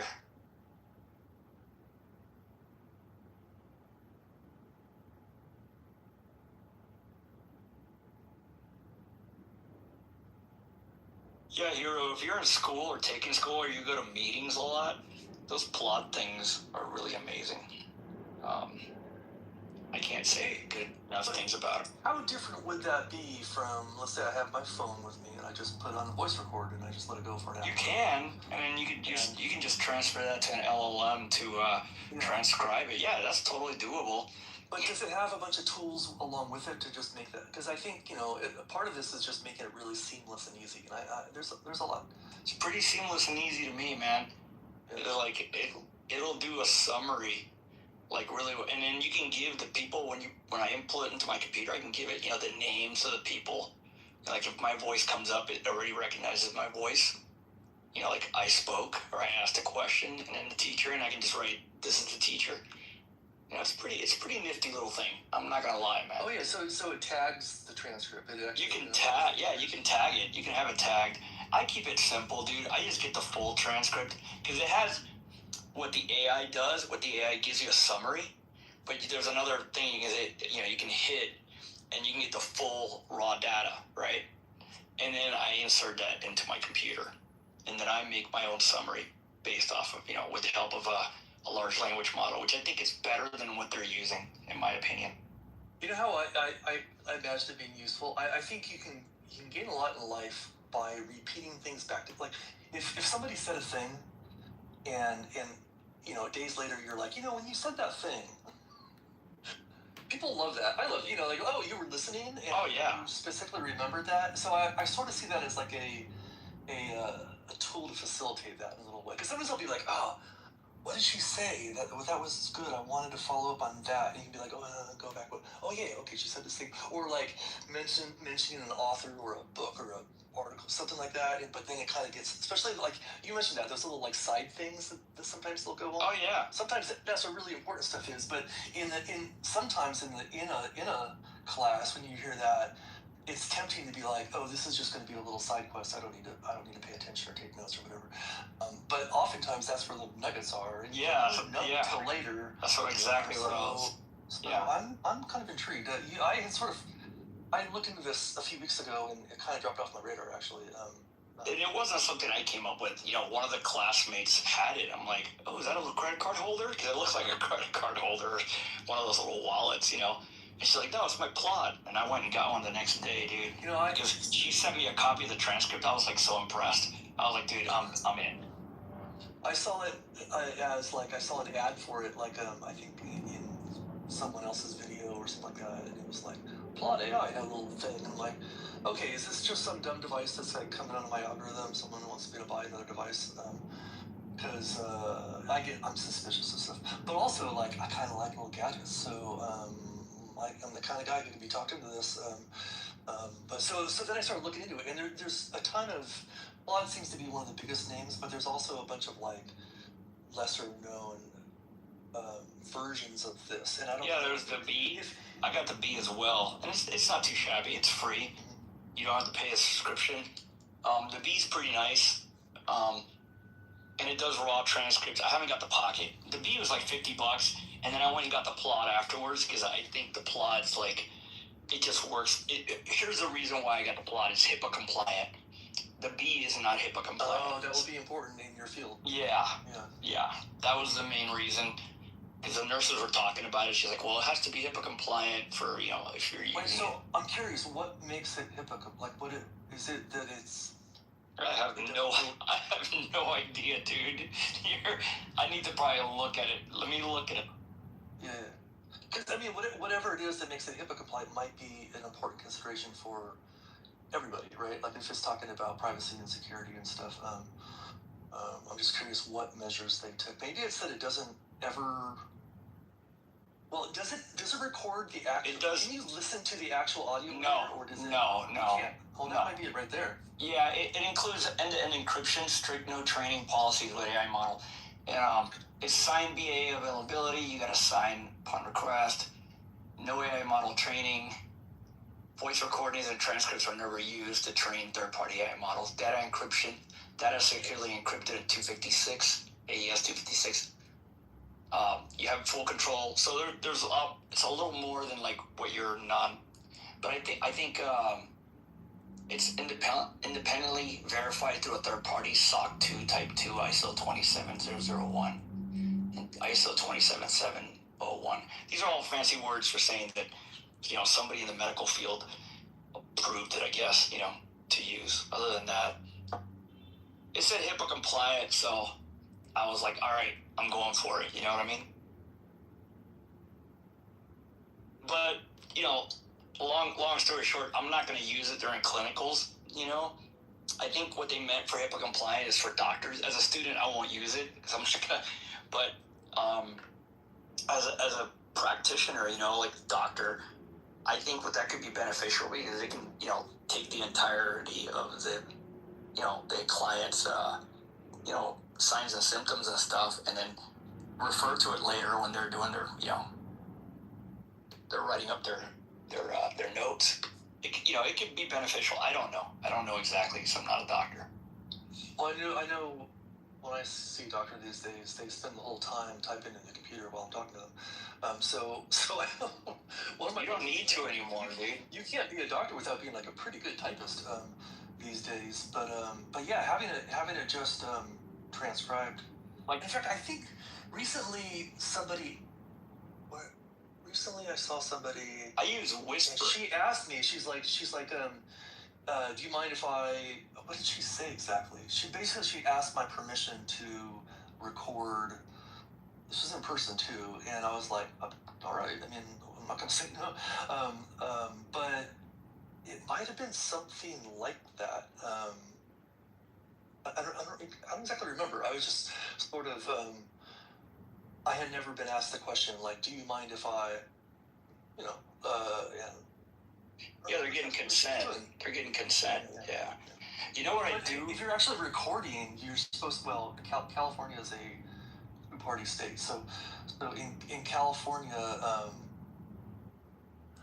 you're supposed to get permission from anybody if you're recording your voice. Which, I think in a Zoom call or class, it's kind of, and they're recording the whole class already. I don't know if you have to ask again. But I think if the recording is going straight to a transcript, then I don't think you have to ask about that. I don't know. I asked my professor, and she was cool with it. And there was a couple of students that have it. Everybody knows it's there, so nobody's complaining. And like I said, it doesn't record voice. Like, it just records to transcript. Yeah, and another tool that I use a lot, Hero, is Whisper. I don't know if you heard of Whisper AI. And I installed it on my phone. I installed it on my phone, on my computer. I don't have to type anymore. I can just dictate. It's fucking awesome, dude. It's probably the best thing I've ever used because, I just speak my mind away when I'm doing something. Even writing a paper, I can just speak my mind, and it'll do it for me. It'll put it in there. It's pretty neat. And I'll just do it in chunks. I'll do it in chunks. It puts it on there. If there's a spelling error, I correct it and you keep going. It saves me a lot of time, man. I've always digged the idea of like brain dump tools and like kind of like mind mapping. Like when I am sort of creatively problem solving or trying to come up with a solution, I will fill up pages in a notebook of just like beautiful mind, like I just hope no one ever looks at that because it's going to be like, oh my god, this guy needs to be institutionalized.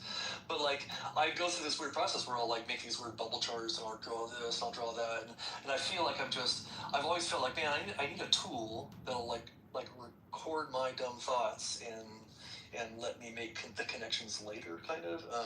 Yeah, the B is perfect for that. There's a bunch of stuff out there that advertises doing that, but every time I try it, I'm like, oh, come on. The implementation is never quite what the plot, the plot and the B are great for that. Actually, the B is really good for that. You just push the button, and you say, hey, remind me, blah, blah, or put it in my reminders or whatever. It's pretty cool, man. I rarely have to type a text anymore. I just speak my text.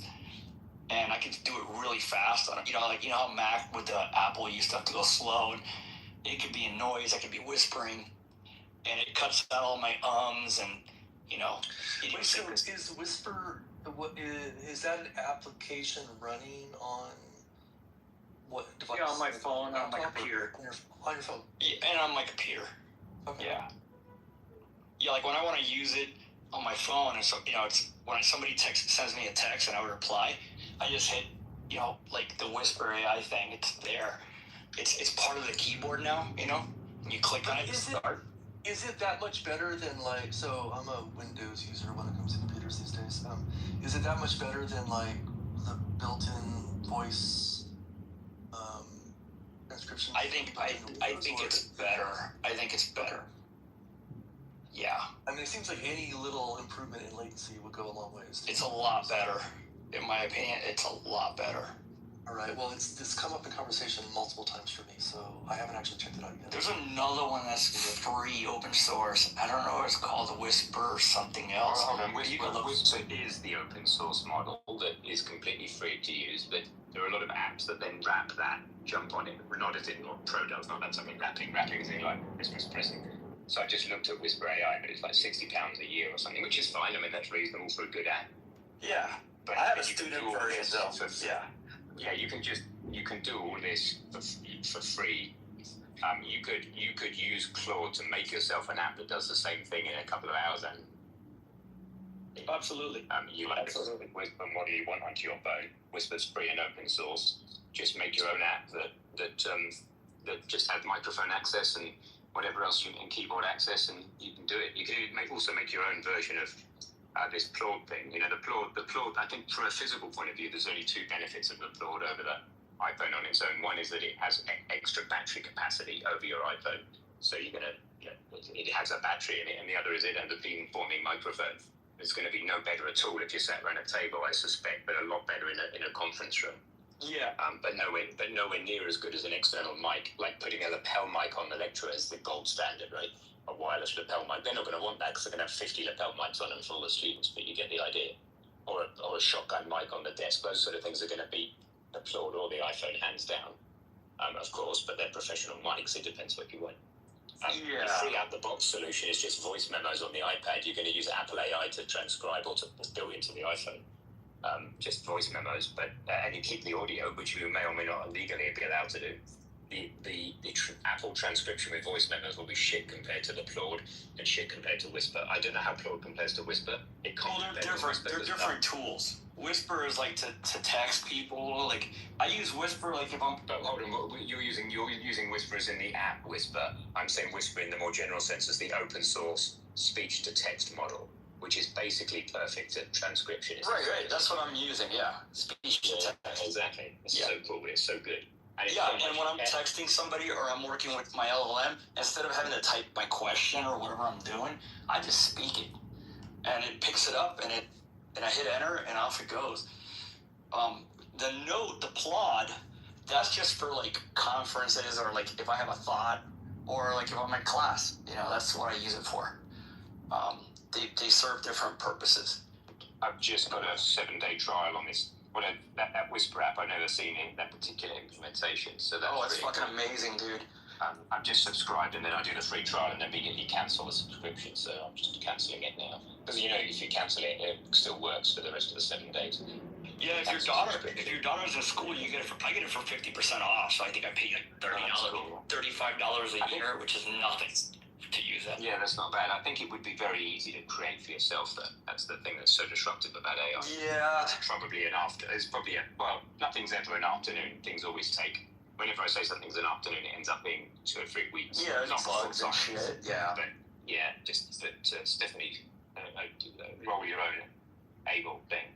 I'm going to try it though, because the Whisper AI app specifically, because Whisper is such a good underlying model that it's a really cool idea to have it. But I think there's a GitHub. There's a GitHub that I think is called Easy Whisper or something, and you can get it for free already. Oh yeah, I've been using Whisper for years, so it's really good. As an open source AI, speech to text model, it's fantastic. But at its generic level, Whisper is a framework, of code that you can incorporate in different.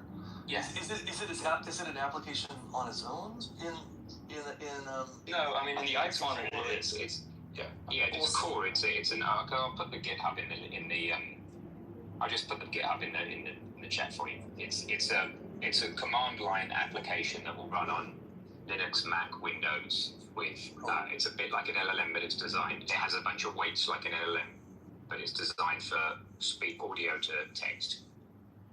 And it's completely local once you have it. Right? Yes, yeah. But the biggest models are, the biggest ones I use, I think, are 30 gig, something like that. 30, 40 gigs, so they're quite big. They're not going to fit in RAM on a phone. So 30 billion parameters, 30 billion parameters. So I mean 30 gigabytes of memory. Oh, yeah. The big one, the big local ones I use, I think are that big. I can't remember. I haven't got my laptop on me. But you can get smaller and faster models like Turbo and blah, blah, blah. Well, you can get Gemma 4 E2B, which is pretty good, and that's like I think a 2 or 3 gigabyte version. Yeah, exactly. A few gig will get you a good model. So there's several things on the App Store called Whisper. It looks like maybe there's one called Whisper Flow AI. There's one called Whisper AI Voice. Which one are you talking about? Hold on, let me look. I gotta look at my apps.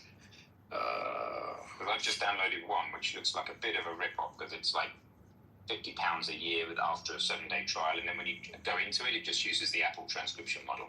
So it's basically doing nothing. No, I gotta find it. Where the fuck did I put it?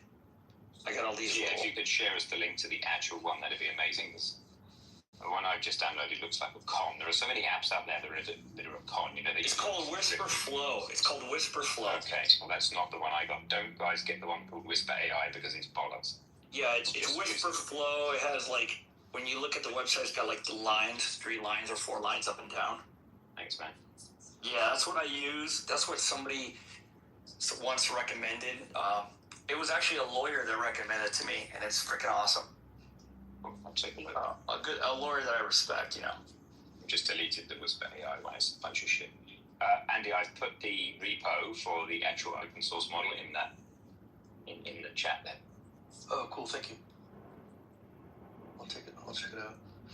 On a computer, you can pipe audio around through different apps and stuff, but on an iPad, on iOS, I'm pretty sure the way audio works is the iOS handles audio, so you can't really pipe audio from one app to another, right? I guess I should just start using it. So do you have to whisper talk into this Whisper app and then does it paste it to something else or? No. So what you do is when you hit the start, if you're sending somebody a text, and you hit the start to your thing, the first time you use it, it opens a Whisper Flow app, and you just slide at the bottom, slide back to your texting thing, to your where you're texting. When you slide. Sometimes it actually does it on its own. It's weird. Sometimes when you hit start, for texting, a lot of times it opens the app, but it comes back to the text. I think it has to do something with Apple not allowing there's something that Apple doesn't allow, so that's the workaround. But it works amazing, dude. I don't mind sliding one time instead of typing. For example, if we right now we're on Clubhouse, an audio app, I don't think Whisper could have access to this audio and start transcribing it, which would be kind of cool if it did. But on a computer, you could totally do that, right? But anyways, I'll start playing around with it. We'll see. By the way, Ben, I freaking love your Compelled. I'm good. I'm glad you like it. I was describing it to my wife, and she's like, "Well, that defeats the whole purpose." And I'm like, "No, it doesn't, because it actually frees you up from sort of." It turns out the part that it relieves is kind of the boring part of the game, and it lets you spend more time on the interesting part. So. Oh, thanks, man. Yeah, that was the thought when I probably got about 2 hours in it. Using it right now. So cool, man. It needs a bit more polish, but I've got Living proof of beta testers, I can add you into the WhatsApp group. There's only 3 or 4 people in it if you want. Give any feedback there. I guess I'm just surprised, in a way, that the essence of the game survived that for being. You know what I mean? Like you strip a feature out, you think you're going to ruin the game in a way, but it doesn't. And I love that. I just think that's very, very cool. It's a good idea. Cool, man. Yeah, so I'm beta testing at the moment. When I get back from the States, I'll probably I'll widen the beta test to like public links. So on Clubhouse, I'll say, hey, anybody wants to try the app again, just use this link, and then I'll make it. Then I'll put it on the App Store proper. I also like your when you first start the app the first time, how you guide the user through. First do this, then do that. So, but I think it was with 0 words. It's like, okay, I'm trying to by step 8 or whatever, you now know how to do this. There's no way you can't know how to do this. Hopefully, the idea is it's very easy to internationalize if I don't use any words in the opening. Yeah, no, it's great. Born of lazy. I love examples of that. Like any Apple's good at this in general. Like IKEA is good at it.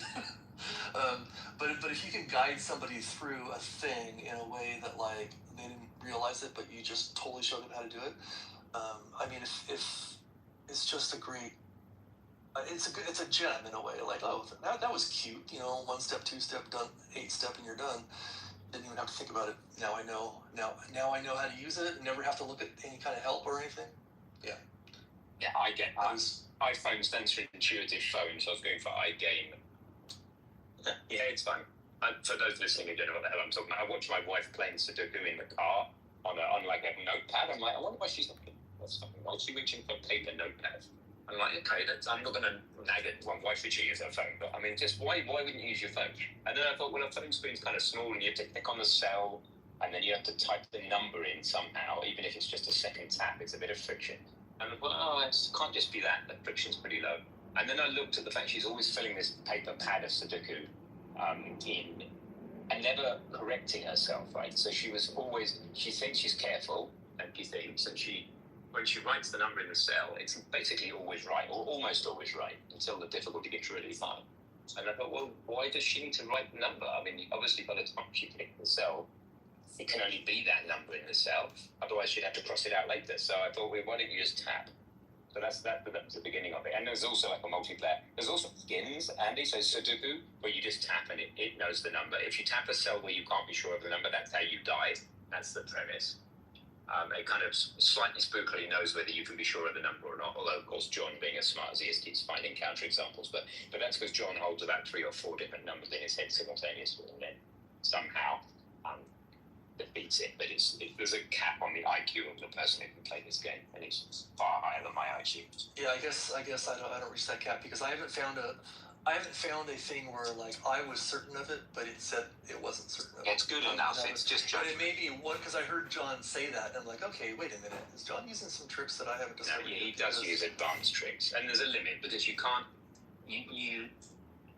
If you give it to somebody who has a weird brain and they can just see the solution in their head, obviously, if you don't have to put the number in, they can't prove to you. Because an autistic savant could just look at a Sudoku board and go, I know the whole lot. I'm just going to start at the top left and fill the numbers in, right? Some people can do that. And they can't prove that they know it because they're not allowed to type a number in.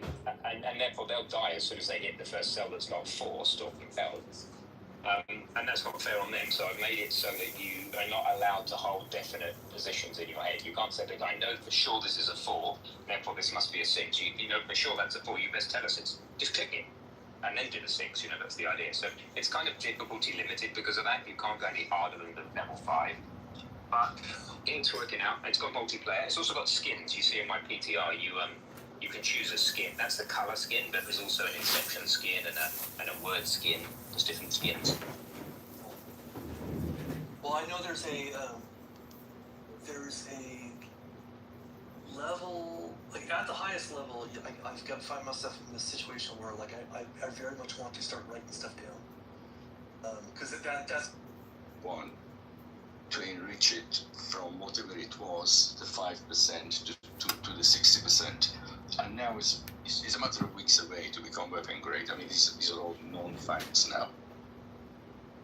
Now, Of course, that's in addition to hundreds of billions of dollars that's been spent over the past 40 years, because it's 1985 that Iran started the enrichment process and establishing the centrifuge farms and so on.